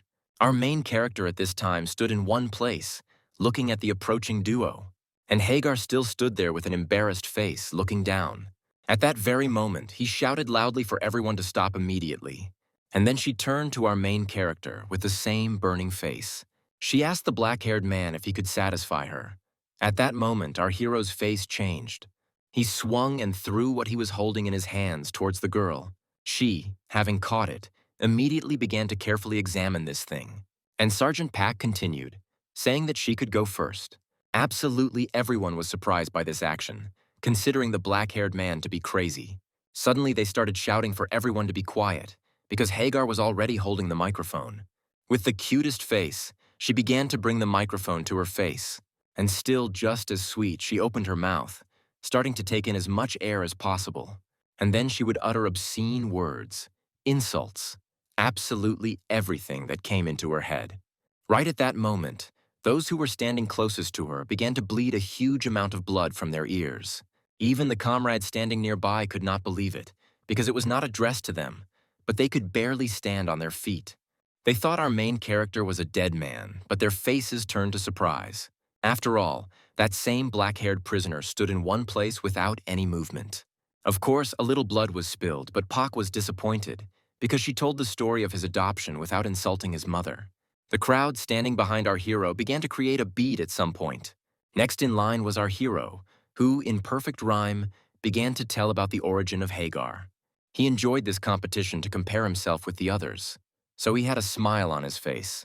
He had no intention of stopping, so he continued to curse at the black-haired girl. At some point, tears began to appear on the faces of the recently angry men. Even the girl couldn't stand it. It was as if some invisible force had thrown her back. Seeing this, the crowd exploded, starting to loudly cheer. And at that very moment, he shouted around, finishing his statements. The crowd began to cheer, because they had never seen such a person before. The fat man asked with a smile if that was all, saying that he would not be able to win. As they closed Hagar, they shouted that they had grown up in an orphanage and in such a place, they had not heard anything more terrible than what they had already encountered in their lives. Hearing this, our hero smiled again, saying that it was gorgeous, adding that his specialty is in a completely different area, explaining that this was just a little warm-up because he was going to show a real battle right now. After these words, the greatest battle between the two took place. Blood began to splatter in different directions. It was coming from everywhere. However, both were happy about it. They could speak out, they liked it. Even the crowd began to realize what a wonderful activity this was. Black-haired Hagar did not understand how this was possible and why it was happening. After all, she felt real freedom. She felt relief for the first time in such a long time. The sun had already set, and it was gradually starting to get dark. As soon as it had completely set, there was complete silence. Both black-haired heroes stood covered in sweat, breathing heavily. Our main character silently looked towards the girl, while she carefully examined every part of his body. Coming closer, they shook hands, their faces looking happy. At that very moment, even the camp workers began to applaud our heroes. Like our protagonists' new comrades, they had been watching this closely all this time. The red-haired man thought to himself that when it comes to swearing, the more they spit it out, the more upset they get. But now these were not just curses, but a game. He called it a sport. And when the game was over, they realized that they had competed together conscientiously and that their friendship had become stronger. Naturally, the boy himself considered the champion tiger to be very smart and generous, thinking that he had no other way but to climb to the very top. At that very moment, our protagonist turned to Hagar, telling her, "Be mine." And if she agrees, he will give her voice the very freedom that is freedom. She immediately turned towards the two who had been with her all this time. Naturally, they didn't mind, saying that they would be with her no matter what, and also answering her comrade that she can go the way she wants. They were going to follow her to the very end. Hearing this, she turned towards Pak again. With the sweetest face, she nodded her head, looking tremulously towards her recent opponent. And our hero at that moment thought that Hagar, Dal, and Jito were recruited at that very second. Enough time passed. All the prisoners returned to their cells. The red-haired goddess Marley emerged from our hero's body, sitting with a pouty face. She said she went out for a while because it was stuffy, and the sergeant was still in a single-person cell. Twisting her hands, she quoted his words several more times about what he said to Hagar. "Be mine." Hearing this, our hero laughed, asking if Grandma was jealous. Having heard about Grandma, the girl got angry, immediately kicking his companion with his foot, shouting at him to shut up. She asked him to answer why he suddenly had such a crowd of friends. Pak lowered his head and explained that he had recently had an idea in his head. After all this time he was going over in his head why Prima had called him into this world. She called him into a world that was full of love for her. And it was at that moment that he understood everything. After all, with this new united world, there is a new warrior who must protect everyone. But before he could finish speaking, he was filled with hatred and began to clench his fist in anger. And then, with a terrifying voice and face, he replied that this could be her real plan. Marley realized what the sergeant had, horrified, because Prima had originally intended to make him a demon. After thinking for a bit, she answered Pak that this theory was valid.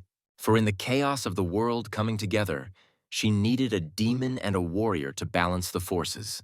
And the main character continued, saying that he now understands what he needs to do. He shouted that he was going to create the strongest army. He was going to destroy all of Prima's plans. And then, just as angrily, he hit the stone floor with his fist. But first, his primary task was to kill the warrior. Seeing this facial expression and feeling the aura, Marley tensed up. She immediately asked the guy if she had forgotten their conversation, since Prima needed a fight with the warrior. Naturally, our hero had already thought it through.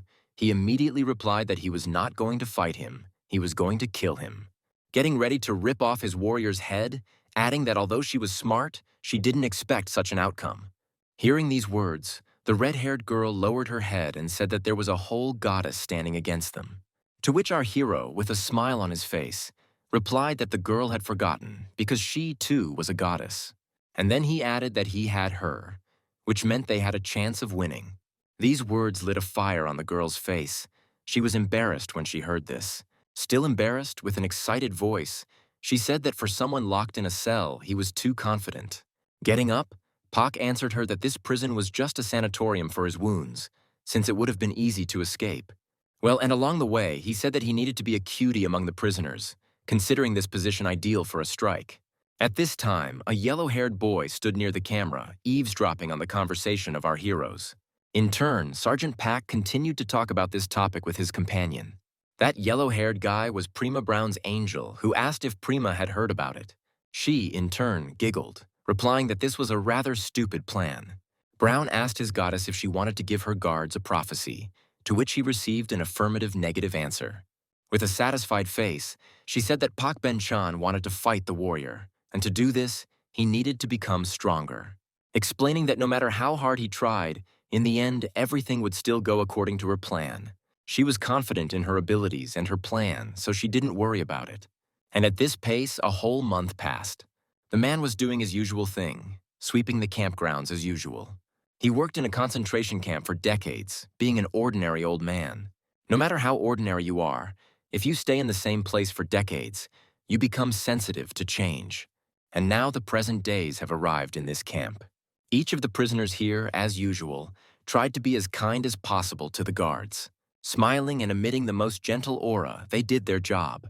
They talked among themselves, saying that even though they were doing hard work, they were still happy. The bald old man watching this thought to himself that he was pleased to see this. Although one fact was bothering him, the prison had changed too much recently. And it was all because of this recently arrived prisoner. There were many alarmed guards when the champion tiger began to gather his colleagues. However, the old man himself considered him to be the lowest of the low, because what he did to his colleagues was completely outrageous. It simply makes the camp a cozy place for those around it. They called themselves a group that sought to reduce sentences, so the guards looked at him as a good thing. After all, our main character really did thank the workers for every little thing. At one point, the bald old man even thought it was cute, asking the boy how his work had been. The black-haired man, as usual, replied that everything was as usual, and also kept saying that he was very sorry that he had been arrested. At that very moment, the old man ran up and hugged him, shouting that if he had not been imprisoned here, he would have become his son-in-law because the old man had 5 daughters. He told how his wife went to the prima donna, so he had to raise them all alone, and along the way, he added that they were all beauties. Our hero, in turn, stood silently, continuing to look at the beaming grandfather, who at some point even said that he would like to work in this prison for the rest of his life, which made our hero laugh. Suddenly, his face changed. The sergeant became thoughtful, thinking that the old man was being too nice to him right now. And so some time passed, and Pak went to the place where his people usually gather. Sometime later, all the members of his new squad gathered. As soon as everyone had gathered, Sergeant Pak immediately addressed them. He said that he was sure that they had many questions for him, since they had been doing community service for a month without complaining and expressing gratitude to others. The red-haired man thought to himself with a smile that Pak was trying to get an early release with his actions in order to go into business. At that very moment, the protagonist lowered his head, saying that he had heard rumors of a reduction in his sentence. Turning to Gerlo, he asked if this was true, and he immediately confirmed his boss's words. Gerlo even said that their leader was truly talented. Because he was not sent to the doctor, he was the only one from Manhwa. At that very second, our hero's expression changed even more and he began to look at his comrades, and shouting that they won't be able to get their sentences reduced. Hearing this, the red-haired man mentally asked again, and our hero explained that he wouldn't have formed a gang of social losers like them just to soften his sentence. Standing up, he said again that this was not so, because that was not the point at all. With a menacing look and an equally frightening aura, Pak said that they would escape from prison. The sisters immediately became enthusiastic about this idea. They liked it too much. The black-haired girl expected this. The others began to look at the reactions of others, because they did not expect this. Gerlo, in turn, didn't even know what to think about, realizing that he was simply scared. But when he came to his senses, with a trembling voice and drenched in sweat, he asked if he had forgotten about doing business. At that moment, Friday Kurochkin approached him, putting his hand on his shoulder. And having said that he had been deceived quite badly, and by the way, the muscle man added that he was sorry. The red-haired man immediately thought that he was in deep trouble, because after a month of work, the guards branded him as Pak's colleague. The sisters continued to shout in admiration, idolizing their leader.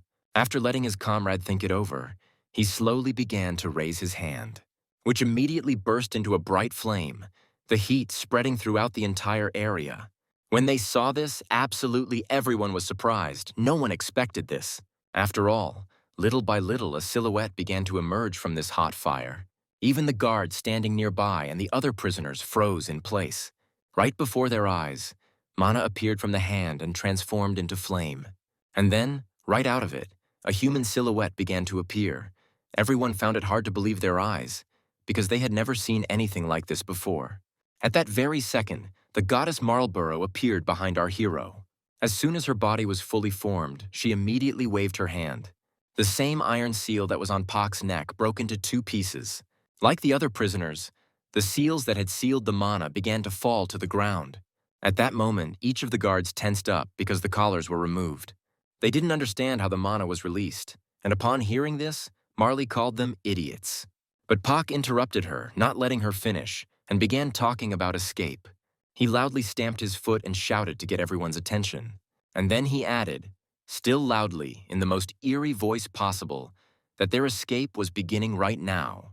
Everyone saw a terrible expression on his face, because before that, Pak seemed like a pretty nice man. The guards were talking among themselves about how they had not used magic to remove the shackles, and also did not understand where the shovel had come from.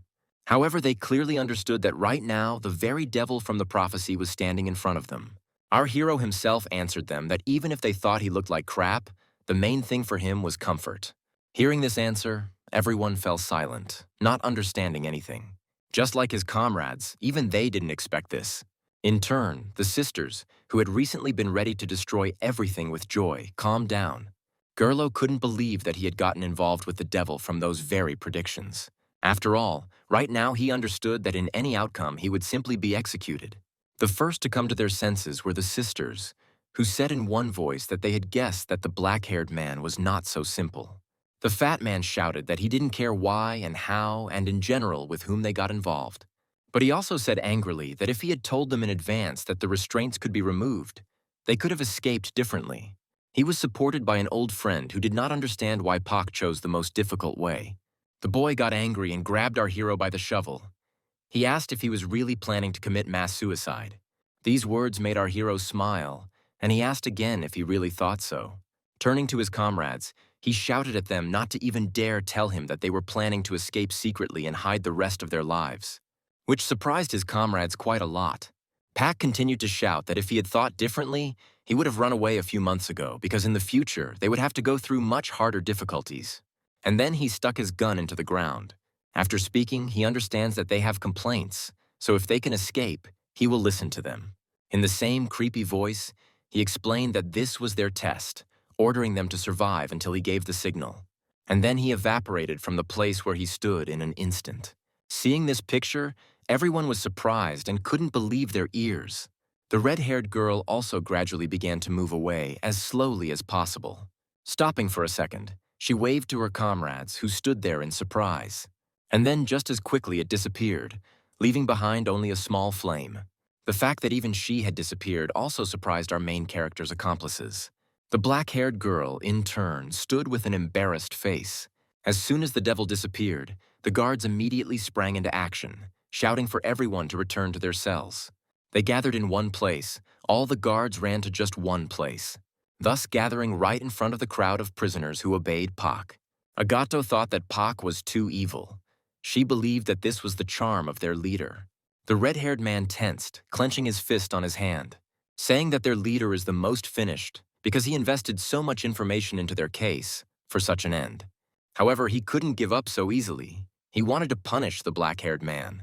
He started shouting to his squad that they first needed to get out of here because he knew where their confiscated things were. With these words, he raised his fist to the sky, and then he continued to shout that he would make sure they survived. Hearing this, the sisters immediately got excited, started licking their lips, and asked if he was strong. They were the first to be inspired to get out of here, so they gathered to clear the way for the others. At that very moment, each of the guards tensed. However, it was already too late because the first line had been blown to smithereens. Loud sounds began to be heard inside the central courtyard. which were watched from above by Pak and his companion Marley. The red-haired goddess did not understand how they could be so narrow-minded. She was surprised that the sergeant chose them. However, he replied with a smile on his face that there was no point in worrying about it. And then, standing up, he added that it was time for them to go.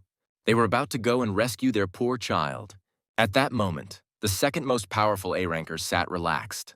All his close associates were in his entourage. Their faces looked cheerful.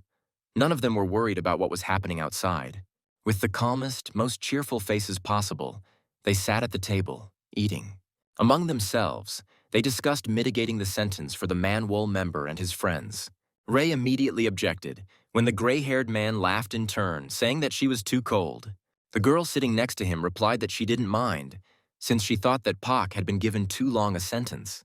The yellow-haired man refused, because he thought the time was just right, and she and the other members of Manhwa couldn't even go out in the sun. The red-haired girl, embarrassed, confirmed that with the arrival of the black-haired one, the prison became comfortable. A man with some kind of strange mask on his face shouted loudly what this idea was. However, Ray started yelling at him because he shouldn't have agreed. She also added that the guards who protect the Manvoltsevs will also be against it. Exhaling heavily, their leader agreed with Ray, because he was sure that they would be against it. And then he exhaled heavily again, lost in thought. At that very moment, one of the subordinates opened the door and shouted loudly, "Attention!" He then added that the sentence reduction team had disabled their mana limiters and that they were trying to escape. Ray was happy to hear this because she knew it. While she was insulting Pak for having black hair, the leader interrupted her, saying that he also had black hair. The man who ran in watched all this with an amazingly sweet face, trying not to show any unnecessary appearances. Standing up, the man in armor turned to him, asking how they did it, and he immediately began to talk about their leader, the champion tiger, adding that it was he who had devastated the entire Rang tribe, and also adding that this was the same devil. Hearing this, the leader immediately became angry, because his sworn enemy was right under his nose. In a rough voice, he immediately shouted for everyone to shut up. He ordered them to take up their weapons immediately. And then he gave the order for them to kill on the spot everyone who was connected to the black-haired man. The man with an incomprehensible mask on his face began to cry because he did not want to kill Mongi. The blue-haired woman approached Ray, saying that she would give her the address where she could go about racism, due to the fact that she referred to her hair color. Naturally, everyone was disappointed, thinking that they had been stabbed right in the back of the head. And now, literally a moment later, everyone was ready for battle. The head of the camp turned to the guard who ran in to notify them, ordering him to bring Captain Han as quickly as possible. At this very moment, our protagonist had already reached the place where the Manhwa members were being held. The guard said that this place was off-limits and asked how the man got there. The sergeant told it like it was because he was going to save Jun, asking if he by any chance knew where he was. At that very moment, the bald man tensed up, immediately taking a fighting stance and grabbing his weapon. He assumed that the Tiger Champion was originally a big shot in Manhwa, but our hero said he was wrong. He said rudely, firstly, he is not a member of Manhwa. And then, getting closer to him with incredible speed, he added that he, too, was not a champion tiger. Clutching his face, he shouted that his name was Pak Byung-chan. And then, with the same incredible force, he began to slam the enemy into the ground. The man didn't have time to react, so he didn't group himself. Having taken the full force of the blow, his entire face became covered in blood. He didn't understand. Because the black-haired man didn't use mana, he couldn't believe that it was physical strength. Having come to his senses, he immediately jumped back, thinking that he should first increase the distance. Our hero, seeing the explanation, immediately explained that there was no magic in his home world, so he had to level up, while also saying that he was still quite weak. Hearing this, the bald guard was surprised because his opponent was able to break through his defense without mana. Naturally, after thinking it over for a bit, our protagonist's opponent said that he had a very strange name. But our hero ordered him to shut up because he knew what he was going to tell him, asking at the same time why the horned ones were so smart. Pak continued to insist that he just tell him where Jun was. Dripping with sweat, the horned one naturally said that he would not answer where the blue-haired one was. Exhaling heavily and waving his hand, Pak said that he was sorry. And then he sped up even more, closing the distance with his enemy in an instant. Using a series of blows under the knee, he struck the bald man. Having made him wince in pain, he didn't have time to react. Therefore, he fell to the ground in pain and began to scream in pain. Seeing this picture, the sergeant apologized because he remembered the fight with Kurochka and then called his opponent a weakling.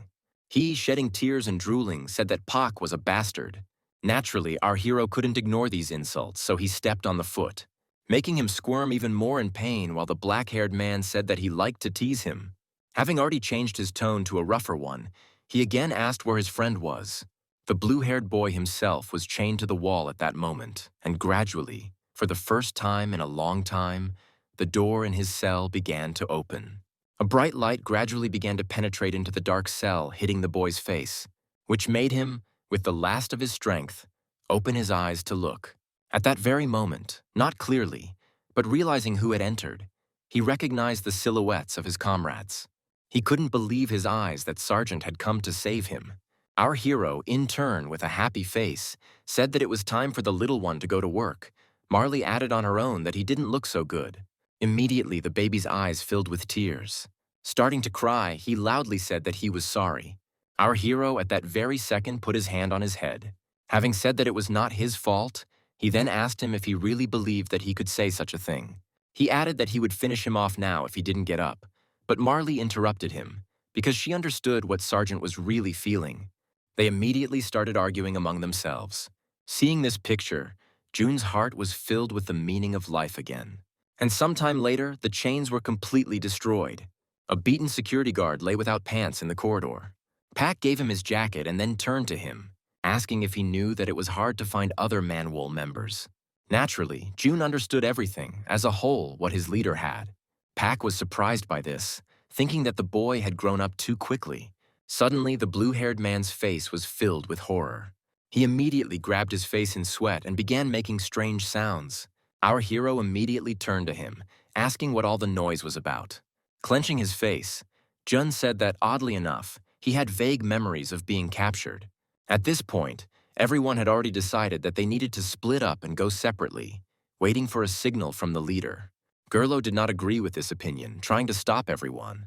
However, no one listened to him. Everyone had already agreed with the general plan for division. So, as soon as they finished speaking, everyone went their separate ways. The red-haired man remained in one place, trembling and thinking that as soon as he met the guard, he would die. Mangi walked past him and stopped for a second. And then he moved on, intending to follow the general plan. Without even understanding why he did it, Gerlo clung to him. Thus, with tears in his eyes, he created a common team for himself. They, those who were united by Pak Benchan's plan, decided to return to the form in which they originally arrived here by the time their captain returned. And now quite a lot of time has passed. The sisters walked down the dark corridor, not looking back, just looking straight ahead. Dragging the surplus guards along with them, they talked among themselves about how it was too rotten right now, considering these guards to be freaks who were incapable of anything. One of them, at some point, even said that it was time for that very one to appear. They were referring to the prison knights, who surprisingly appeared at that very second. They, in turn, were happy, because they were able to quickly find the fugitives. The sisters were happy about this meeting, considering that they were the lucky ones in this situation. After all, there were 2 whole knights of the camp standing in front of them. The red-haired girl looked down with a happy face, while the yellow-haired man carefully looked at his opponents. Although the sisters were delighted at first, in the end they were not particularly happy about this meeting. The yellow-haired one, in turn, finished them off by saying that they were not the best. However, he meant not about the level of power, but about their alignment in a given situation.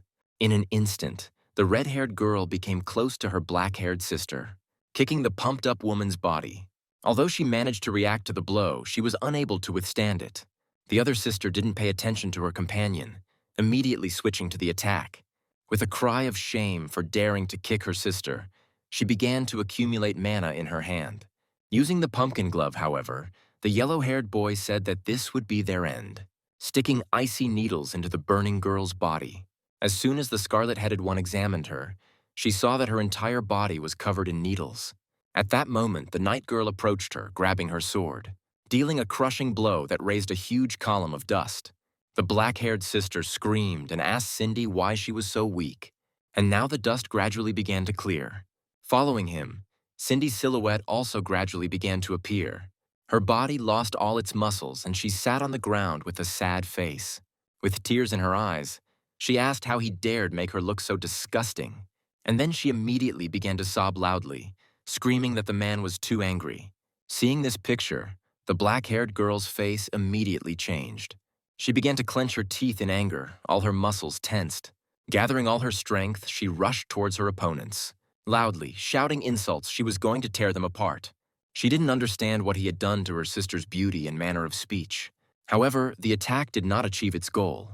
The opponents were able to easily dodge it. However, they were surprised by this crushing physical force. The already cute-looking sister turned to the pumped-up one. The yellow-haired man, in turn, with a smile on his face, said that he would answer the last question before their death. He jabbed with a special stinger made from his mana that relaxed the muscles. His companion standing nearby added that her smoke has a powerful massage effect on the respiratory system and affects mental and physical stability. The boy said again that they were the worst opponents they could ever face. Well, he said again that death would overtake them here. The black-haired sister asked the enemy not to make her laugh. And at that very second, mana began to accumulate in her feet, and then shoes appeared. She screamed that true beauty is not defined by other people's standards. Cinda stood up and agreed with her sister Bella's opinion. Arafi and the yellow-haired man were surprised by this, because their abilities should have deprived the red-haired woman of her powers. However, the girl shouted back that fighting was her life. She meant her spirit, which cannot be broken. Pumpkins appeared on her hands again, and after them, her body began to become covered with green leaves. The boy recalled their personal affairs, considering this ability to be trivial. His companion became excited at the sight of this, considering this former pile of meat to be quite smart. Her comrade said that he would destroy the black-headed one's muscles right now and ordered her to deal with the pumpkin one. She exhaled and agreed with her companion's proposal. Bella screamed and agreed that her little sister had indeed become a pumpkin, but also added that she was still just as beautiful. The prison knight, hearing this, exhaled heavily, and then he began to attack, moving at high speed. Bella was able to dodge this attack by jumping to the side. The red-haired ones also clashed in battle. The prison knight dealt numerous blows. However, the pumpkin one was able to dodge absolutely all of them. It was clear from the sisters' faces that the fight was truly difficult for them. After all, they couldn't take blows head-on, they had to dodge them. Each of them understood that their opponents were truly not the best. After all, their abilities were really too well suited for fighting them. But they weren't going to give up so easily. They were going to win. The boy considered all the black-haired girl's attacks ridiculous because he understood that she would need to take a break. And then came that very moment when, for a small moment, the pumped-up one stopped. Thinking that this was the best moment, he took out his needle. However, at that moment, a smile appeared on Bella's face. She slammed the ground, lifting the stone floor into the air, and all the yellow-haired boy's needles stuck straight into the concrete. He considered this defense to be extremely stupid. However, I didn't expect that it would hit straight at this stone defense. Just for a moment, but he hesitated. Therefore, the blow hit the target. The pumped-up one dealt a powerful blow to the boy. The younger sister, seeing this, was delighted because she did not doubt her sister one bit. The boy began to fly back several meters, hitting the ground. The girl's face looked pleased as a bright smile was visible. Having said that the young man was ruined by his excessive self-esteem, he raised himself up and said with a terrible face that she had really made him angry. He promised to destroy all her muscles and then smash her happy face. These words did not frighten the girl at all, because she was sure that she would soon meet the leader, so she needed to look beautiful. She thought that she and the leader would be together, because she fell in love with someone for the first time. Our hero at this time stood with a surprised face, asking again. The long corridor became quite eerie. Pak Byung-chan couldn't understand how the boy didn't remember this. And he, with a terrible, devastated face, answered that it was true. The main character, lifting the shovel, squeezed it with all his strength. He waved towards the boy without saying a word. Seeing this, Jun became scared and his whole face became covered in sweat from fear. Marley, seeing this, became angry and asked the sergeant what he had decided this time. The protagonist, in turn, ignored the girl's question, saying that he hadn't seen the boy for a whole month and didn't know what had happened to him during that time. With a terrifying face, he asked if he was really Jun.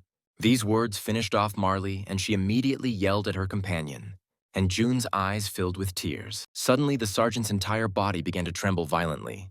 Lowering his shovel, he began to laugh loudly, shouting that he was just joking. The blue-haired man immediately calmed down, while the goddess's face was covered in veins from anger. However, our hero continued to laugh, even wiping away the tears that had started to flow from laughter. Marley immediately ran up to him, kicking him and yelling at him to make a joke that would be funny to everyone, not just him. Jun intervened in this showdown, agreeing with Park that something really could have happened to him during this time. Our hero, naturally, understood that this was most likely what happened, but he also added that there had to be someone in Manhwa who would fix everything. At that very moment, the blue-haired boy thought, because the sergeant was right. June, in turn, noticed that the sergeant had become much calmer since usually his hands were the first to drop. These words angered the black-haired man. He looked threateningly towards the younger one. However, having cooled down, he explained that there was one incident after which he cooled down. He said that they would discuss it outside, since his new colleagues were just waiting for him there. June asked if there were many of them, to which Pa replied that there were 7 or 10. He didn't remember exactly, but he explained that while saving him, he had caused some trouble and sent them out for a walk. Hearing about the trouble, June became quite tense. However, as soon as the blue-haired man realized the seriousness of the situation, he immediately screamed. He asked Pak what he was going to do because they were all going to die. Our hero, in turn, slowly turned towards the boy. He started to think about this picture because he hadn't even thought about it. And as soon as he had thought it all over, he said that in that case he would consider them useless. However, after this, he said again that it was a joke because he bet on them, which means that he believes in them. Marley and June, seeing this expression on his face, believed with 100% certainty that he was lying. The younger one immediately turned to the goddess, saying that Pak had changed a lot because before he was ready to die at any opportunity. The red-haired woman said that the sergeant had decided something for himself. He had chosen a plan called "I'm going to start an all-out war with Prima." And at that very moment, she assumed that the black-haired man at that moment realized that he could not do this alone. Jun thought about it because this place was perfect to make friends for the war with the goddess. However, on the other hand, he still didn't understand how the sergeant managed to get his colleagues involved, and then he immediately put them in mortal danger. Marley explained that everyone there was weak except Friday, assuming that this is just an advertising campaign to attract new colleagues during the subsequent war. After thinking for a bit, the blue-haired man began to shake his head, considering this to be too harsh a policy. And then, with a trembling body, he began to remember the expression on our hero's face. The red-haired woman said out loud that if his new colleagues couldn't cope, but she didn't finish and fell silent. But afterward she finished her sentence because June also understood that the sergeant would simply throw away unnecessary trash.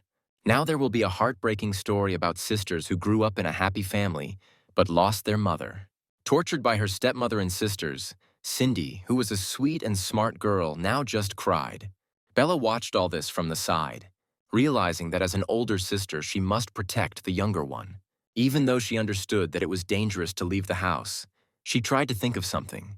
Suddenly, out of nowhere, a piece of paper appeared and slammed right into her face. Cindy ran and asked her older sister what she was doing, and she read out loud that there would be a martial arts competition. Below, they saw an inscription that made their eyes sparkle. After all, with such a sum of prize money, they will be able to leave this house. However, Bella clutched the piece of paper tightly because they were still children. Suddenly, right from behind their backs, a terrifying woman appeared and said that they would be able to win. Both girls' faces were filled with fear from this terrifying aura. The older sister immediately jumped back and then swung her arm to attack. But her blow was easily stopped as if nothing had happened. In a hoarse voice, the woman praised the child for his reflexes. She asked if they would like to train under her, adding that it would be very difficult. Well, along the way, I started talking about how difficult it would be to take the first step. Taking off her hood, she said that she was a fairy grandmother who wanted to cast a courage spell. Hearing and seeing this, both children were surprised and fell into thought. Naturally, they agreed. All this time, they lived in a real hell. They wanted to give up every moment. The terrible thing is that they were afraid to wake up and return to reality, where training awaits them. But when they pulled themselves together, the spark of hope became much brighter, awakening their self-confidence, much more dazzling than even the sun burning in the sky. And then that very moment came, the moment of competition. Where did our two sisters go who trained for this day? They were going to show everything that the fairy granny had trained them to do. Suddenly, as soon as they entered, they were immediately addressed in surprise. After all, right at that very second, someone recognized them and was even able to call them by name. It was their sisters who believed that the two had long been dead. They started insulting them again, thinking that they had overeaten, and that was why they were so swollen. At that moment, our heroes stood silently and listened to the insults directed at them. And they continued, recalling the days that passed at their home. Naturally, both sisters were very scared. After all, those days when they frightened them with their excessive intensity, they mentally tried to come to their senses. At that very moment, Cindy and Bella held hands.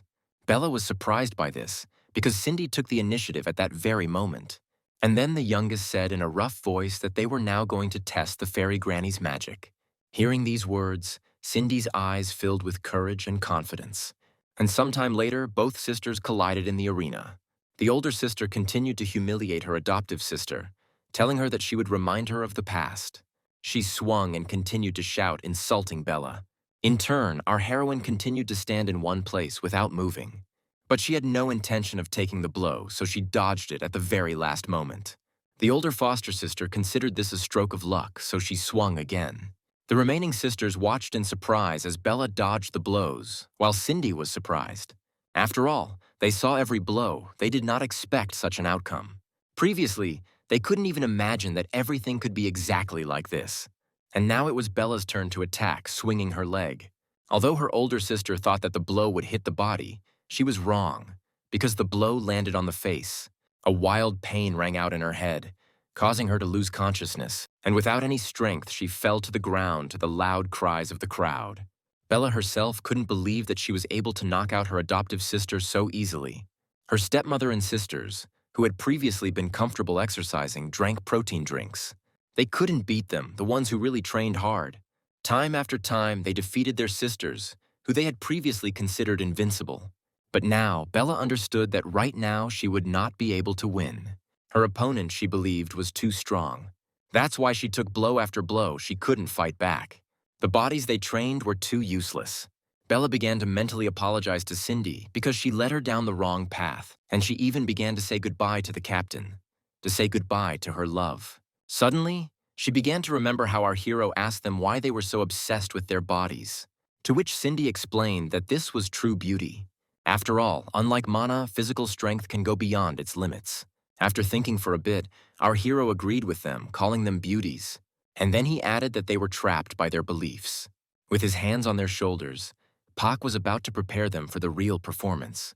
With a smile on his face, he said that it was at this moment that they would realize what true strength was. Remembering these words, the black-haired girl's whole face lit up. She was going to survive this fight. The yellow-haired man, in turn, shouted that the girl's death would not be easy. He was going to destroy all her abilities and enjoy her helplessness, calling sisters fools because they think that pleasure and happiness are the same thing. He was going to make them feel at least 100th of the despair and suffering. At the same time, he was replaying in his head the past that had happened to him. He screamed at Bella to stop looking at him with those eyes. She, in turn, listened to him attentively. Smiling, she said that she understood everything, mentally addressing the captain. At that very moment, a red-haired knight appeared right in front of the boy, throwing it aside, and then immediately starting to raise his huge sword. At that very second, mana was formed and transformed into an attack. The yellow-haired man's companion managed to save her comrade in time. Our protagonist's beaten, dark-haired colleague said that the boy was right, and then turning to Cindy, she apologized to her, calling her a beautiful sister who is under her influence, who strives for the same beauty as her. Having lost her muscles, Bella screamed that she now had what she wanted. She told the redhead to show her power, which they turned away from. Naturally, Cindy happily agreed with this opinion. Seeing this, the guard knight now understood everything, because the girls were limiting their mana, so they didn't even know what they were capable of. Seeing her opponents already transformed, the red-haired girl understood that this was not a good sign. Mana began to completely cover the girls' bodies, transforming into costumes they had never used before. The yellow-haired knight, seeing this, immediately put his hand into the back bag. Scattering his needles at himself and his companion, he thought to himself that he was going to increase his physical and muscular strength, as well as his dynamic vision. They and Arofi were going to completely crush their opponents. Arofi herself said that tomorrow her body will hurt a lot because of this. At this moment, our heroines remained in place, talking to each other. Their opponents were already fully prepared for another skirmish. And so, each of them rushed from their place to meet their opponent. All four were determined to win. None of them were going to lose. Cindy thought to herself that she couldn't control her power now because she had always refused it. But she also understood perfectly well that she needed to try and put all her abilities into it. So, focusing her mana, she created glass squares, which she launched towards the yellow-haired boy. He successfully dodged each approaching one, and as soon as he reached the attack zone, he immediately swung. The black-haired girl managed to dodge, thinking that she only had one chance. Therefore, I immediately created protection on my body, which consisted of these squares. She launched an attack at her opponent, but still felt that she needed to get closer. The prison knight himself was able to successfully stop the attack by grabbing the girl's leg, and then he began to lift her up, intending to send her into the ground. Due to the fact that the girl had been hit numerous times before, her body was weakened. That's why she couldn't dodge and was imprinted into the ground. The knight himself said at that moment that his feelings told him that she was going to break the distance. At that very moment, Arofi approached Cindy, swinging her sword. The prison guard's original plan was to kill one sister first and then finish off the other. But everything couldn't go perfectly according to their plan. After all, at the very last moment, Cindy appeared and was able to slow down this frantic pace of attacks. And the girl even managed to push the knight back, forcing her to increase the distance. Pumpkin thought to herself that she understood what Bella was thinking, even if she didn't say anything. By this time, the black-haired one had come to her senses. Getting up, both sisters understood that they needed to work together. Seeing this picture, the boy became seriously angry because he did not understand why the sisters were not yet in despair. With each such thought, he began to get more and more angry. Taking his weapon from behind his back, he rushed towards his opponents, mentally going over in his head what he was doing wrong because they should have already lost their fighting spirit. With incredible speed, he launched numerous attacks. Most of his attacks landed on the black-haired one. At this time, Cindy added the red-haired one, simultaneously switching to the other sister. Pumpkin blood began to fly in all directions, and the sounds of pain echoed throughout the corridor. The girls were unable to escape, and now the stone floor was completely covered in blood. However, the sisters still remained on their feet, rising again and again, and each time they rushed back into battle without any ulterior motive. Seeing this picture, the young knight could not contain his emotions. He shouted, insulting them. At that very moment, Needle felt fear run through his body. The yellow-haired man had always watched his opponent slowly and horribly suffer pain, but now everything was different. This changed his fighting style to quickly kill the enemy. This is exactly the moment our girls were waiting for. The Needle attacked our heroes. Cindy was about to take the attack herself, putting his hands forward to take the blow. Because of this, her whole body suffered and began to bleed. However, she wasn't going to show the pain, she was going to hold it in. These actions drove the boy even further into a corner, because he did not understand why the girl did not dodge his attack. He also thought to himself that even if he was cornered, he had Arofi. But as soon as he looked back, he noticed that his companion was also enveloped in pumpkin vines. He couldn't believe his eyes because he was watching her. But after thinking a little, he realized that at the moment when Cindy rushed to block his attack, the red-haired girl attacked them. It was a reckless plan that relied entirely on the sisters' trust. Bella and Cindy were going to gather all their forces together for the next attack. And so, a pumpkin vine covered in armor appeared, along with a cart. Each sister poured mana into her attack, preparing to deal a crushing blow to her opponents. They had been waiting for this moment for too long, biding their time. And now the very moment had come when they were about to launch their attack. With an incredible amount of mana released, they rushed into battle, illuminating the entire area with its power, forcing opponents to stand still. Bella's face said it all. She was going to kill her enemies. Igla and Arofi looked scared, their faces covered in sweat. Even during the attack, our heroines continued to collect mana. At the moment of contact with the enemy, such a powerful explosion occurred that the flames were even visible on the street. In the center of the corridor, a huge hole appeared in the concrete wall, and next to her lay two motionless bodies covered in abrasions. Needle couldn't withstand this attack, as most of the explosion hit him, as did his companion, so both heroes were unconscious. Our heroine sisters were also lying on the ground, unconscious. Slowly coming to her senses, Cindy asked if they had won. Her older sister, although she didn't know the answer to this, nevertheless emphasized that it was beautiful. At some point, they started joking among themselves that they couldn't even move their fingers, getting ready to wait for the captain. Not noticing that their opponents had already come to their senses, Needle, standing up, asked in a terrifying voice what they would do next. Hearing this voice, both souls were horrified, because right now they could die. Slowly, the yellow-haired man began to approach them. Although it was difficult for him to walk, he continued to move with the last of his strength. Bella, seeing this picture, thought to herself that she could not move. And a few seconds later, he was already standing over them, about to kill them, saying that this was their end. But at that very moment, our main character appeared and greeted him, asking him not to move for exactly 1 second. And at that very moment, a huge hand appeared right in front of Needle's face, which sent him flying into the wall with such force that he even destroyed the wall. Seeing their leader, both girls were surprised by his appearance. In turn, the prison leader was shocked and was unable to react.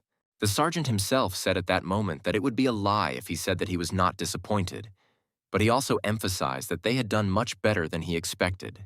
After saying their names with a happy face, he also added that the girls had passed the test. Cindy, with the sweetest face, said that the guy only appears in cool scenes.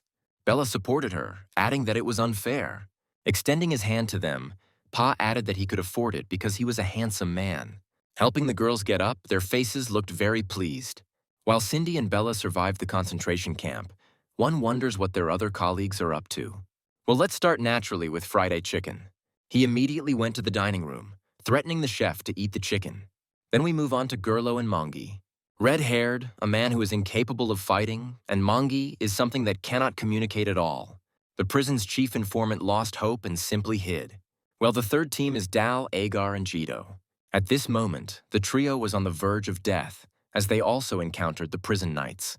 Second place in the B rank, her name was Ice Geither. Hagar didn't have a chance to open her mouth. It was too fast for her. At the same time, she immobilized Dal and Jito, instructing her colleagues to finish them off. Strength, situational awareness, and speed, none of it. Our black-haired heroine thought she had no chance of winning. And then, a hysterical scream began to resonate throughout the entire area. The blue-haired girl screamed that it was too sad for her. After all, she believed that those who live only by the grace of the goddess Prima do not have the right to allow themselves to join the devil. A gray-haired old man standing nearby, holding a knife to the fat man's throat, ordered him to repent right now, having warned him if he doesn't do it, then they will all simply die instantly, without a chance of survival. Hagar began to breathe heavily, lowering her head, and then, lifting her up with a satisfied face, she told Ice that this was her destiny.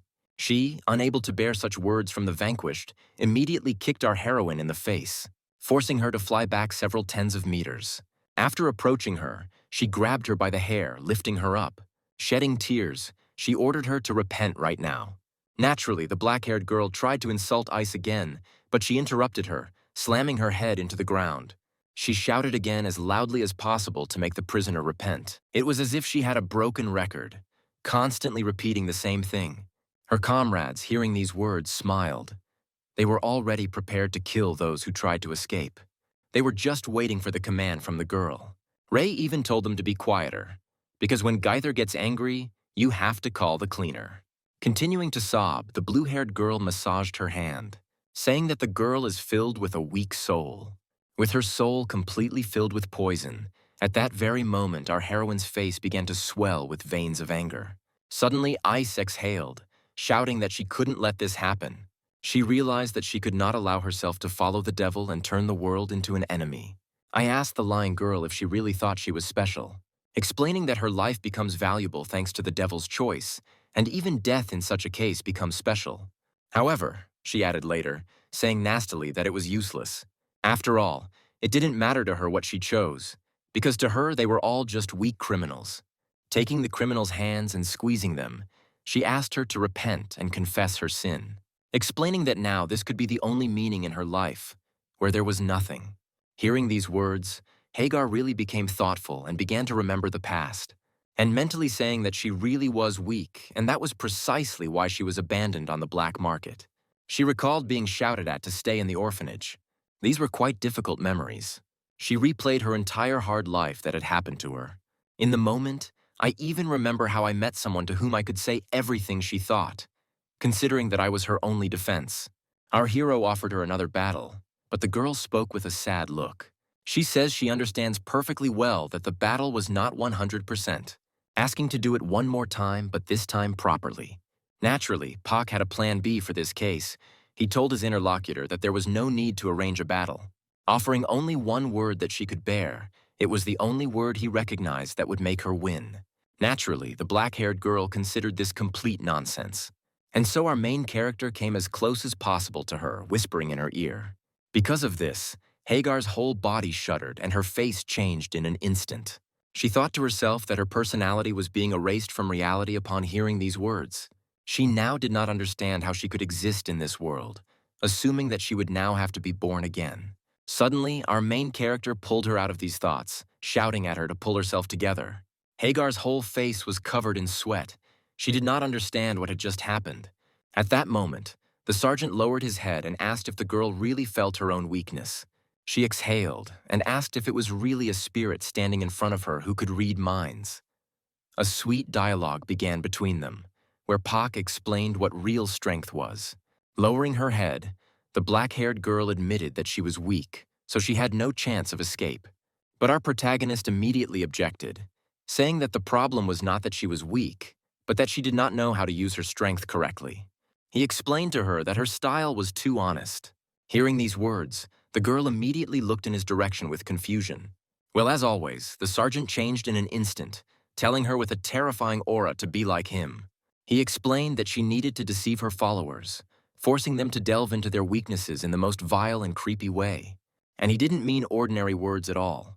He ordered her to become a veritable embodiment of curses.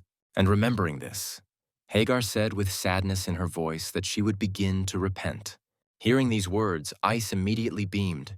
She was glad to hear these words. The girl knight even began to jump for joy because she was able to reach the girl's heart.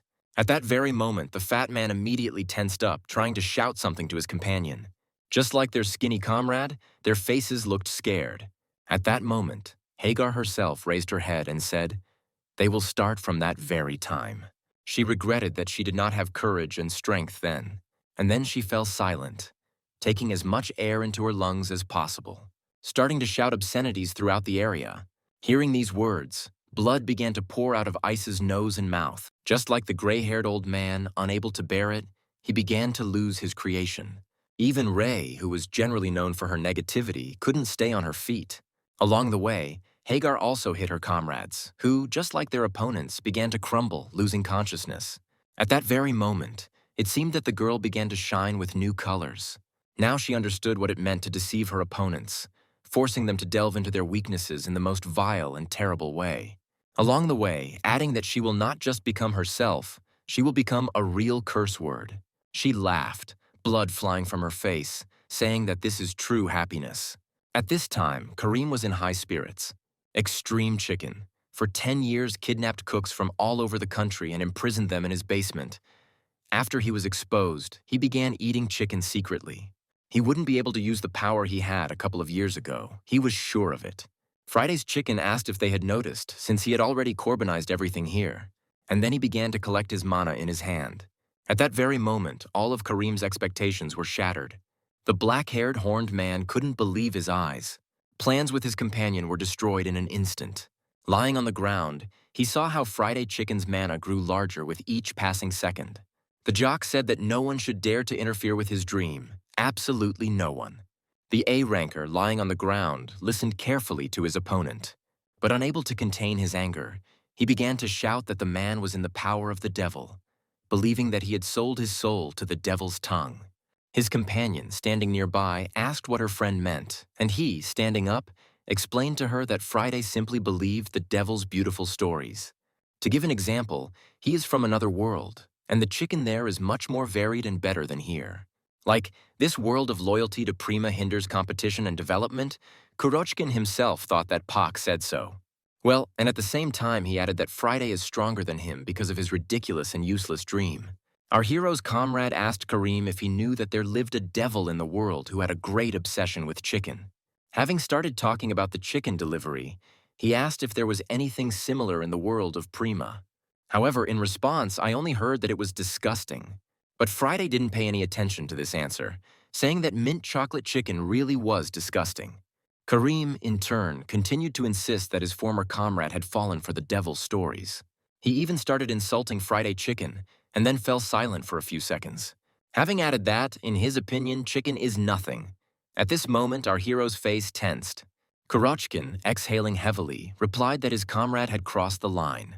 And then he rushed towards the enemy, using the gas booster, explaining that the world he lived in had completely fallen into the abyss for him.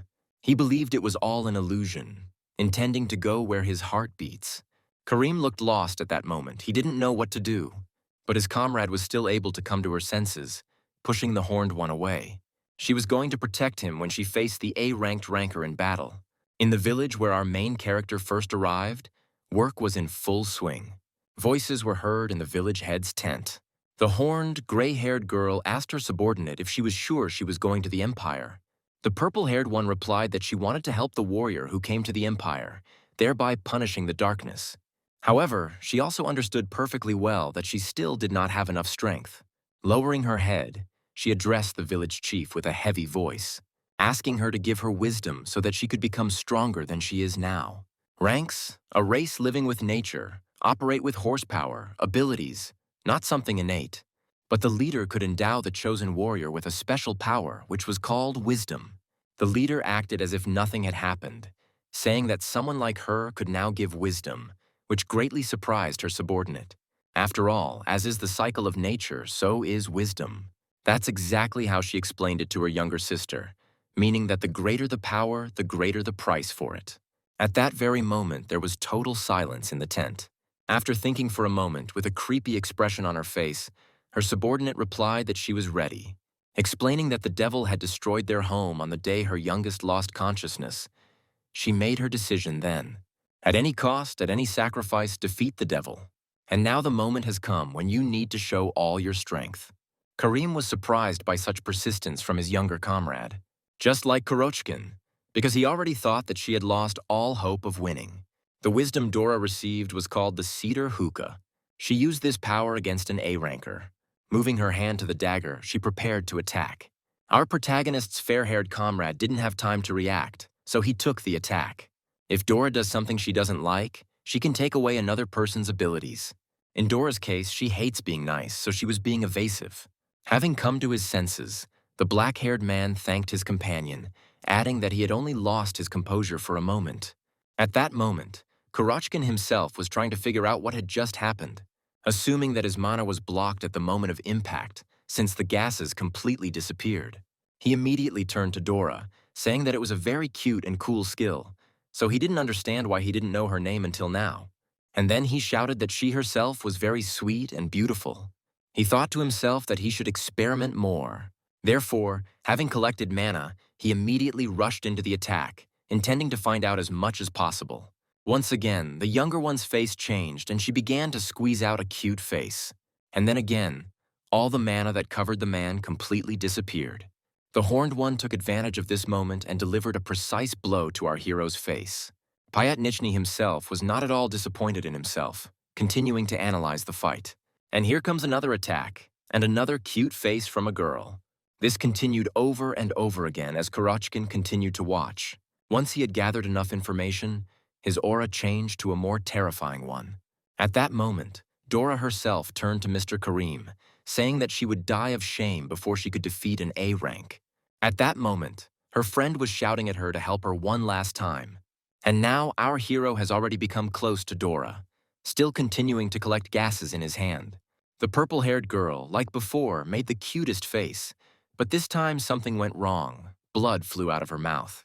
But the mana that covered the devil's comrade's body dissipated. His opponents, seeing this, realized that this was their next chance to attack. But the fair-haired man was already prepared for this, having understood the plan of this attack.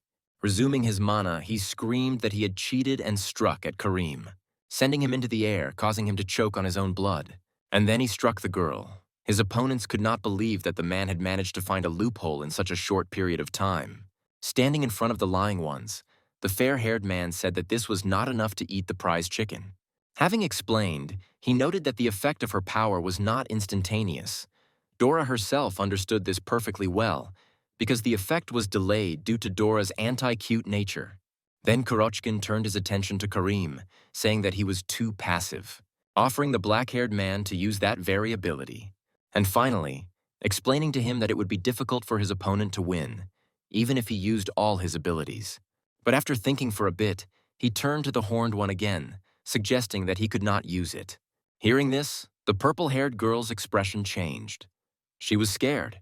She thought about how she was sure that Karim's wisdom was to create a double that had the same characteristics.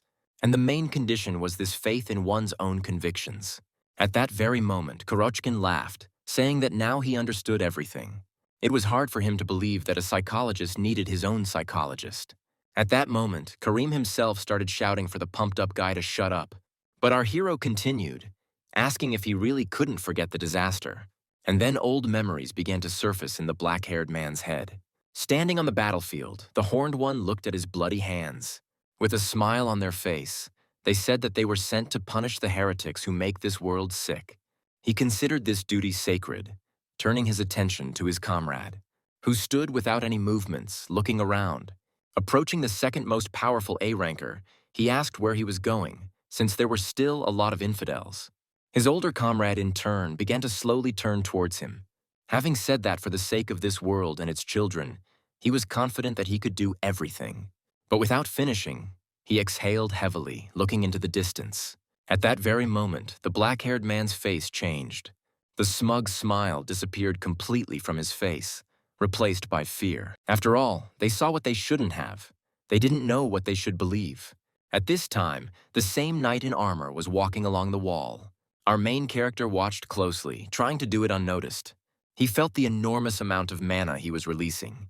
Sergeant Pack was just about to give a proud speech, but he was immediately interrupted by a goddess standing nearby, saying that now was not the best time to play tough, asking him to look away. As soon as our hero turned his gaze where Marley was pointing, he saw Hagar. At this time, the head of this camp noticed her and began to look in her direction. The black-haired girl, seeing the boss, was quite scared. Naturally, the faces of our heroes changed at that moment, because they understood that someone was about to die. The man in armor himself expressed his opinion. He considered the picture stunning. It was hard for him to believe, because he would never have thought that Hagar would be able to defeat Geither. And also adding that every person has the potential for growth, while laughing a bit stupidly. The black-haired woman herself said that she was not strong at all, suggesting that his subordinate was simply careless. She thought to herself that she was very unlucky, because she had met the worst possible opponent. Hearing these words, the boss laughed again because her subordinate was called Sloppy. Hagar, hearing this laughter, realized that they were looking down on her. Realizing she had to act, she immediately began to take a breath, but A-Rangoy shouted at her to stop. With just one word, he pressed the girl into the ground, silencing her. And then he completely instilled fear in her, causing her to fall to the ground. Jumping off the wall, he asked the woman lying there if she was having trouble. Explaining that this was the weight of a father's responsibility to his child, he asked her if she felt it. Hagar didn't understand what he was talking about, so she asked the man what he meant. These words and facial expression made the chief take aback for a moment. But as soon as he came to his senses, he immediately began to explain absurdly that if Dad doesn't see her, it doesn't mean he's not worried. Naturally, Hagar did not understand this, telling the prison boss that her father had abandoned her and that she herself was an orphan. There was an awkward silence. The boss felt out of place. They met eyes with stupid expressions. But this did not last long. Gradually, the knight threw his hand back, taking hold of the sword. And then, taking it out, he said that even though it turned out awkwardly, she still had to die. At the same time, he started to utter some incomprehensible nonsense about fatherhood again. By this time, our main character was already prepared for battle. The chief was attacked with incredible speed. He did not have time to react to the attack, which surprised me quite a lot because I didn't feel anyone nearby. The black-haired girl, who had not seen anyone, was also surprised by this. As soon as she raised her head, she saw some kind of strange weapon that she had never seen before. Park Byung-chan, using the goddess Marley, attacked the A-ranker. The knight's leg began to bleed. The bullet hit its target. The man thought to himself that as soon as he noticed the attack, He was already wounded. He considered this speed to be truly incredible. At the same time, surprised by the accuracy, he assumed that this was the same force that defeated Kareem, and he considered this force to be devilish. Our hero himself realized that he had only one shot left, so he shouted that it was time to act. A fairly loud sound began to be heard, which again surprised the boss. After all, he saw how right now 3 prisoners were approaching him. Using their mana, they began to attack him. But at some point, they ran past, rushing towards their comrades lying on the ground. Bella grabbed them and said that the captain was testing them too much since they were almost out of mana. Jun himself looked around in fear because both Hagar and the boss were frightening him. At that moment, the black-haired woman herself felt that the boss's strength had weakened. At that moment, Cindy was shouting at her to jump onto the cart quickly. Hearing this, the black-haired girl, who had recently been lying completely exhausted, immediately rushed towards the carriage. Seeing this picture, the boss got angry and shouted at them asking where they were going. Having approached the horse that Cindy was riding, he immediately attacked them. By this time, our main character had already arrived, also swinging his shovel, delivering a precise, powerful blow straight at the armored man. At the moment of touch, our hero understood what no one around him understood. Although the chief considered this attack quick, it was not enough. The black-haired man thought the same thing and jumped to the side, only managing to break the horn. He immediately shouted to his subordinates so that they would pay attention to him. He shouted that Gerlo knew the best way out. He ordered everyone to gather together and then leave the prison without him. Along the way, he told Friday to come to him immediately. By this time, the prison camp commander had already accumulated enough mana, asking Pak if he really thought he would let him go. The sergeant paid no attention to this, thrusting his shovel as deep as possible. This seemed to cut through the ground that surrounded the two. The knight began to look around because he did not understand what was happening. While the sergeant was shouting that he had been waiting for the right moment, he used his best technique. In an instant, he lifted the chief, along with the ground on which he stood, straight into the air. This attack was called a trench, sending the second most powerful A-ranker somewhere into the distance. Pak shouted at his subordinates to leave quickly if they wanted to live any longer. Those, hearing the seriousness in the voice, immediately began to carry out the order. Although they were not particularly pleased to leave the captain, they nevertheless rushed to flee. At this time, the commander was already outside the camp watching the prisoners escape. Though he thought this was an excellent assessment of the situation and a perfect delivery of orders, he felt that this was a completely different story from the one he had heard. Considering that the most terrible thing about this devil was his subtlety and cunning, which deceived everyone in this camp. The chief understood that if he could not stop him here now, the worst war in the world would happen in the future, which happened throughout history, so having collected mana, he immediately rushed into battle. In an instant, he returned to the place where he stood. Our hero looked intently in his direction, because he understood perfectly well how strong the enemy standing in front of him was. At this point, the knight himself began to talk about the children again, saying that he could not subject them to hell. The sergeant responded by saying that he had been aiming specifically at his leg, but that had not stopped him from moving so well. The armored man responded by showing his respect to his opponent, as he had always thought that if he had a son, he would be like him. Our hero thought to himself that his opponent should see a psychologist, and at the same time, he perfectly understands that if they meet face to face, he will not be able to defeat him. Before him stood an opponent with unknown abilities, and the boss continued to talk about how Pak had once been so pretentious. He still remembered it. He said that this was the very moment when his daughter called him dad for the first time. After these words, our main character's entire body shuddered and broke out in cold sweat, and the crazy face we were used to seeing was replaced by fear. In his head, he began to replay his past, which seemed to him to be a very long time ago. How a woman, holding a child in her arms, pressed him to herself, trying to bestow all her love on him, while the little boy was reaching out somewhere. He reached for the face that he could remember with heaviness right now. Pronouncing a word as familiar as mother, he reached out to his father. Not understanding what Pak was experiencing right now, a tear appeared on his face. The sergeant didn't understand why his heart was trembling right now. He felt too depressed. He couldn't move. At this time, his opponent did not attack. He slowly reached for his mask. Taking it off his face, the man said in a gentle voice that he was very sorry. He said that he thought that the champion tiger would become his son-in-law because he liked him very much. In front of our main character stood the second most powerful A rank, Dad, with the ability to remember. transforming the emotions he experienced in his life into magic, transferring them in absolute form to another person. In other words, Batya was a very strong and at the same time a very difficult opponent. Seeing the face, our hero was surprised because it was the janitor, around whom he constantly experienced a strange feeling. The man himself said at that moment that if he had been released early and it had later come to light that he had freed the devil, he would have been responsible for a lot of problems. Along the way, he began to tell how it would have happened if everything had turned out differently. He believed that his fantasies were above all else, and Pa himself, listening to this, could barely restrain himself from releasing all the contents of his stomach. Suddenly, the old man fell silent, starting to laugh loudly, waving his sword. In an instant, his expression changed, and he threw his weapon high into the air. He said that they would meet in hell, and then said goodbye. Naturally, after much training, the black-haired man was able to react to this by raising his shovel. His face looked much more terrible than the prison warden's. Feeling this terrifying aura, the old man's face changed greatly. After all, he felt not only the aura, but also the mana, which in a split second delivered a fairly powerful attack.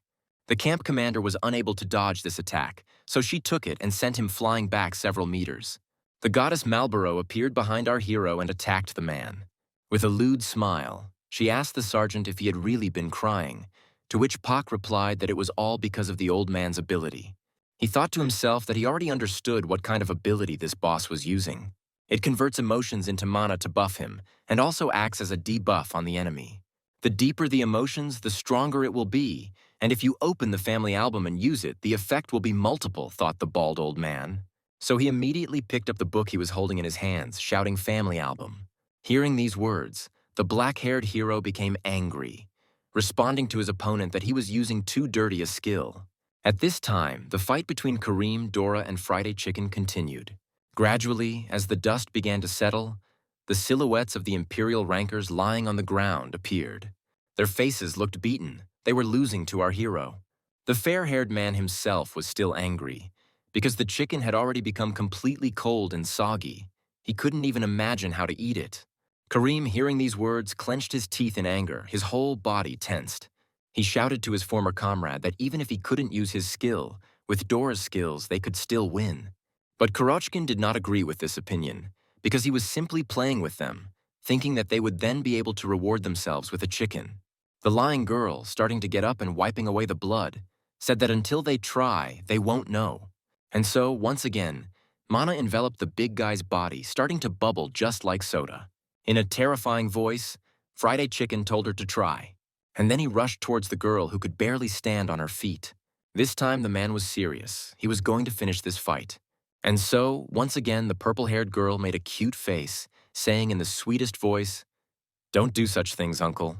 At the same moment, the carbonated one flew off in the opposite direction. Kareem couldn't believe that their opponent was flying in the opposite direction. At that moment, Dora herself experienced a terrible fear that ran through her entire body. Kurochkin, flying, shouted that the radius of the cutie's ability was about 2 meters. He had already managed to find this out in battle. So I decided to use a ranged attack, a gas shot. The attack hit exactly where Dora was, and rocks started flying towards Kareem, obscuring his view. But even so, it was already too late, because our hero had gotten close to him, attacking him from behind, having delivered a fairly accurate yet powerful blow to the black-haired man. While Friday was using a gas rush, Dora started approaching him, but she managed to dodge. However, the fair-haired man anticipated her actions and struck again from a distance, exploding the floor right under the purple-haired girl's feet, causing her to jump back. But that wasn't the whole attack. Using Mentos, Friday got closer to her, hitting her in the air, making her spit blood, because at the last moment he finished her off with a carbonated meteor. There was a powerful explosion. Kareem, who was watching this, shouted the girl's name in concern. But the fair-haired A-ranker had no intention of giving the horned one time to rest, so he immediately approached him. Once again, he delivered a new attack to the face, causing the black-haired man to begin to lose consciousness. He didn't understand why he couldn't use his ability now. After all, no matter how much he remembered that scene, it wouldn't change the fact that they were Prima's children, Kareem thought. Suddenly, his whole body was covered in a green aura. He shouted that they must protect this world. Seeing this reaction, our hero's face filled with a smile. He was glad to see this ability. A silhouette, covered in the same aura that Kareem used, began to emerge from right under the ground. At that moment, something strange started to happen in his head. He was in pain. A cry began to be heard, asking him why he was doing this to them. The man's face filled with horror, and the mana gradually began to dissipate. In the end, the puppet that was supposed to turn the tide of the battle was completely destroyed. As it began to crumble into small particles, falling down, silence fell. Friday Chicken watched all of this carefully, at one point even breathing heavily. After thinking for a moment, he turned to his former comrade, saying that after something like that, everyone would doubt themselves. He added that it was still necessary to see whether their actions were correct, since the goddess Prima needed to be known better. At that moment, his hand filled with mana again. Friday shouted that he had chosen a new path, while Kareem continued to deceive himself. As she stood up, Dora began to grab the ground, squeezing it in her hands. Tears appeared in her eyes and she asked the A-ranker to stop. But it was already too late. Kurochkin swung, telling the black-haired man that it was time for him to rest, continuing to concentrate mana in his hand, giving him even more gases. The Horned One, in a beaten state, understood that he could do nothing against it, so he resigned himself and stood in one place. Dora screamed in alarm at the top of her voice, starting to sob, because right now her comrade was going to die. At the same time, quite loud sounds were heard in the corridor. These were the sounds of hooves, the pumpkin horse moving as quickly as possible along the narrow corridor. Our heroes followed their captain's orders, looking for the chicken. And then, in the distance, they finally saw a blockage of stone walls. Without stopping, they crashed into it, thereby destroying it and slipping inside. As soon as the horse ran inside, it immediately began to stop. Cindy ordered her because she saw Friday Chicken. I immediately shouted to him, but he did not immediately react to his comrade's shout. He looked into the distance, not reacting at all to the shouts of his comrades. And as soon as they took a closer look, their faces immediately changed. They were horrified. The man began to slowly turn his head towards his comrades, and he stood before the bodies of the Imperial Knights. There was not a single living spot on either opponent. Bella and June were surprised because Friday was able to defeat Kareem and Captain Dora on his own. However, their discussion was interrupted by a fair-haired brute who asked them what they wanted from him. Cindy told him in a trembling voice that the champion tiger wanted him to come to him. As soon as the girl said this, the man's face immediately changed and a crazy smile appeared. He shouted that he was too bored here, but since the captain was calling him, he assumed that it would be a lot of fun. As he started walking towards the exit, he wondered what kind of enemy awaited him. His eyes began to emit a crazy aura, because he was sure that it would not be boring anymore.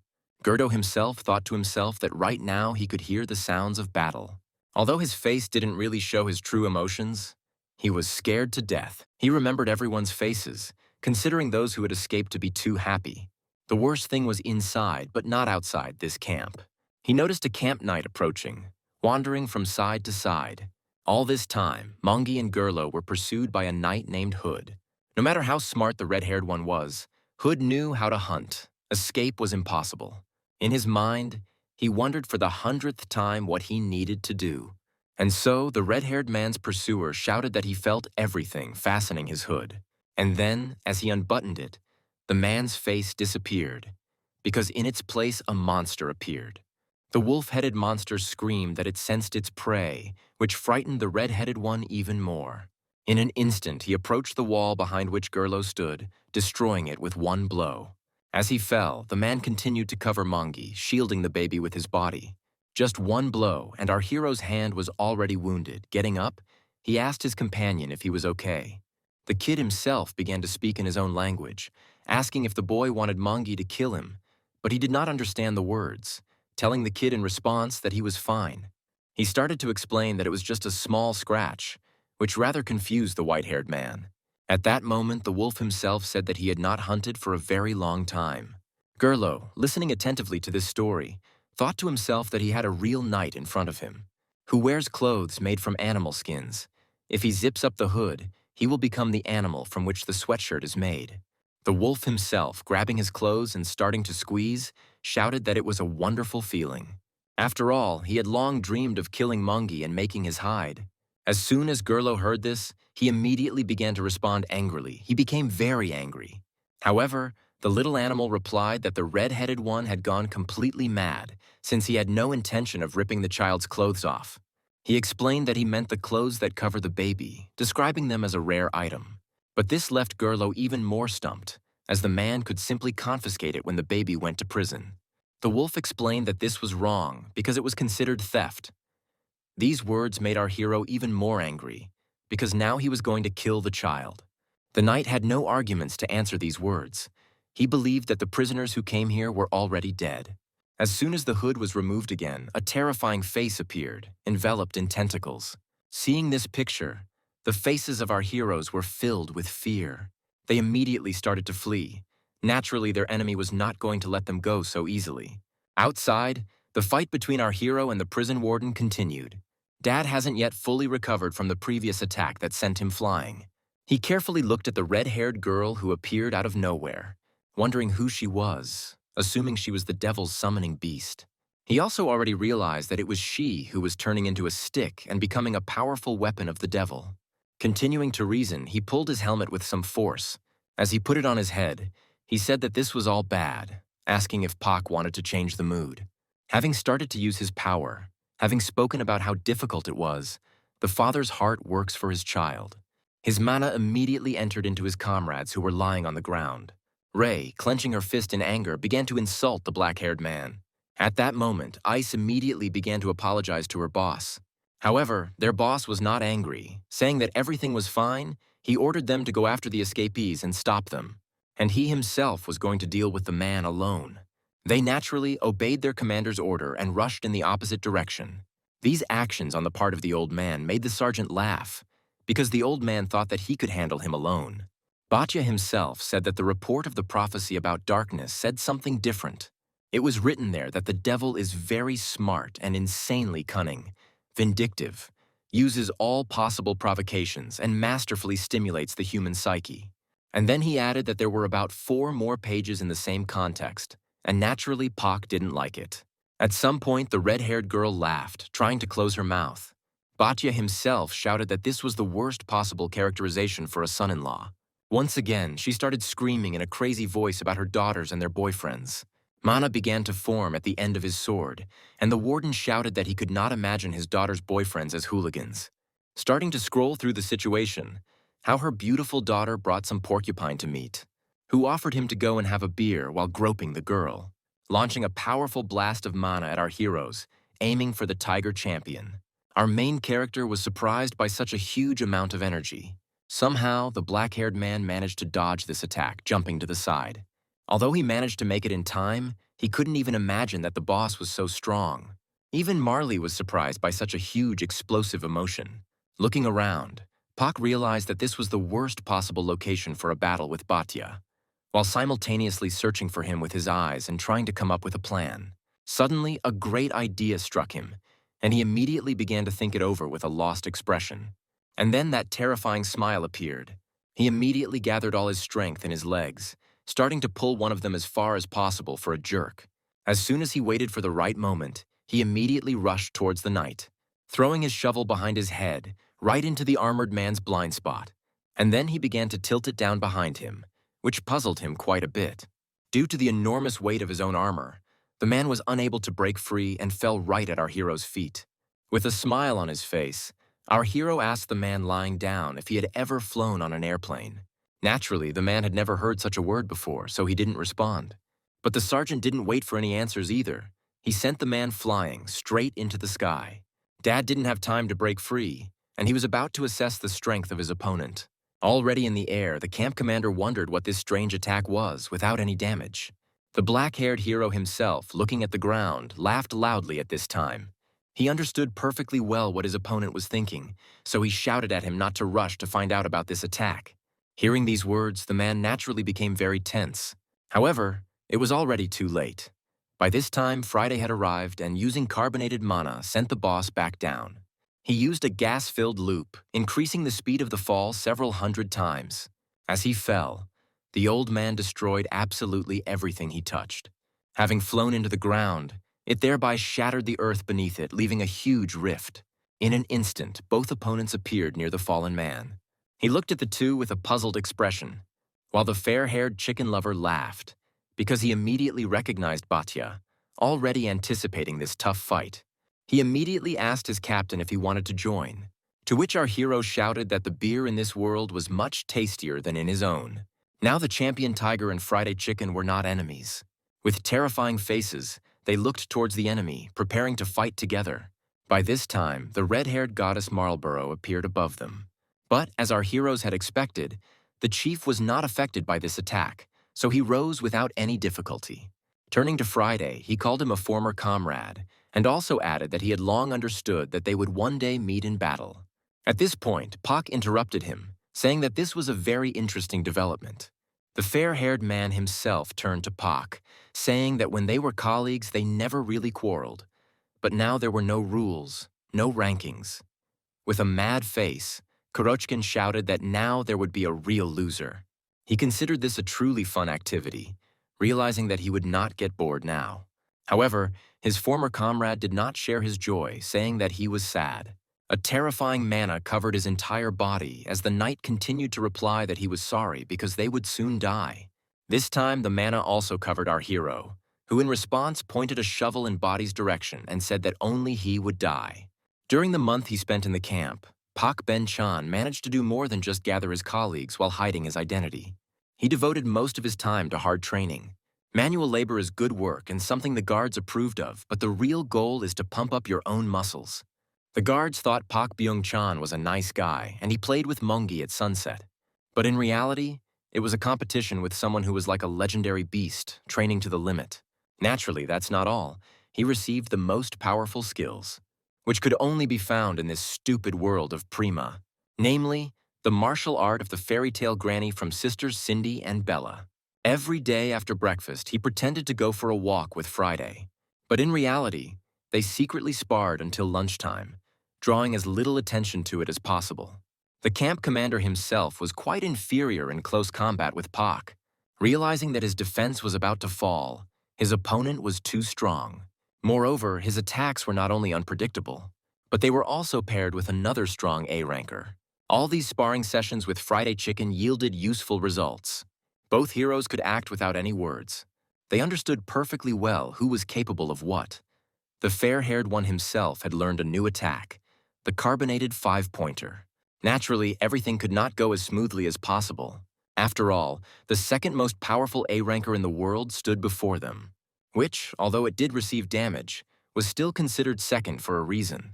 But our heroes weren't going to give in to him either, Pak, as soon as he saw the enemy casting an attack. He immediately sent a shovel in his direction, which approached Dad with incredible speed, knocking him out of the spellcasting process, preventing him from using his attack. Naturally, every evening, according to Gerlo, Pak was engaged in image training, imagining the enemies he might face in battle. And all this, just for this killing of a warrior, so tightly used time that it resembled madness. As a result, our protagonist's growth accelerated like never before. And here is a new attack called the Magic Field Shovel. Kurochkin naturally watched not only his opponent but also his current comrade. Thinking that Pak Byung-chan was simply perfect, he couldn't shake the thought that in such a short time he had become so much stronger. At some point, he even thought that the black-haired man was already just a little short of his level. Powerful explosions were heard in the forest, caused by the touch of enemy mana. None of them were going to lose, even though Batya was in the minority, but he still managed to fight back. Having jumped high into the sky, the boss realized that things were already getting hot, so he decided it was time to finish. He started shouting about his daughter again and began gathering mana in his sword for the next attack. Our hero at this time took as much air as possible, shouting Marley's name. Having given her a signal that the time had come, this put quite a lot of stress on the knight. But, as expected, it was already early. The red-haired girl was near the chief, collecting fire mana. She did it in an instant, clearly faster than people could, and then launched it towards the armored one. Fiery shackles bound his body, not giving him a chance to escape, because of which he immediately began to fall to the ground, straight down towards R2. As soon as he fell, Kurochkin and Champion Tiger immediately rushed towards him. They were going to finish it right here and now, because the fight had already dragged on for quite some time. And then dark mana enveloped the black-haired man's body. He began to collect mana, using a technique called hazing. The fair-haired one did the same, using a carbonated attack.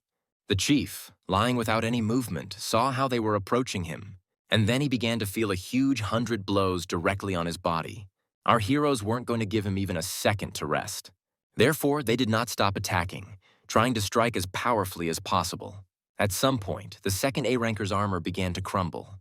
Slowly, but our heroes walked straight towards their goal. At this time, in the very center of the prison camp, quite loud sounds were heard along the long corridors. All of our protagonists' colleagues were rushing into the distance, getting ready to escape from here. Jun shouted at them to move faster, because they still needed to find Gerlo and Mangi and then get out of here. Agari, in turn, asked the blue-haired man what they were doing right now. But Jun explained that Karim could only come here for one purpose. And this meant that the leader of all the rankers, Captain Han, was also here, and he would definitely find them. The boy shouted for everyone to look at themselves, because even in their best form, they all together would not be able to cope with him. However, he was also thinking about something else to himself. If they managed to escape, they might survive. But Jun was also worried about Pak, because he didn't know if they would have time to deal with Batya. How suddenly he threw these thoughts aside, rephrased them, whether they would be able to win him at all. And then, a few minutes later, all the mana that enveloped our main character's body almost disappeared. It was the same with Friday Chicken. His breathing was already quite difficult. Looking at his opponent, Pak Byung-chan had only one question. Why are they so much more exhausted than the one they beat for a few minutes? Suddenly, Batya turned to him and asked the devil if he was surprised. And then he rephrases his question, asking if he is surprised that he is still standing on his own 2 feet. Well, and then he replied that he simply didn't want to fall, he couldn't do it. Starting to talk again about the child who is worth learning, looking at the backs of the parents. Batya, who is ranked second in the A ranking, can be invulnerable thanks to his passive ability. In other words, as long as there is a child to protect, Batya cannot fall. A wild silence descended, which seemed to fill the entire surrounding dense forest. Breathing heavily, our hero turned to his comrade, who was also at the end of his tether, shouting that they needed to run, as he didn't think standing still was a good idea. Seeing this picture, the second A-ranker was the most surprised. Even Friday Chicken didn't immediately understand what his comrade had said. However, he quickly caught up with the black-haired man while he was explaining everything to him. Pak said that he had heard about his father's abilities from Gerlo, so fighting the old man face-to-face was not an option. At this point, Marley was saying that this situation looked pathetic, and our hero angrily said that he needed 10 shots to win. Running after the champion tiger, the blonde asked Pak about the plan. And as soon as our hero said that this was the plan for their cool victory, the man's face lit up again.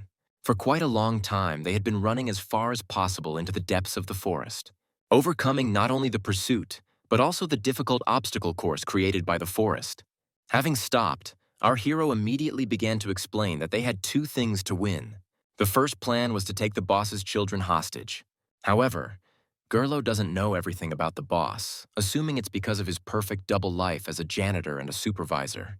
Therefore, they reject this plan, adding that it is too dirty a plan, to which his comrade agreed. The second plan was through his gun, Pak said, pointing at Marley. Explaining that the overseer's upper armor was already broken, this was the best option. But the catch was 1 shot.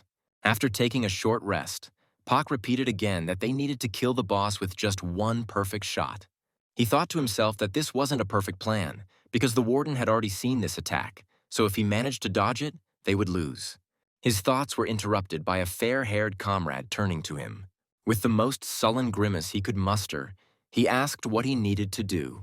Seeing this serious face and hearing that he was ready to obey him, that same evil smile immediately appeared on our main character's face. Pak asked his comrade to immobilize the boss for just half a second, and it is at this moment that he will pierce his heart with his incredible power. At this time, Mangi and Gerlo were already caught in the hood's tentacles. The man couldn't believe that these were the same legendary prisoners. However, he later dismissed these thoughts, because in front of him was only a child and an informant.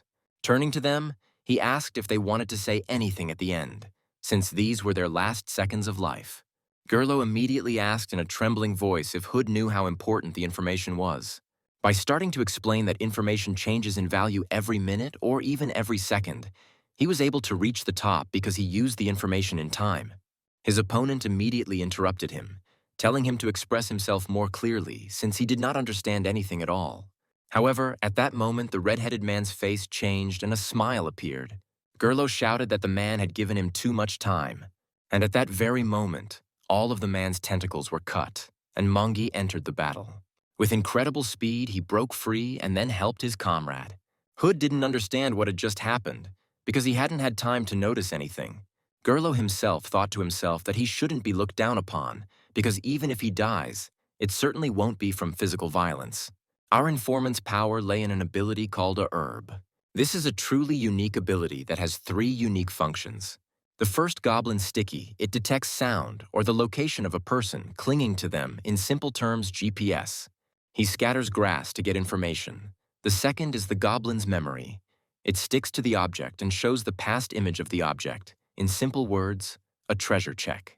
And finally, the Goblin's Grass Leg sticks to the enemy and transmits the information that Gerlo wants to show in the form of an image. Gerlo used the second plant. He glued them to Hoodie's sweatshirt to project many images of the wild animals he encountered. And Mangi projected them using the Goblin's Grass Legs. All this was done for only one purpose, which the informant pursued. This is a victory over the prison knight. He was going to kill the Hood. Using Manga's wild instinct that had been dormant in prison, he awakened it again. The red-haired man shouted to his comrade that he had invested in his future, so when he grew up, he should pay him back twice as much. The kid immediately rushed from his place towards his opponent with a wild look. Hood thought to himself that he now understood everything. As he began to close his hood, he now understood what Gerlo had been trying to achieve. And then opening it, he shouted that the hunt for survival was beginning. Using the Class A poisonous beast, Gornirodzilius, as soon as he dodged the white-haired baby's attack, he immediately began to attack him, launching a powerful volley of mana, thereby destroying all the nearby walls. Even after reaching the distant toilets, this attack did not reach Manga. Using the rocks as jumping points, the baby approached the enemy. They were like a springboard for his small body, so in an instant he returned to his attacker, preparing to strike again. A rather powerful and very loud fight between real animals began. The red-haired boy himself stood motionless at this time, covering his ears, understanding perfectly well who his comrade is currently fighting against. Suddenly, he remembered the information about the weak points of this animal. These were the burning organs on the shoulders. Weakness information successfully obtained, recording in the Goblin's Grass Legs. It was this technique that he used to help his colleague. Using his power, he thrust his grass foot into the baby's head, thus having conveyed all the information that he could obtain. The white-haired kid immediately took out his weapon because he understood everything perfectly. Watching this, the blue-headed man did not understand what was happening. But it was too late, because Mangi was already ready to attack. All that was left for the Hood to do was to watch the child's movements. And at some point, he understood everything, which he could not believe, because these movements and forms spoke of only one thing. This was the same legendary Mangi hunting method. In an instant, several rods struck the Hood's shoulders, thereby dispelling this power, turning him into a harmless animal. Looking at his opponent, the knight realized that in front of him stood not a beast, but a hunter in the form of a beast. And all this time it was not he who was hunting, but they were hunting him. The man immediately turned around as soon as he realized this, starting to run away. But it was already too late. A wild roar of flight began to be heard. Cindy knocked down the knight, sending him high into the air, which surprised the baby, and she called this technique the classic deer kill. Gerlo immediately started shouting that his comrades were late because he had left a huge number of clues, but he still almost died. Agar was about to speak to the red-headed man, but Bella stopped her. To himself, the Hood thought that only thanks to these new arrivals, his life was saved. But the feeling he experienced was a wild shame that made him think that death would have been a much better option. After arguing a little more, our heroes finally shut up. Gerlo asked where their captain was, to which he was told that he was fighting with the chief, and Pak also ordered them to escape first. Upon hearing this, the informant became angry, saying that Cindy had lost all her brain while pumping her muscles. Bella immediately began to calm her sister down so that she wouldn't kill her colleague. The black-haired sister explained that they were following the captain's orders. However, the red-haired man replied that he didn't care about the order, because everything would have been different if they had listened to him right away. He thought to himself that these were real degenerates standing in front of him. Using his power, he immediately began to gather information. And in just a few seconds, he found the sergeant who was in the western forest. I thought to myself that it was smart enough to go into the forest to fight. Gerlo immediately shouted for them to turn left in 300 meters. Cindy was the first to be surprised when she heard this, because she understood everything. Following her, the rest of her comrades were surprised, and smiles began to appear on their faces. With an excited smile, the boys said that they would play for big stakes this time. The beautiful building had a calm atmosphere. Inside was that very warrior of Prima along with his angel. Next to them stood another minion of the goddess of this world. However, the peace did not last long because the purple captain was tied up at that very second. With an angry face, he asked the warrior what he was doing right now, adding that if he can't do it, then he's going to do it himself, while calling the warrior a disgrace. The angel girl, breathing heavily, said that this man irritated her because he did not understand simple words. She ordered the purple-haired man to leave the devil alone. But these words angered the captain of the rankers even more. He could not accept these words. At that very moment, the men began to squeeze their whips even harder. While Hong was shouting about the devil destroying the camp, explaining that his people could die, he could not accept such actions from the warrior. The bars began to break. Still rude, he asked why he was being ordered to ignore the devil. The angel boy was surprised by this because Captain Han was able to break the divine bonds. At the same time, wondering if there is a person in front of them, he stands. The gazes of the girl who was sitting next to the warrior and Han crossed. She exhaled heavily and began to mutter something as quietly as possible. And then she shouted that this was exactly what Prima wanted. It was her order, which left the man stupefied. With a smile on her face, she also added that Prima said that the warrior and the devil were not yet ready to face each other. And then, with a wildly worried face, she asked if he was really going to violate God's will. It was at this moment that the purple-headed boy's face changed even more. Some memories that he had long forgotten surfaced in his head. The red-haired girl standing nearby looked at the fish, while the boy was surprised that she liked them so much. He told his companion that he missed her very much. However, she didn't pay attention to this as he continued to smile at her. He asked her if she had the one she liked and offered to buy it. Suddenly she interrupted him, addressing him quite rudely. She began to say that all this time she had been thinking about only one thing. She thought about Prima, asking at the same time if he really thought they were not alike. Comparing people and fish that were in the aquarium.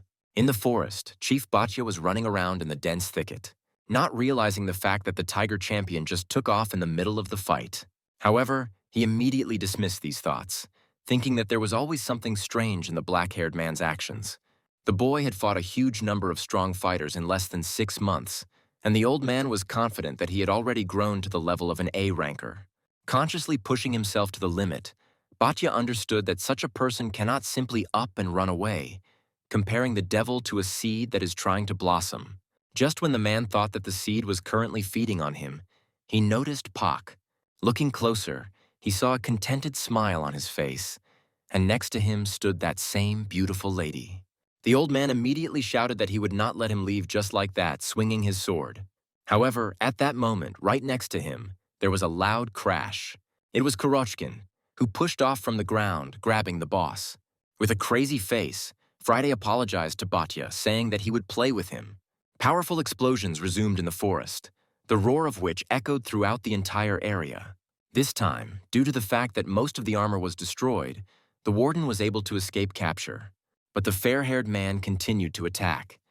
The old man did not understand what the chicken was trying to achieve, since a one-on-one fight was not advantageous. Having started to collect mana, the knight asked Friday if he really was going to fight him one-on-one, and then again shouting about the children, the daughter, and also some insults towards the father. A huge number of pins appeared behind his back, floating in the air. He launched absolutely everything in an instant towards the attacker, hitting the target right on target. Friday did not dodge them, taking the full force of the blow with his body. They stuck into his body. The old man was about to finish off his former comrade. Once again, I began to collect mana and talk about my daughters and their relationship with their father. Memories of his youngest daughter asking him to read a letter at work came to his mind. And as soon as he opened it to read, his eyes filled with tears, because his daughter wrote that she would make her father the happiest. He thought that now he needed to give it his all. So he hit Friday with all his might, sending him crashing into the ground. Although this was a powerful attack, our hero was able to withstand it, albeit with difficulty. He was already at his limit. Kurochka was shouting that Batya was stronger than him, but now he was about to go beyond his limits. And again, there was an explosion. But this one was different in power from the others. It was much louder. At this time, from behind cover, Pak was already preparing to strike. All this time, he was looking for the right moment to attack the enemy. Oblivious to everything, stones and broken trees flew towards him, but he did not move. His body began to become covered in bruises and blood, but he remained in one place. Mentally asking their comrade to give him a chance to shoot, they could not miss this chance. With each passing second, he became more and more angry. He understood that he only had one shot. He needed to shoot straight into the heart. The fight between the two thugs continued, destroying the entire forest thicket. At some point, the dust began to settle, revealing two opponents, Friday losing. His whole body was already at its limit. He was spitting out blood due to internal injuries. The old man himself had already begun to say goodbye to his comrades, once again collecting mana. The fair-haired man, in turn, looked towards the old man without moving. But literally in a second, his face changed. The pain disappeared from his face. It was replaced by a crazy smile. Raising her hand, the chicken began to collect energy again, filling it with gases. And then, the Mentos that appeared in his hand, he threw into his mouth. Gradually, all the air flying around our hero began to fill with a huge amount of mana. And then there was an even more powerful explosion, which threw the enemy back. Flying in the air, the second highest level A-ranker watched the events unfold. After all, his opponent acquired incredible strength in an instant. His entire body was filled with energy, much more than at the very beginning of the fight.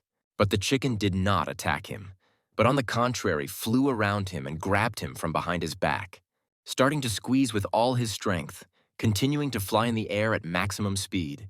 At that very moment, he turned to Pa Byung-chan, shouting at his brother to take action. Hearing this, Batya tensed up because he had completely forgotten about the black-haired man. Immediately starting to look around, he noticed another enemy standing in the distance, who again used that same incomprehensible weapon. Taking a closer look, Batya realized that the devil was aiming at his heart right at that very second. The faces of his beautiful daughters, waiting for him at home, floated into his mind. He immediately screamed for Friday to let go of him, starting to tense his body. In a hysterical scream, he continued to shout to be let go, trying to break free. However, Friday had no intention of doing so, continuing to squeeze his former comrade, not letting go. And so, our main character took aim and shouted that it was time for him to die. At that very moment, everyone tensed up. Batya tried to break free. Friday, in turn, held back the enemy, believing in his brother. And our hero believed in his comrade, as well as in the strength that Marley had given him.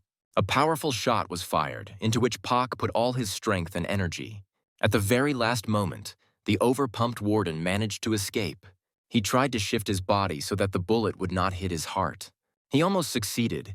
The bullet pierced his neck and blood began to splatter in all directions. The bullet reached its target, drenched in blood, and the man began to fall down.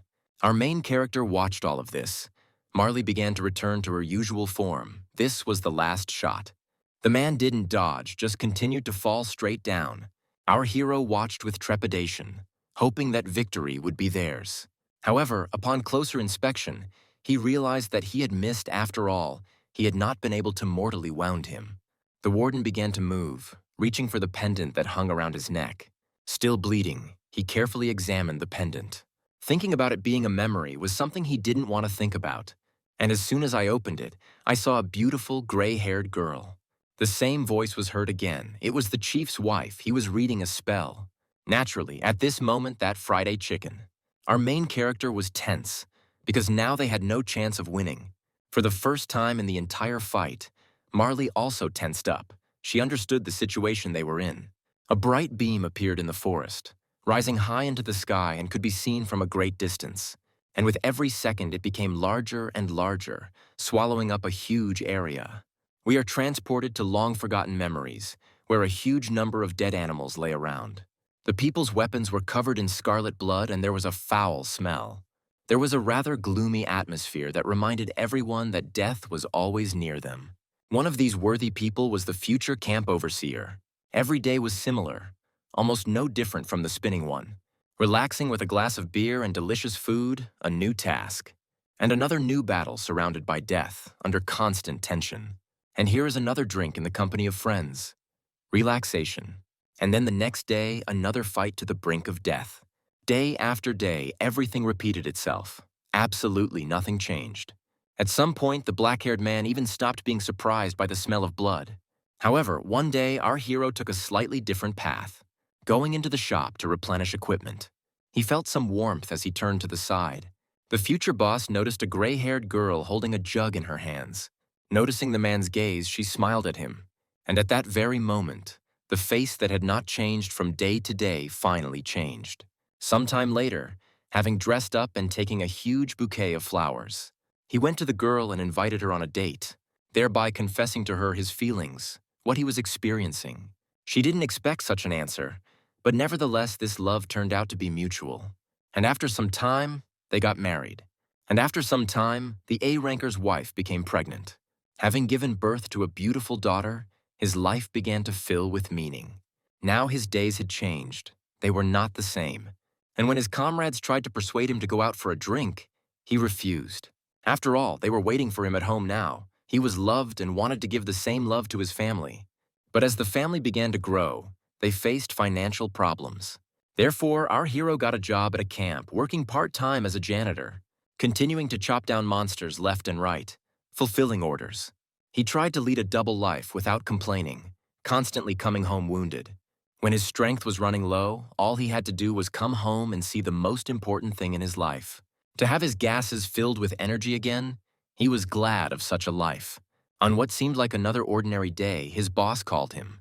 Having promoted him, the black-haired man agreed to the promotion because he needed money. The man happily told his wife about this right away. She, in response, upon hearing about this, immediately bought him armor. And so they continued to live a wonderful life, trying to constantly support each other. Time passed, they grew old, their children grew older and older. Their family already consisted of 7 people. The black-haired one had completely forgotten about his old days. Beautiful days have completely replaced those gloomy, monotonous days. However, naturally, everything could not be so wonderful. One gloomy day, the old man's face was filled with horror. After all, before his eyes lay, without any movement, the most dear thing. He immediately picked her up and rushed towards the hospital. However, doctors could do nothing about this disease. With tears in his eyes, Batya attacked the doctor, screaming without stopping. It was hard for him to come to terms with this. He couldn't do it so easily. But he was powerless to change anything, continuing to sit by his wife's bed every day. Seeing her husband crying, she tried to calm him down and cheer him up, addressing him in a sweet voice. Her eyes were still filled with love for him. The black-haired man tried to think of something, thinking every day how to save her. However, on one of those days, she apologized to him with tears in her eyes. She apologized for leaving him, asking him to take care of his daughters. It was these memories, this thirst for life, that forced the old man to go beyond his limits.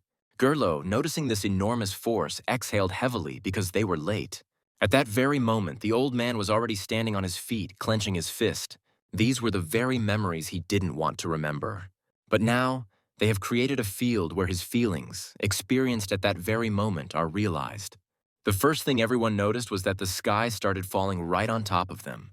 The second is a feeling of heaviness, as if something was pressing so hard that it was about to crush you. It becomes not just difficult to move, but even incredibly difficult to breathe. This terrifying feeling even affected our goddess. She was terrified, trying to gasp for as much air as possible. Then came the fourth, darker in his own eyes. In addition to all this, there was pain in the heart, chills, trembling, nausea, and dizziness. In this field, in other words, real hell was unfolding. But even in this extreme field, Batya was able to move. Every time, the expression on his wife's face before her death played in his head. He shouted that his wife asked him to take care of the children. And he couldn't just up and die, he needed to protect his children. Approaching our heroes, he leaned his huge sword against Paku. Our black-haired hero looked silently at the ground, covered in sweat. However, the expression on his face did not look broken, because Pak did not intend to die either. Dad asked the devil what was wrong with his face, suggesting that he was upset about dying here. However, our hero answered with heaviness that this was not so, adding that this was his ability. At this time, our hero himself was carefully looking around. Memories also began to surface in his head. He asked the little girl if she was crying, to which she, wiping away tears, replied that she was afraid that her son would suffer. But our hero continued to calm her down, saying that hazing had long been absent from the army, adding that if she cries, he will worry too. With a smile on his face, he promised his mother that he would definitely return. Remembering his promise, his whole body was filled with energy, and the muscles began to tense. Pak could not just up and die. With fury in his eyes, he shouted at Bada not to even try to make him remember useless memories. The fat man and the skinny girl from Hager's company remained at the entrance to the forest. Gerlo told his comrades that they were one step away from hell, ordering that everyone would go there except for the two sleepyheads and the Manhwa member. Cindy and Bella knew their captain was in danger, so they had to go. The blue-haired man, in turn, tried to ask why he would stay, to which the red-headed one said that the members of Manhwa always abandon their comrades in trouble because they are cowards. At this point, Hagar interrupted him, saying that she had not thought that the boy would go help their comrade. And he, looking up, said that it was too late, and it was not loyalty. He simply had no choice. Mongi supported these words, joyfully shouting them in his own language. And so our heroes rushed into this zone, which was created by the boss. They were going to help their captain and thereby survive. During this time, they had enough rest and also gained strength. Each of them considered why and how they followed Pak, and even those who happened to be near him. Suddenly, Gerlo, who was walking in front, shouted for them all to stop. Hearing this, naturally everyone was scared, because they did not understand what the red-headed man felt. At some point, they too even shuddered with fear. However, their informant said that he was very scared and needed a minute. At this very second, I felt the coldest gaze behind me. Turning around, he immediately started shouting that he was not as crazy as they were, he needed time. And after they had shouted at each other for a few more seconds, they finally decided to go in. Suddenly, right in front of the entrance, Gerlo shouted again, "Stop!" This made Cindy quite angry, because she thought that he was afraid again. By this time, the chief's subordinates were already approaching them. The knights ran at full speed towards their souls, intending to stop them. Ice, in turn, screamed at Hagar with tears in her eyes that she dared to deceive her. At this point, Cindy became even more angry, because it was because of Gerlo that they were caught. But the knights were not going to wait for them to finish their quarrel and immediately attacked them. Shouting that it was time for the execution, Ice launched an attack towards our heroes. June and Agar looked towards the approaching Mana with some fear. By this time, the skinny, black-haired comrade had already managed to wake up, shouting that they had had enough of shouting because he was sleeping, and then activating his ability, thereby stopping the attack. Two puppets appeared behind him. Feeling this eerie aura, even the knight's expressions changed, and the boy himself put the hat on his head, saying that the moon always has nightmares. Luna's ability was unique. It was called Lunatic. He could summon creatures from his nightmares, using them as soldiers. The ability of the interrupter is proportional to the amount of fear he experienced in the dream and the time during which he experienced it. For this strength, he thanked Hagar, because it was because of her that he survived his worst nightmare. The girl herself, with a smile on her face, said that they would leave them to him. The fat man approached the thin one. The fear disappeared from the knights' faces. They came to their senses again, getting ready to sort everything out. But our two weren't going to let them go because they're not that simple. Feeling the feelings of the devil, Batya asked if he also had a family. However, our hero did not answer, continuing to glare at him with an angry look. And then, he rushed into attack with bare fists. However, Batya was faster, so he was able to dodge, and our main character fell to the ground due to the gravity created in this area. As he stood up, he continued to angrily tell his boss not to remind him of this. The guard was surprised because the prisoner could move in this area, immediately turning his gaze to the side, looking at the remaining two. However, they continued to be in the state in which our hero should have been. They were depressed, their feelings were completely broken. Seeing this, the chief realized that the field was working normally. And then it dawned on the pumped-up A-ranker, because this meant only one thing: Pak had already encountered this. Our hero himself answered to himself, yes, because when he got into this world, it was too hard. He cried, went crazy, waited for a new death, was so full of anger that he did not control his actions. But now he understood everything. At that moment, a smile appeared on his face. He shouted, suggesting that they stop talking and move on to fighting, because this is the reason he lives. Pak was his parents' son, and then he just died, and now he is alive, only for one thing, and that is revenge. The chief himself, seeing the expression on his face and hearing these words, turned to Prima. After all, such an expression of emotions made him wonder if it was really the devil standing in front of him. However, our protagonist was not going to wait for the boss to attack. Although he attacked first, the warden was still stronger than him. But the black-haired man managed to regroup and get back on his feet. Naturally, he was not going to stop there, but rushed into battle again, running into the pumped-up one, trying to kick him. But the big guy managed to dodge this attack too. And then, grabbing him by the leg, he threw him. This time, Pak still missed the attack, falling to the ground. Covered in blood, he looked carefully towards his enemy, but he didn't notice how he approached him, attacking again. The black-haired sergeant's entire face was filled with blood. She began to fly apart in different directions. Kurochkin, looking at this, thought to himself that Pak had a lot of fighting spirit, considering the man amazing. However, looking around, he understood that the difference in strength was too great. His brother would die in this fight. But our main character didn't think so at all, still trying to land an attack on his opponent. However, not a single attack reached the pumped-up father. On the contrary, only Pop Byung-chan suffered, taking powerful attacks. And so the chief swung his sword upward, preparing to deliver the final attack. He said that even if his sword became someone's killer, it was all for his family. And then he shouted that he was sorry and started to lower it. There was a powerful explosion that was caused by the attack. Our main character's entire face looked battered. His eyes were completely dark. He had resigned himself to death, thinking that he had already died, because he had not seen anything. However, in an instant, everything returned to normal. He saw his comrade stop the blow, and Gerlo managed to pull it aside at the last moment. The main character looked at the second most powerful A-ranker with an incomprehensible face. He was surprised. However, just a second later his face changed, and with a smile on his face he said that he asked his friends to leave. However, they immediately shouted in one voice that they knew and they would obey the order. But would he be breathing now if they were gone? Every member of his team asked. Gerlo thought to himself, looking at our hero, that he had decided with confidence that the black-haired one was their captain. However, later he came to the conclusion that they had agreed on business, so he would not let the captain die until he became rich. Yes, absolutely every member of the team realized that the red-headed informant was obsessed with this idea. After catching his breath a little, Pak Ben-chan asked Gerlo if they could leave here, to which his comrade replied with a smile. Of course, adding that he only needed to use a small part of his abilities to make it work. Before entering the field, Gerlo collected all the information from the clothes and belongings of his colleagues, memories and experiences of each one to create an iron will to achieve goals, to become one with each one. He said out loud that when it comes to suffering, simply reminding yourself of good memories and goals can help you overcome anything.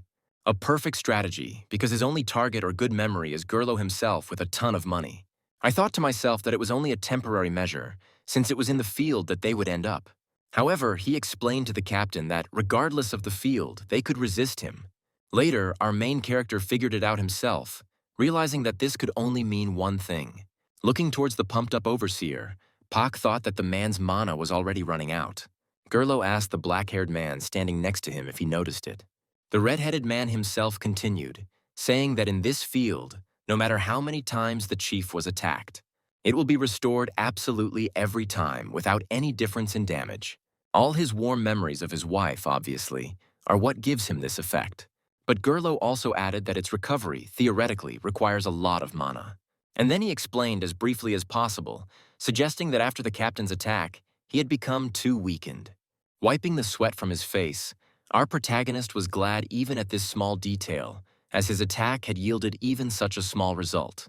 As soon as the informant said that only lethal attacks would work on the warden, Pak immediately thought of Friday and Lighter.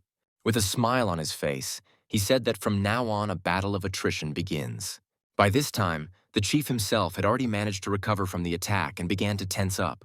He screamed at them to get away from him, starting to rise to his feet, and then start waving your arms around, continuing to scream at the ants.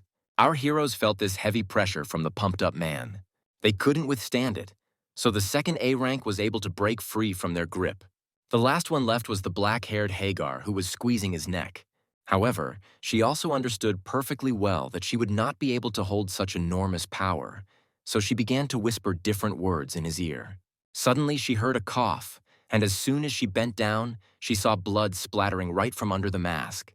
The man fell to his knees again with a loud crash. After all, this was the first time he had heard anything like this. Coming to his senses as quickly as possible, he grabbed the black-haired girl by the head with his huge hand. And then he threw it to the side, right at the little boy who was protecting Gerlo. Because of this, the boy also fell back. He tried to catch the girl, but couldn't resist. The chief immediately grabbed his sword and went on the attack. Having picked it up, he immediately rushed into the attack, intending to kill everyone who was there. The first to be hit were those standing nearby. They were the ones who stopped him. Having dealt a powerful blow to them, he was immediately going to finish them off because the first blow was not fatal. Having begun to gather his forces, the warden was just about to launch another attack. However, due to the fact that he focused too much on our hero's younger comrades, he missed a blow from our hero himself, who delivered a powerful attack with his weapon, cutting off another horn. And then he pulled her towards him again, starting to spin her, preparing for another attack. These were the remains of Vinyl, that very gift from Prima. Having gathered as much strength as possible, the black-haired hero launched his weapon into battle again. There was a loud roar, followed by a thick column of dust. No one understood whether their captain had hit the target or whether the overseer had managed to repel the attack. But a moment later, he flew out of the dust, covered in blood. He screamed that it was too persistent. At that moment, our hero immediately jumped back, trying to avoid a direct hit. However, he didn't have time. The boss hit exactly where he was aiming, hitting the black-haired man in the stomach. The attack was too powerful, causing our hero to start spitting out his own blood. This was not enough for the knight. He was about to kill the devil from legend, so he immediately threw down his sword, preparing to deliver the final attack. Leaping into the air, he threw his huge sword behind his back as our hero fell motionless to the ground. And then the sword began to quickly approach straight towards our hero. After the attack, Bella was the first to come to her senses. Seeing this, she immediately rushed towards the duo.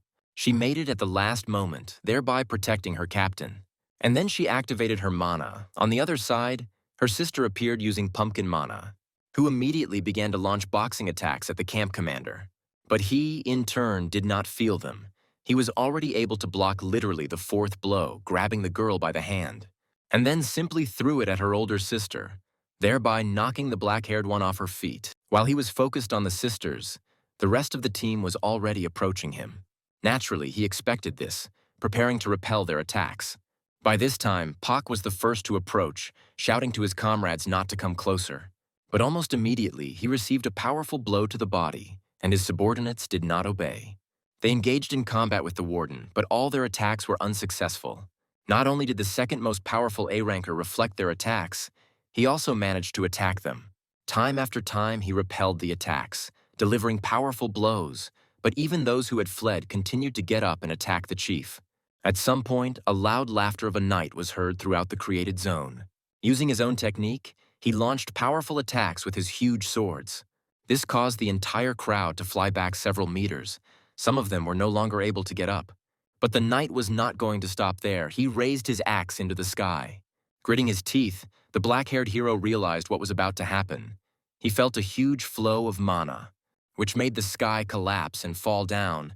Dad himself shouted that this was the end. Looking at what was happening, Pak Byung-chan could not believe his eyes, because their enemy could control the sky. He peered at it, trying to think of something that would lead them to victory.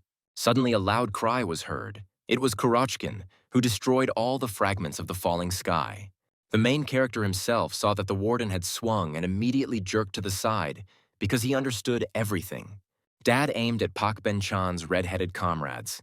He didn't know if he would make it in time. However, absolutely each of them understood that these two would not be able to defend themselves from this attack. With the last of his strength, Pak tried to make it in time. He could not leave his comrades in trouble. At that moment, Gerlo himself was covered in sweat because there was no one nearby, and he himself would not be able to repel this powerful attack. There was a loud roar as the ground was shattered and lifted into the air. Gradually, the dust began to settle, but it was still impossible to see what had happened. At that moment, Batya himself stood silently, not moving. He peered straight ahead, trying to make out at least something. At one point, he even wondered if he had finally managed to kill them. But these personal thoughts were interrupted by the laughter that Bella emitted as she lay on the ground. Pointing her fingers at Batya, she shouted that the man had done this in vain because he had awakened the devil. Seeing such a confident expression, a drop of sweat ran down the old man's face, and his face showed fear. Gradually, a human silhouette began to appear from behind the dust. Our main hero appeared in the center of the attack, having managed to cover his goddess. She looked into the distance with horror on her face. Her whole body was shaking. She could not contain her fear. As soon as she came to her senses a little, she immediately turned towards our sergeant. The black-haired hero himself, turning to her with a smile on his face, asked if she had come to her senses. Tears started streaming down her face. She couldn't believe the sergeant was doing this for her. Moments from the past began to scroll through her head, and these were not the best memories. Those that she tried to forget, although she always remembered them. It was precisely that situation when her friend, the goddess Prima, betrayed her. Our heroine's face filled with even more tears, she sobbed, saying that it was all because of her. At that moment, Pak squeezed her shoulder and said that he understood that she was depressed because her world had been captured and she didn't know how to get it back. He understood perfectly well how hard it was for her, and he felt sorry that he only thought about himself. Having said these words in the most gentle voice possible, he apologized to his companion. Wiping away his tears, he also added that her children were still alive, because while they were alive, she still had a chance. He asked to bet on him and not to doubt him. He promised to realize this chance. Hearing these words, it seemed as if Marley was once again filled with the meaning of life. After all, right now she saw in front of her beautiful eyes that were filled with confidence. At some point, she didn't even answer right away, starting to carefully examine our main character. And then, smiling sweetly, she said that she always bets on him, asking in passing whether he was really playing the tough guy again. Hearing this, the protagonist smiled even brighter, asking if she had really managed to come to her senses. Marley immediately started asking if Puck remembered when she talked about their bad connection. Our hero himself immediately replayed the moment when the red-haired woman said that his body and her strength were a poor match. The heroine explained that, in other words, if he took too much of her power, it would be too difficult for him to maintain his essence. Explaining that due to the previous treatment, her power had already affected his body and he was on the verge of crossing that line. Our hero understood what the girl was talking about because she meant that if he took more power, he would cease to be human. She asked the boy if he wanted this. Hearing this question, Pak Byung-chan's expression changed, asking the red-headed girl if she was a fool. Without listening to her to the end, he interrupted her, reminding her that he was called darkness, the devil, and other insults. With a smile on his face, he said loudly that he was going to show them a real demon. She, upon hearing this answer, immediately put her hand on the guy's chest, saying that he was too immature. She also added that no matter how hard he tried, it would be difficult for him to use her power. And then, looking at her companion with the sweetest face, she declared that she would help him with this. At that very moment, the black-haired boy felt a burning heat in his chest that spread throughout his entire body. She told her companion to be as wild as he could. Our main character's entire body had changed. He was unrecognizable.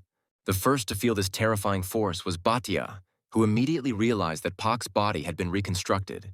He didn't understand what had happened in such a short period of time. But he knew one thing for sure. It was too dangerous. The A-rank knight bet that the field effect was active. So no matter how hard he tried using his power, his limit would soon be reached. At this time, our hero looked around because silence had fallen. He saw his subordinates lying unconscious on the ground, fully aware that they were in trouble, but also noticing that they had tried hard. In just a moment, the gazes of two truly powerful monsters met. Each of them understood that from this moment on, a one-on-one fight began. None of them intended to lose. Each only wanted to win. Pak Byung-chan understood that he couldn't stay in this form for long. Just like the knight, his strength was already running out. He needed to deal with the last escapee as quickly as possible. That's why he was the one who started to act first. Starting to gather a huge amount of energy, he collected them from the memories and emotions that he could only recall and put it all into one attack.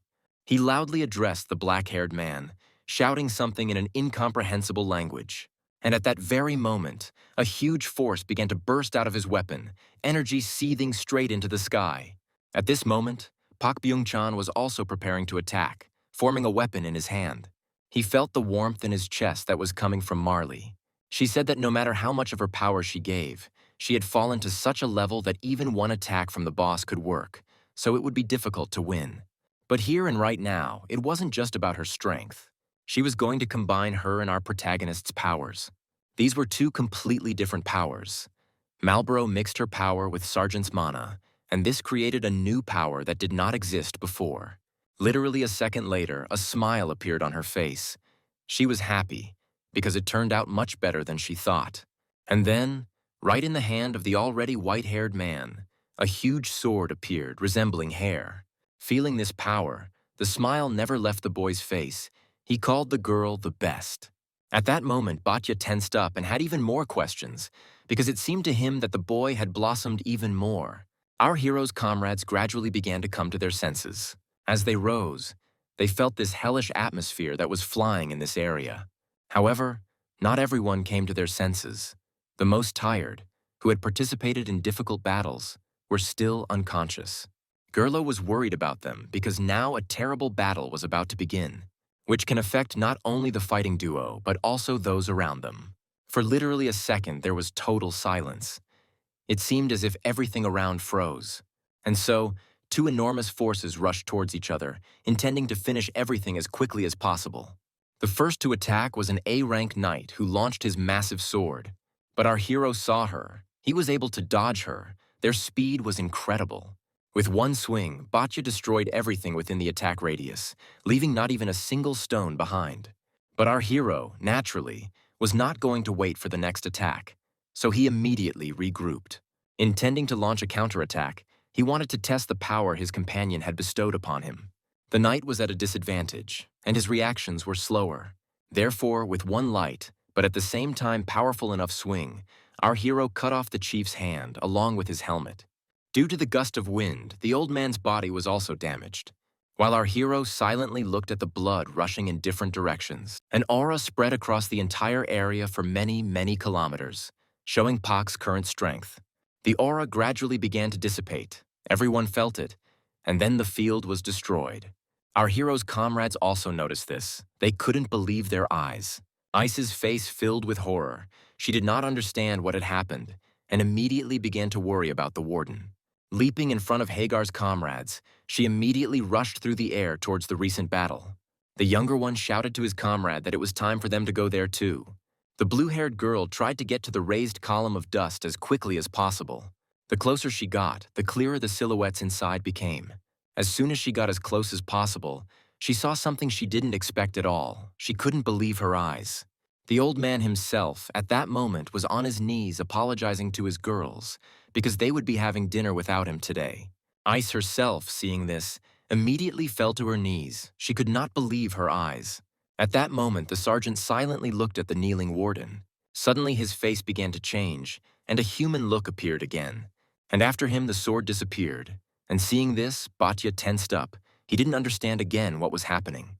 He immediately started shouting that this could be possible, but he did not understand why the devil was sparing his life, since this was not at all in his nature. As he left, Pak Byung-chan turned to the old man, telling him to take his daughters and leave the empire, warning him not to even think about going back, because the next time he appears, the empire will cease to exist.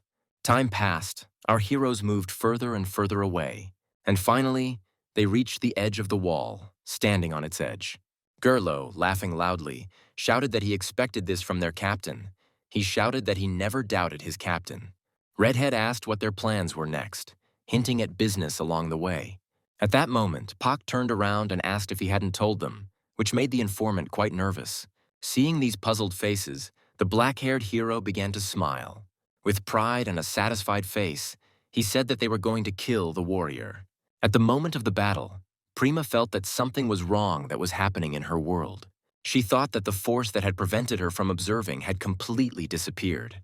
She felt Marlboro's power disappear, hoping that Pa Byung-chan hadn't lost. She decided to test it, so she gathered her strength and immediately snapped her fingers. At that very second, a circle showing the empire began to appear right in front of her face. Her view was obscured by a raised column of dust, preventing her from seeing what was happening. However, as soon as it dissipated, a picture appeared on her face that she did not expect to see at all. Seeing our hero in his new uniform, A tear appeared on her face and flowed down her cheek, and her hands began to tremble, and it was these trembling hands that she began to reach towards Pak Byung-chan. Having started to grab herself from different sides, she could not let go of the thought about it. That these two will fight for her forever now, Park Byung-chan and Kim Shin-im. Now she was confident that she had made no mistake in her choice. She chose two ideal candidates for this theatrical scene. And so, finally, the devil left the empire, as many believed. It was a deliberately showy escape. Not only the correctional system, but the empire itself is the greatest power in the world. The camp was under the jurisdiction of the most powerful man in the Han Empire. That meant only one thing: that the national power of the empire was questioned by the whole world. Moreover, the empire lost more than just its reputation, but also the strong rankers who died in this battle. In the village where our main character first found himself, there was a sad atmosphere. Many were crying. The rankers themselves stood with a terrifying aura, the air filled with the smell of anger and pain. Everyone felt the pain. It was a pretty serious loss for everyone. Even the seemingly indifferent Hong's expression changed. His eyes filled with pain. He recalled how Karim explained to him how to use chi correctly. And just as he rejoiced when he surpassed him, Karim shared his joy with him. And even in moments of love, he helped him in everything. They were very close. Black-haired participated in all the highlights of the Empire's most powerful ranker, and also in the most difficult times of his life, listening to absolutely everything and helping. For Khan, Karim was his only friend. The boy thought that his comrade would always be there. At that moment, a tear streamed down his face as he began to wonder if he had listened to his advice. Even the crying Dora was surprised when she saw Han shed a tear. Gradually, the funeral ended. Everyone began to disperse. The A-rank decided to stay with his friend a little longer. Suddenly, the warden addressed him, distracting him from his inner thoughts. Noticing the sewn-on arm, the purple-haired man was delighted because the operation was successful. However, the old man came for another reason. He again turned to the captain. After a short pause, he said that he was going to retire. Hearing this, his senior comrade in rank asked him again what he meant. The old man himself was taken aback, starting to say that the devil in the prophecy was an ordinary man who had a family and knew sadness and despair. He clutched his face, not knowing what he would do the next time they met, wondering if he could put in all his effort like last time, knowing full well that he wouldn't have the confidence to do so. Exhaling heavily, Han replied that he couldn't catch him alone, but Batya stood his ground. And then he said that, as the eldest, he had something to apologize for. After bowing, he said that he would take full responsibility and then apologized again. And so, the Empire lost the 10th place among A-rankers. Karim died. The second-ranked A-ranker, Batya, retired after being defeated by the devil.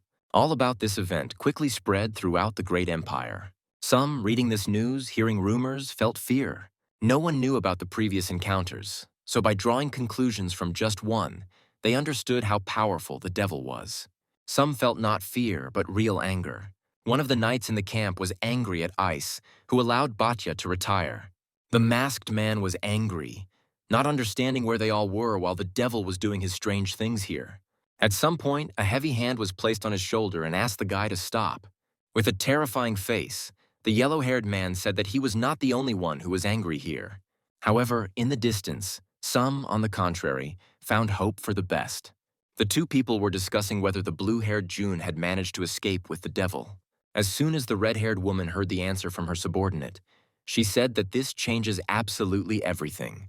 She gathered all the strongest, saying that they needed to get to the devil as quickly as possible and protect him. Some people were overcome with arrogance, one of them being the man sitting among the inhabitants of the world of Marley. Above, right above him, hung the very same monster that destroyed cities with just one movement. The man called everyone who fought the devil real weaklings. After all, they had already caught similar creatures in the Empire, and it was not difficult at all. Some, on the contrary, took advantage of the opportunity. These were the two girls who sat at the table, sweetly sipping tea. Their tea drinking was interrupted by a man in knightly armor who came in. The black-haired girl's name was Alice, and she didn't understand if everything would be okay in the future. Some mourned their great loss. This was Karim's older brother Kram, who never stopped crying. Some have gained quite a confident determination. This was Han, who immediately went back to training after the funeral. He couldn't let this situation go, constantly thinking about it. All over the world, it was quiet. A real silence had set in, but one thing was clear. Everyone heard about this news, but nothing else happened. So Han understood that a real storm was brewing. And the man who was in the center of this storm, the purple-headed one, was interested in what he would do. Pak Ben-chan himself and his comrades were in shelter number 9, which was Jun's next shelter. The black-haired man stood in front of his comrades, holding 2 plates of food in his hands. He shouted at his subordinates that the war needed money, so it was time for them to open their businesses, explaining that they would be selling sour garlic chicken and Hangul chicken. Hearing this, Friday Chicken lost his composure and suddenly shouted that it was amazing. He couldn't stop screaming with joy, because this was the best news in his entire life. Even the birds that were nearby began to fly away in different directions. At that moment, Gerlo, hearing this, fell to his knees. He could not believe it. Tears of joy appeared on his face, because with the emergence of the business, they would have money. However, Jun interrupted them by raising his hand, drawing everyone's attention to himself, after asking all the happy faces where they were going to open it. Immediately after escaping from prison, Park Byung-chan's group hid in Jun's hideout outside the Empire, and the sergeant slept for 2 whole days. Marley has used up almost all of her powers, resulting in her no longer being able to maintain her physical form. When Pa Byung-chan stood up, his colleagues became very curious. A huge number of questions arose, but Pak Byung-chan was a little crazy, so he went to the kitchen to prepare, telling about their future plans for earning money. And here is the very moment where the blue-haired boy killed everyone. Having said that 2 days had passed, so he was sure that everyone already knew. Because the sergeant's posters were all over the country, he didn't understand how they were going to sell the chicken. Moreover, there were also those who were dissatisfied. The first to speak out was the fat man, who spoke rudely about escaping. But he was interrupted by Friday the hen, who was seriously angry, and he shouted angrily that they would shout for food. Pak himself told everyone that they talk about everything over food because it's too long a story. Our main character was going to tell everything to his new colleagues. And sometime later, the food that the sergeant himself had prepared was already on the table. Everyone sat waiting for their captain to begin his story. And sometime later, Pak Byung-chan told about everything that happened to him in a short period of time. About how he got here, how he was thrown into prison, who he met, about what he understood, as well as about the plans of their beloved goddess Prima. When he told them everything, surprisingly, everything was absolutely the same. Naturally, the black-haired man did not expect such a reaction at all. It seemed like no one was listening to him, because right now a real fight for a piece of food had begun. Hagar's comrades, noticing the expression on Hagar's face, immediately began to run away in horror. Gerlo, in turn, understood that if they got into food, they would definitely become the first on the market. Jun himself thought to himself that he had already heard this story, and also noted that the food was really tasty. He asked Pak to try it too. Friday the chicken, in turn, understood the meaning of why the chicken and the war are connected. After all, this chicken wasn't prepared using any fancy cooking techniques, but it is a combination of spices that stimulates the tongue. He shouted throughout the shelter that this particular taste would make everyone addicted. The fair-haired man didn't understand where Pak got such a recipe from, so he asked him how he made it. Pak, in turn, didn't understand whether chicken was really more interesting than a story about a goddess and a war. Our hero could not understand how they could react like that, because he was expecting something completely different. Hagar's crew even tried to cheer up the captain a little, but their faces still showed indifference. The fat man finally understood why the escape had to look exactly like this. He found the answers to many of his questions himself, but he also noted that the story about the other goddess and Prima seemed like a lie. And Gerlo also noted this and agreed with the fat man. A-ranked Kurochkin himself continued eating the chicken, not paying attention. Suddenly, he interrupted everyone, asking the sergeant to ask everyone because they had to understand. He noted that when he first heard the name, he simply thought it was a coincidence. The goddess named Marley, in other words, Marlborough. Upon hearing this, Puck's companion was surprised, asking if he really knew about her. The fair-haired man noted that, as far as he knew, if anyone had been at rank A before, they knew that name. But he also thought to himself that if he said more, he would definitely die, because that was the contract. Marley noted that her current feeling was similar to how they felt before, and Puck agreed with her words. Pak understood that it's not that they don't say it, it's that they simply can't say it. He was referring to waves, the very creature into which his comrade had turned. The sergeant began to carefully examine first the blue-haired man and then the chicken. Suddenly, he started coughing and apologizing, saying it was an accident. Marley realized that Friday knew about the waves, so she immediately began to happily shout that they would help them, asking where they were. However, the fair-haired man folded his arms and said that he could not say more. Jun began to think to himself that the same thing had happened to his boss, and assumed that they couldn't talk about it. In turn, Pak Byung-chan began to loudly ask what the negative atmosphere around was. Suddenly, a loud voice was heard, shouting that it had come for my mother's scent, but my mother was weak, and next to her stood a man filled with her strength. All our heroes felt the terrifying atmosphere. They felt the tension, and literally a moment later, some creature burst through the door. Looking at him, each of the heroes felt something incredible. It was even difficult for them to look in his direction. The creature itself, in a rough, disgusting voice, asked if the man had absorbed everything. Suddenly, an even more ominous loud cry of some animal was heard. With each passing second, this roar became closer and closer. It could be heard everywhere. This very creature flew straight into Jun's shelter, thereby destroying it. The impact raised a huge column of dust, which gradually began to settle. As soon as it settled, devastation appeared. The shelter was completely destroyed. However, each of our heroes managed to jump back and protect themselves from destruction. Some survived the blow themselves, suffering only a small part of their body. Someone had to protect their younger comrades who were weak, but each of them remained completely intact. Each member of Pak Ben-chan's team began to analyze the situation. The black-haired sergeant himself immediately prepared for battle, looking carefully towards his opponents. What appeared before his eyes was not the best picture.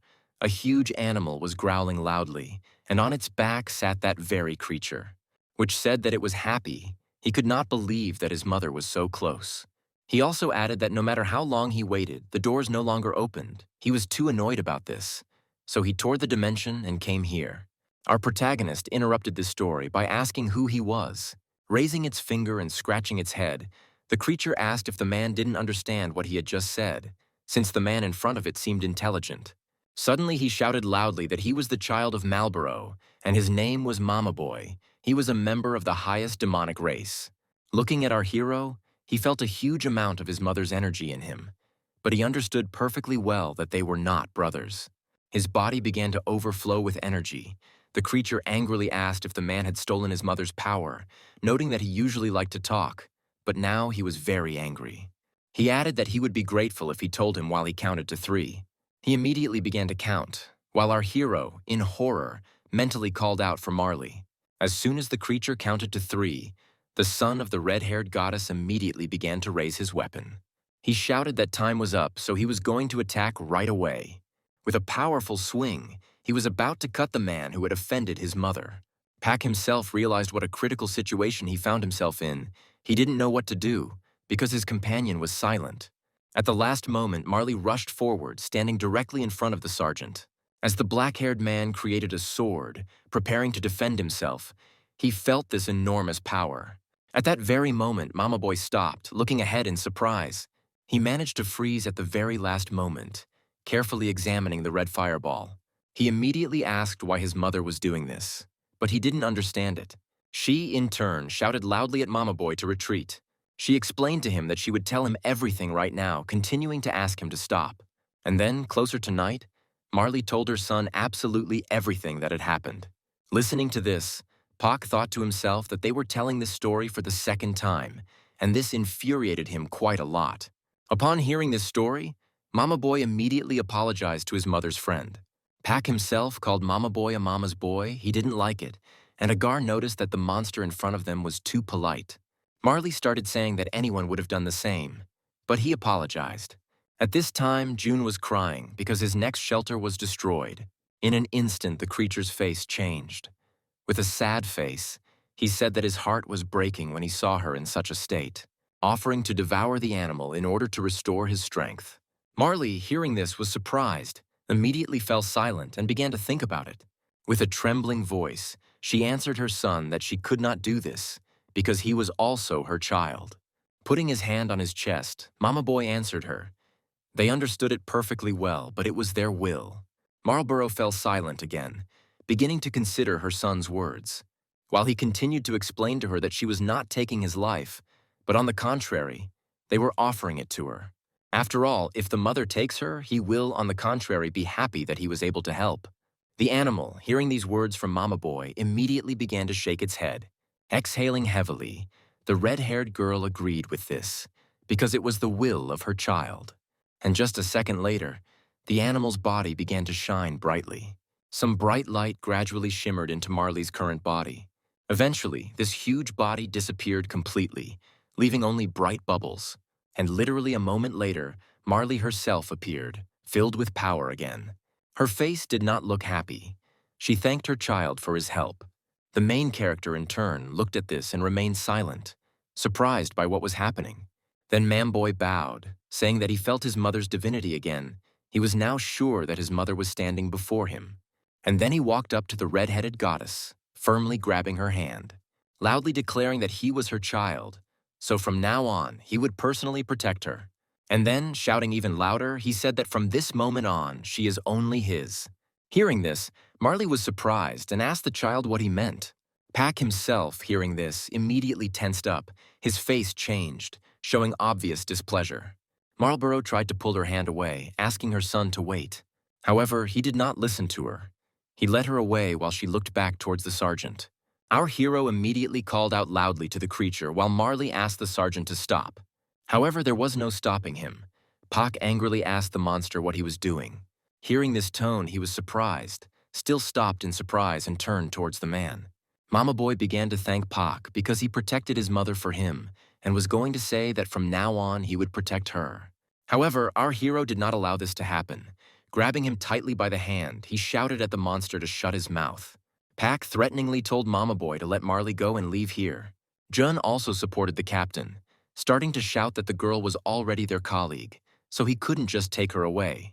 Mama Boy continued to stand his ground, shouting that they had to solve the problems of their world themselves. Turning to his mother, he asked if this was true. Marlborough supported her son's words, although her face clearly said something else.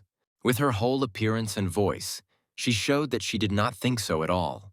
She is the one who was originally a god, and people are the creation of another god. But having been brought down to their level, Marlborough finally began to perceive people as equals. This is all very different from her all-powerful everyday life, experiencing hardships alongside her colleagues and experiencing emotions she never experienced as a god. But there was a certain spectrum of emotions that she could not yet understand, namely those that she experienced next to the sergeant. It was something new for her. She thought to herself that she didn't understand, because she was happy that Pac was going to tear her child apart because of her. Her face was red.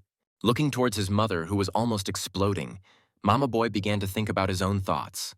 Having said that he now understood everything, he also added that he couldn't even believe that he hadn't understood it right away. Calling our main character father, which surprised not only Marley but also Puck, he immediately told the goddess that she should have told him everything right away, at some point even adding that he was glad because he had managed to catch his mother's boyfriend. Gerlo laughed. Kuroshkin in turn recalled his past. Naturally, the sisters, upon hearing this, became quite angry, since it was they who had laid claim to our hero. Gerlo recalled that very moment from the fight against the boss, because even then it was possible to understand everything. After thinking for a bit, Mama Boy noticed that the black-haired man was very dear to their mother. Thinking about it, he realized that he couldn't let her lose this relationship. Pac, in turn, was drenched in sweat, and at some point, without realizing it, he began to thank his companion's child. Suddenly, the creature's face changed again, and he began to emit a terrifying aura. Naturally, our main character felt it and immediately became frightened. He screamed loudly that he could not allow his mother to go through another pain of loss. And at that very second, some tentacles began to grow out of the ground, rising higher and higher. Naturally, it was our main character who felt this terrifying aura more than anyone else, while Mama Boy continued to scream that he would never allow this to happen again. And just a minute later, a huge area was covered with tentacles. Our heroes separated from the real world. All of Marley's colleagues were inside, and they didn't understand what it was. The sergeant understood that the situation was as bad as possible, calling himself a fool, because talking didn't solve anything in this world. Having seated his mother in a soft chair, Mama Boy said that he would now act extremely wisely, because if he listened, he would understand what he wanted to say. Starting with the fact that if they continued in the same spirit, they would simply die. Looking towards the chicken, he said that although he scared him a little, he would also die. He also proudly stated that in their world, everyone follows Marley, noting that she strove for freedom of choice for her children. That's why those who follow their mother appear just like him. And those who only want power, the motherless, they are the ones who strive to be at the top. Well, there were those who didn't care. They just wanted to have fun. The motherless ones dreaming of swallowing up Malbra. Mama Boy explained that if the world united, each of them would make an effort to make this planet a real hell. After hearing this, our hero became thoughtful, thinking that Marley had completely forgotten to tell him that she was a very bad goddess, and she, in turn, was trying to look innocent. Mama Boy spread his arms and continued shouting that his mother's friends would not be able to survive this because they were too weak. So he was going to make them prove him wrong. He also shouted that he was no longer going to allow his mother to feel the loss of something important. So until he decides they have a chance, he won't let anyone leave this place. These were the words Mama Boy finished with, while Pac noted that he had too high an opinion of himself. With a satisfied face, he said that they would crush him right now, proving their strength. However, he didn't think so against Pac at all, saying that his father didn't know how to use their power at all. In an instant, he came close to Pak Byung-chan, stopping right in front of his face. He said in the most disgusting voice that he needed to die once in order to understand this. As calmly as possible, without any tension, he brought his hand to our hero's body. And at that very second, a huge part of the body was completely destroyed, leaving not even parts of the body. Immediately, Pac's whole body tensed up and his blood began to boil in all directions. The red liquid began to flow down, forming a puddle that grew larger and larger with each passing second. Mama Boy silently looked at our bleeding hero. All of Pak Ben-chan's colleagues could not believe their eyes. Their faces were filled with horror. And then the black-haired man began to lose consciousness and began to fall down. Having fallen into his own pool of blood, all the boys' sighs died down and silence fell all around. Bella was the first to scream, screaming in panic, her entire face covered in beads of sweat. Her sister Cindy rushed towards her captain and rushed after her. However, Marlborough's son merely raised his finger, concentrating his energy on it. Immediately, huge tails grabbed the girls and threw them aside. However, they were too angry to pay attention to this, as they were about to finish off Mama Boy. Even the goddess joined in, anxiously asking what her son had done. He, in turn, raised his finger to his mouth and told everyone to close their mouths, explaining that the black-haired man was supported by his mother's strength so it wouldn't kill him right away, but he also added that if the others stood in his way, he wouldn't even have to use his hands to kill their comrade, and then asked the crowd if they understood what he meant. There was only silence in response. Everyone understood everything. The creature leaned towards our hero. Bending down, he asked Pac what he wanted to say, whether he was okay. Our hero himself responded that it was very painful for him, calling Mama Boy names along the way. He laughed and replied that he had been holding back and that he would now tell everything. He asked our hero if he remembered the first attack, asking him to collect his thoughts and answer completely honestly, while our hero answered that he really didn't like Mama Boy. Not hearing an answer, Marley's son began to tell the story himself, saying that the first time he attacked him, Puck tried to use their power but was unable to release it, explaining that in previous battles, his mother had supported him and he could use her as his own, leading to the fact that if he doesn't learn, doesn't get used to using it, he will simply die. Naturally, our hero did not understand what this had to do with the fact that the creature had made a hole in his body, and then he shouted that Paku needed to learn to use their power. Along the way, he added that the guy was very lucky. The strength that his mother gave him was very similar to his. He was going to help him, but only with his little finger to try to restore part of the body. Suddenly, the aura inside changed, and in an angry voice, Mama Boy shouted that this was too extreme a situation, so he needed to do everything possible. Naturally, Pac was not happy with the current situation, but he had no other choice, so he mentally asked himself to concentrate, starting to gather energy. He understood that he needed to get used to this power in order to win. During the restoration process, he also understood that there was no need to rush. The sisters watching this from the front row were horrified because Pac really was no longer human. The rest of the crowd watched the events without moving, believing in their captain. Marley looked anxiously towards her Puck, hoping for the best outcome. And our hero paid no attention to anyone, continuing to restore his body. and literally in just a few seconds the arm was restored, as was the body part. Mama Boy, seeing this, immediately shouted that Pak was a good boy, also noticing his talent. And then he asked the main character if he had ever knitted a sweater. These words hurt Pak Byung-chan too much. His face became even more embittered. Shouting that he still dared to mock him, he rushed into the attack. But Mama Boy continued to mock, slowly beginning to raise his hand. And again, in an instant, he destroyed the body of our main hero, leaving only one hole. Marley's son was going to destroy his body at random from now on. Until he got used to his new power, he shouted at Pak to attack. Meanwhile, all the powerful people of the Empire gathered in the Central Imperial Church. They sat at a table headed by a new hero, a man Prima had summoned to save the world. Behind him was the goddess's direct subordinate. The two of them looked pleased because everything was going according to their plan. One of the men said that this time they had a very difficult time. When I asked Captain Hong if that was what he thought, I was met with silence. The brightly-haired man asked if it was time to give the title of the strongest army to someone else. The man's name was Abramuns, the doctor's immediate attendant, who was present in the doctor's absence. A junior subordinate of Han's stood up to defend him and ordered him to be silenced. Hearing this, the junior doctor laughed. He found this situation too funny. He asked everyone there what they were going to do, since there were already suspicious movements in all countries. However, he also understood perfectly well that this most likely did not bother anyone. As always, there was one thing, but it was the Kingdom of Ma7, which released criminal gangs and a bunch of drugs into the Empire. Naturally, Hong had heard about all of this, as well as about the alley called the Black Market. At some point, the conversation even turned to Ellis, who was also released. Well, and besides, Crumb was also among the pure future strongest rankers. The doctor joked that it was precisely because of these two characters that he was beginning to feel despondent, suggesting that their majesties were disappointed in them. After all, it was precisely because of this reason that they could do this that these words angered the yellow-haired knight. A warrior joined their conversation and asked them not to worry, because from now on he would take care of everything. Hearing this answer, Hong looked dissatisfied. In turn, Abramuns, on the contrary, said in a satisfied tone that he believed in him. Suddenly a man entered their room, interrupting everyone. He apologized and said that he was late because he needed to find out too much information. He suggested holding a meeting about future operations, and then he pasted up a leaflet of our main character with his company. Baldy said that the devil did not appear through a spatial crack, so it is believed that he entered this world individually. It was also known that he did not initially know their language, and was not strong in combat. The devil didn't have enough power, but that didn't stop him from destroying the rankers one by one, and it was also known that he created the worst group.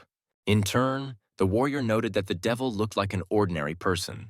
The bespectacled man also added that the devil is well disguised, since he entered the Empire disguised as a priest. The warrior, having read the report, said that he had a very strange feeling. This devil was too different from the existing demons. He asked if it was possible that the devil had awakened mana. Han replied that they had only heard of him from prophecies and reports. The strongest also spoke about the words of Bati, who said that the devil had a family and he also suffered from despair. The junior doctor joined in, beginning to recount Jun's interrogation. He added that the devil is now called the human devil. There was silence. The warrior was immersed in his own thoughts. Then, breaking away from his thoughts, he asked if he had a name. The bald, bespectacled man immediately began to leaf through the paper, saying that he had something unique. And then, stopping, he loudly declared that he had it. Pak Ben-chan, hearing this, the warrior's face immediately distorted, he remembered. What he was trying to forget, what he was doing all this for, his face became covered in beads of sweat. Everyone started talking among themselves while their hero sat frozen. With a trembling, wet face, he turned towards the angel standing next to him, who looked in his direction with angry eyes. He saw horror on her face. But as soon as he looked closer, he saw that she was all red. She was licking her lips. She liked this atmosphere. To himself, the hero of this world thought that this simply could not be. Baldy also noted that when he hid his identity, calling himself a champion tiger, at that moment the hero realized. It was definitely his comrade. Han noticed this incomprehensible reaction, who immediately turned to him, asking if everything was okay with him. The junior doctor also noticed that his face had changed. He looked too unwell. Standing up, the doctor said in a trembling voice that he needed to go out and also asked to write down everything from this meeting and pass it on. And then he grabbed the hand of the blonde girl standing next to him, and he began to impulsively pull towards the exit, saying goodbye to everyone. Once he reached the corridor, he tried to move as far away from prying ears as possible. Pressing the girl against the wall, he began to peer into her face. He still asked in a trembling voice if it was him, hoping to the last that it was not his Pak Ben-chan. The angel in turn asked in an excited voice, if it was him, then what would he do? Would he leave? At this point, the hero exhaled heavily, saying that he tried not to think about it, although deep down he knew about it. Clenching his face, he said again that it was because of him that Pak Byung-chan died. He did not understand how it happened that he was called upon to kill him a second time. But his companion interrupted him, saying that he was mistaken. She called it a normal test, which the hero did not understand. The girl called the guy a fool for thinking he just needed to destroy the devil, and then her whole face changed, asking if he really thought so. He started talking some nonsense about testing and returning back. She asked if the guy liked Pak, or if, on the contrary, he just wanted to atone for his guilt. And then she shouted loudly that he needed to kill Pak Byung-chan. And it is after this that everything will return to normal. With an excited face, she asked if it was wonderful. At this time, in the forest, our main character's training continued. Inside, our hero's body was destroyed again and again. Loud cries of pain were heard, and the sisters almost lost consciousness due to the bloody sight. And not only they, everyone was horrified looking at this suffering. Marley couldn't believe that this was all because of her, because she was the one who chose Puck, and now he was suffering. The black-haired man himself continued to restore his body time after time. Mama Boy praised him, saying that he was already much faster and suggested that he increase the pace. This time, by raising 2 fingers, Marley's son declared that he would use not 1, but 2. Seeing this, the boy's face naturally changed because he could barely cope with 1. At this moment, the goddess Marlborough ran up to him. Standing right in front of her son and spreading her arms, she didn't want to listen to the screams anymore. She cried out anxiously that this was enough, to which Mama Boy asked his mother not to worry, explaining that it would not kill the boy. And she continued to scream that she couldn't watch him suffer. Her son didn't understand, because a new level of power was about to open up. Naturally, he understood that it was painful, but it was better than dying later. However, this time the mother's mood changed and she angrily shouted at her son. There was silence. Her little son silently looked towards his mother, stating that, as he thought, the man was not good enough for his mother.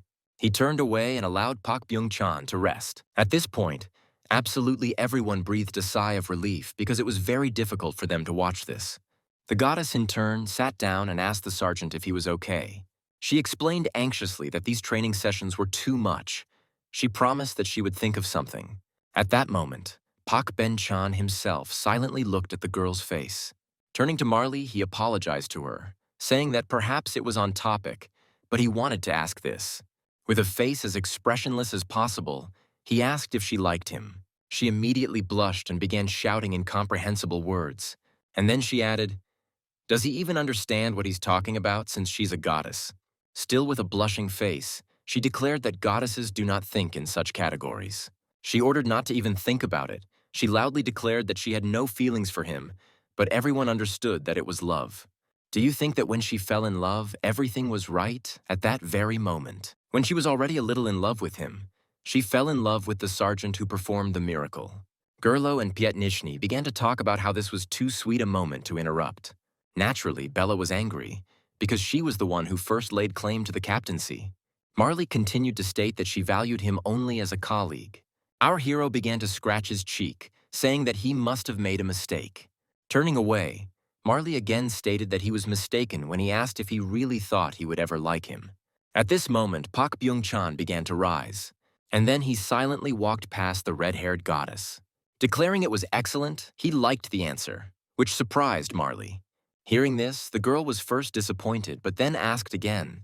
There was a huge wall in the sergeant's head at that moment.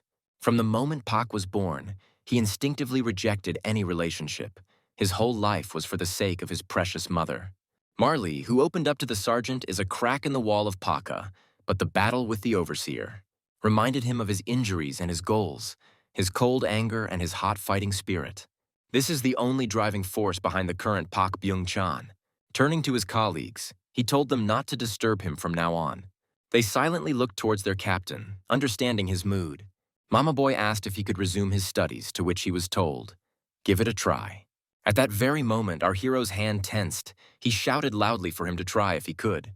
Marley's son stated that this was a good position, but also explained that there was a limit to the education he could give him. Pak Byung-chan's face looked much more confident this time. His current mentor noticed this and extended his hand. The protagonist launched an attack while Mama Boy stood with 2 fingers extended, and so both hands were destroyed in an instant, but Pa continued to move forward. The creature told him to call off his stupid bluff. However, he immediately received a punch in the face from our hero. After sending him back in an instant, Pa Byung-chan restored his arm. With a crazy face, he asked his son if this was all he was capable of. A group of people was moving through the forest, through the very forest where our heroes were. The red-haired woman stated that this was the very place where Jun's hideout was. The girl standing nearby stated that several weeks had passed between the time the letter was sent to them and their arrival here. She asked if the blue-haired man could have changed his shelter. However, their captain replied that no, because he would have reported it. Suddenly, the man asked everyone to turn their attention to the right. Approaching the girl with glasses, the captain asked if she had really found something, and she said in a trembling voice that they had clearly found something. Looking at this, no one understood what they had just seen. However, for their captain, everything was already clear. After all, this place where she stands is the place, Jun's refuge. At that very moment, they felt a terrifying surge of force that almost knocked them to the ground. At some point, it seemed to them that it was a real earthquake. And then, right in front of them, some kind of creature began to appear from the ground. However, it was not quite a creature. It was the power of Mama Boy. An entrance appeared in front of the heroes. Looking at this, the 4 boys prepared for battle. The red-haired captain, in turn, silently looked forward. Suddenly, the sounds of footsteps began to be heard from within the darkness, and behind them appeared a huge crowd of people, from which emanated enormous power. Terrified, they prepared for battle, knowing full well that they could die right then and there. And then our heroes appeared, each of them playing out just one moment in their heads. These are the words of Mama Boy, who spoke about what they received. They deserved their chance to get out of here. Our heroes stopped in front of what they thought were their opponents. The protagonist's gaze looked tense. He was about to rush into battle, just like the captain, who was expecting an attack. However, their glances were interrupted as Jun ran out of the crowd with tears in his eyes. This picture surprised our hero quite a lot. After all, right now he saw Jun hugging him, shouting that he missed him. Now he realized that the leader of the blue-haired group was standing in front of them. Realizing that they were not facing enemies, he dispelled his power and immediately began to fall. As soon as Pak fell to the ground unconscious, Marley immediately screamed in alarm. Mama Boy, standing behind him, thought that he might have gone too far. Mama Boy's ability to freely control and shape his muscles. As Pa Byung-chan grew accustomed to his strength, Mama Boy created as many clones as he had colleagues in Pak's gang, all of them being his alter egos. Cindy and Bella focused on clearing their bodies of the remnants of the dirty needle and Arofi's magic, and then began training their muscles. Hagar trained her meanness to be able to instantly strike at the enemy's weak point, and Luna trained to increase the power of his nightmares. Jito trained to strengthen his body. Based on Gerlo's report on Mongi, he trained as a hunter, gathering food from the wild for everyone else. Well, the main test subjects were Friday and Sergeant. Mama Boy dealt with them personally. Weeks of frantic fighting, they had to eat and fight at the same time. And when they slept, unexpected attacks woke them up.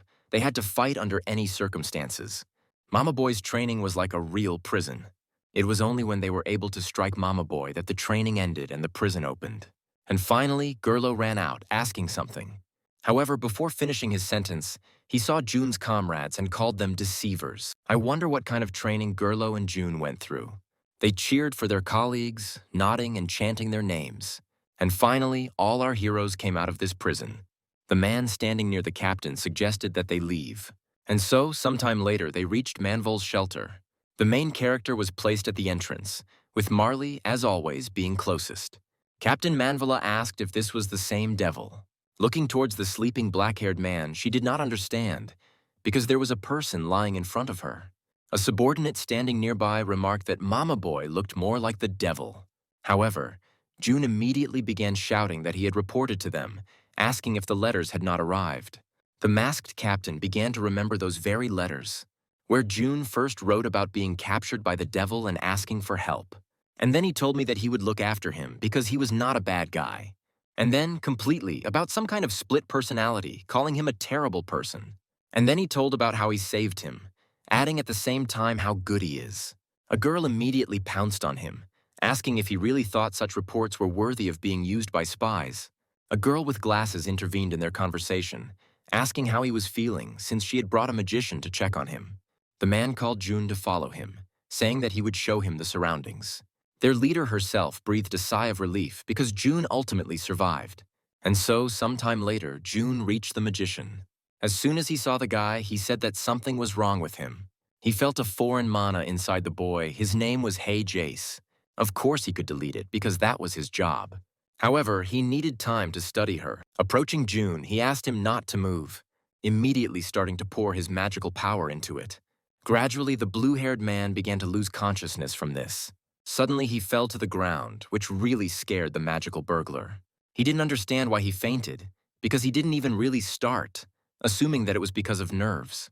However, while they were talking, something began to appear from June's body, becoming bigger and bigger with every second. Naturally, the men talking could not notice this. After all, the Doctor of the Empire appeared in front of them and began to shout joyfully.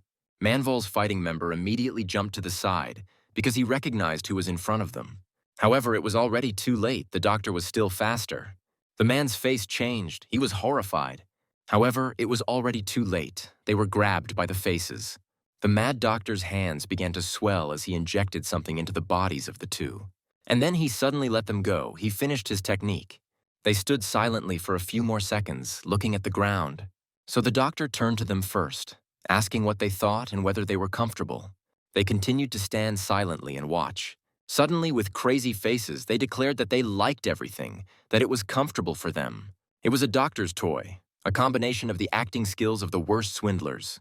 The Doctor immediately shouted that he was finally in Manhwa. He started hugging himself, glad about it, trying to remember what he was going to do. However, afterward, he shouted that it didn't matter, because now he could do absolutely anything. Meanwhile, inside the building, Marley noticed Mama Boy moving away. She immediately caught up with him, shouting and asking if he was really leaving. He said yes, but also noted that they would see each other soon. He explained to her that the dimension would open again soon, and he was going to bring their brothers to see their mother again. She, hearing this, was not particularly happy. He also added that he didn't want to be separated from his mother. But Pak Byung-chan was there. With a smile on his face, he said that even if it was just a little bit, he felt better when he was next to her. The goddess silently lowered her head. She was uneasy. Seeing this reaction, the little son began to laugh loudly, asking his mother not to despair. Leaning towards her ear, he began to whisper that Pak Byung-chan would soon fall in love with his mother. Hearing this, the girl's face immediately turned red. She began to push her son away while he continued to laugh, telling her that she was worrying too much about it. However, now she felt better and told him that he was a very good son. And so, Mama Boy came out, bowed. He said that he would return with the strongest army in the world. He asked to take care of himself. And then he waved to his mother as he began to walk away. At this time, the Doctor was watching everything from behind the wall, holding something in his hands. It was a means of communication. He immediately squeezed this creature. He happily declared that the mission was accomplished and also announced a cool thing. He told about a funny devil from another world, adding that most A-rankers could be killed with just one swing of it. He bet that the Empire was about to experience its worst story ever. At this time, Han was on the other side of the line, who was asked if he could handle it. He, after thinking for a bit, said that it was possible. Starting to play out their future fight in my head.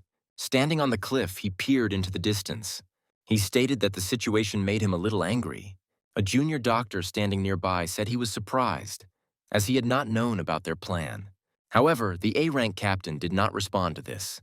Starting to remember the past, that very moment of capture, when they visited June again with the doctor, looking at his body, they couldn't even tell that it was him. The doctor knew that it would be difficult for him to repair his body. He asked Ray if since he looked like a piece of meat, it meant she had achieved her goal, but she only apologized. Hearing this, the doctor laughed loudly because he knew about the wall inside the guy's head. Hong himself only sighed heavily since it had not borne any fruit. They started to discuss some kind of experiment, but the doctor said that there was no need for it. He said he drew inspiration from the warrior's strategy. Hong, realizing that the doctor was asking him to ask him and tell him, did just that. Immediately, a sinister smile appeared on the madman's face. The doctor suggested releasing little June, and now they stand here at Manhwa's shelter. The doctor enters St. June's body, frees him naturally, and then enters Manhwa. This plan did not please Han at first, but now it has borne fruit. Suddenly, a cry was heard that the devil the doctor had spoken of was about to appear. At this moment, Han's eyes lit up and he immediately began to take out his weapon. After all, that same monster appeared. He felt its enormous power.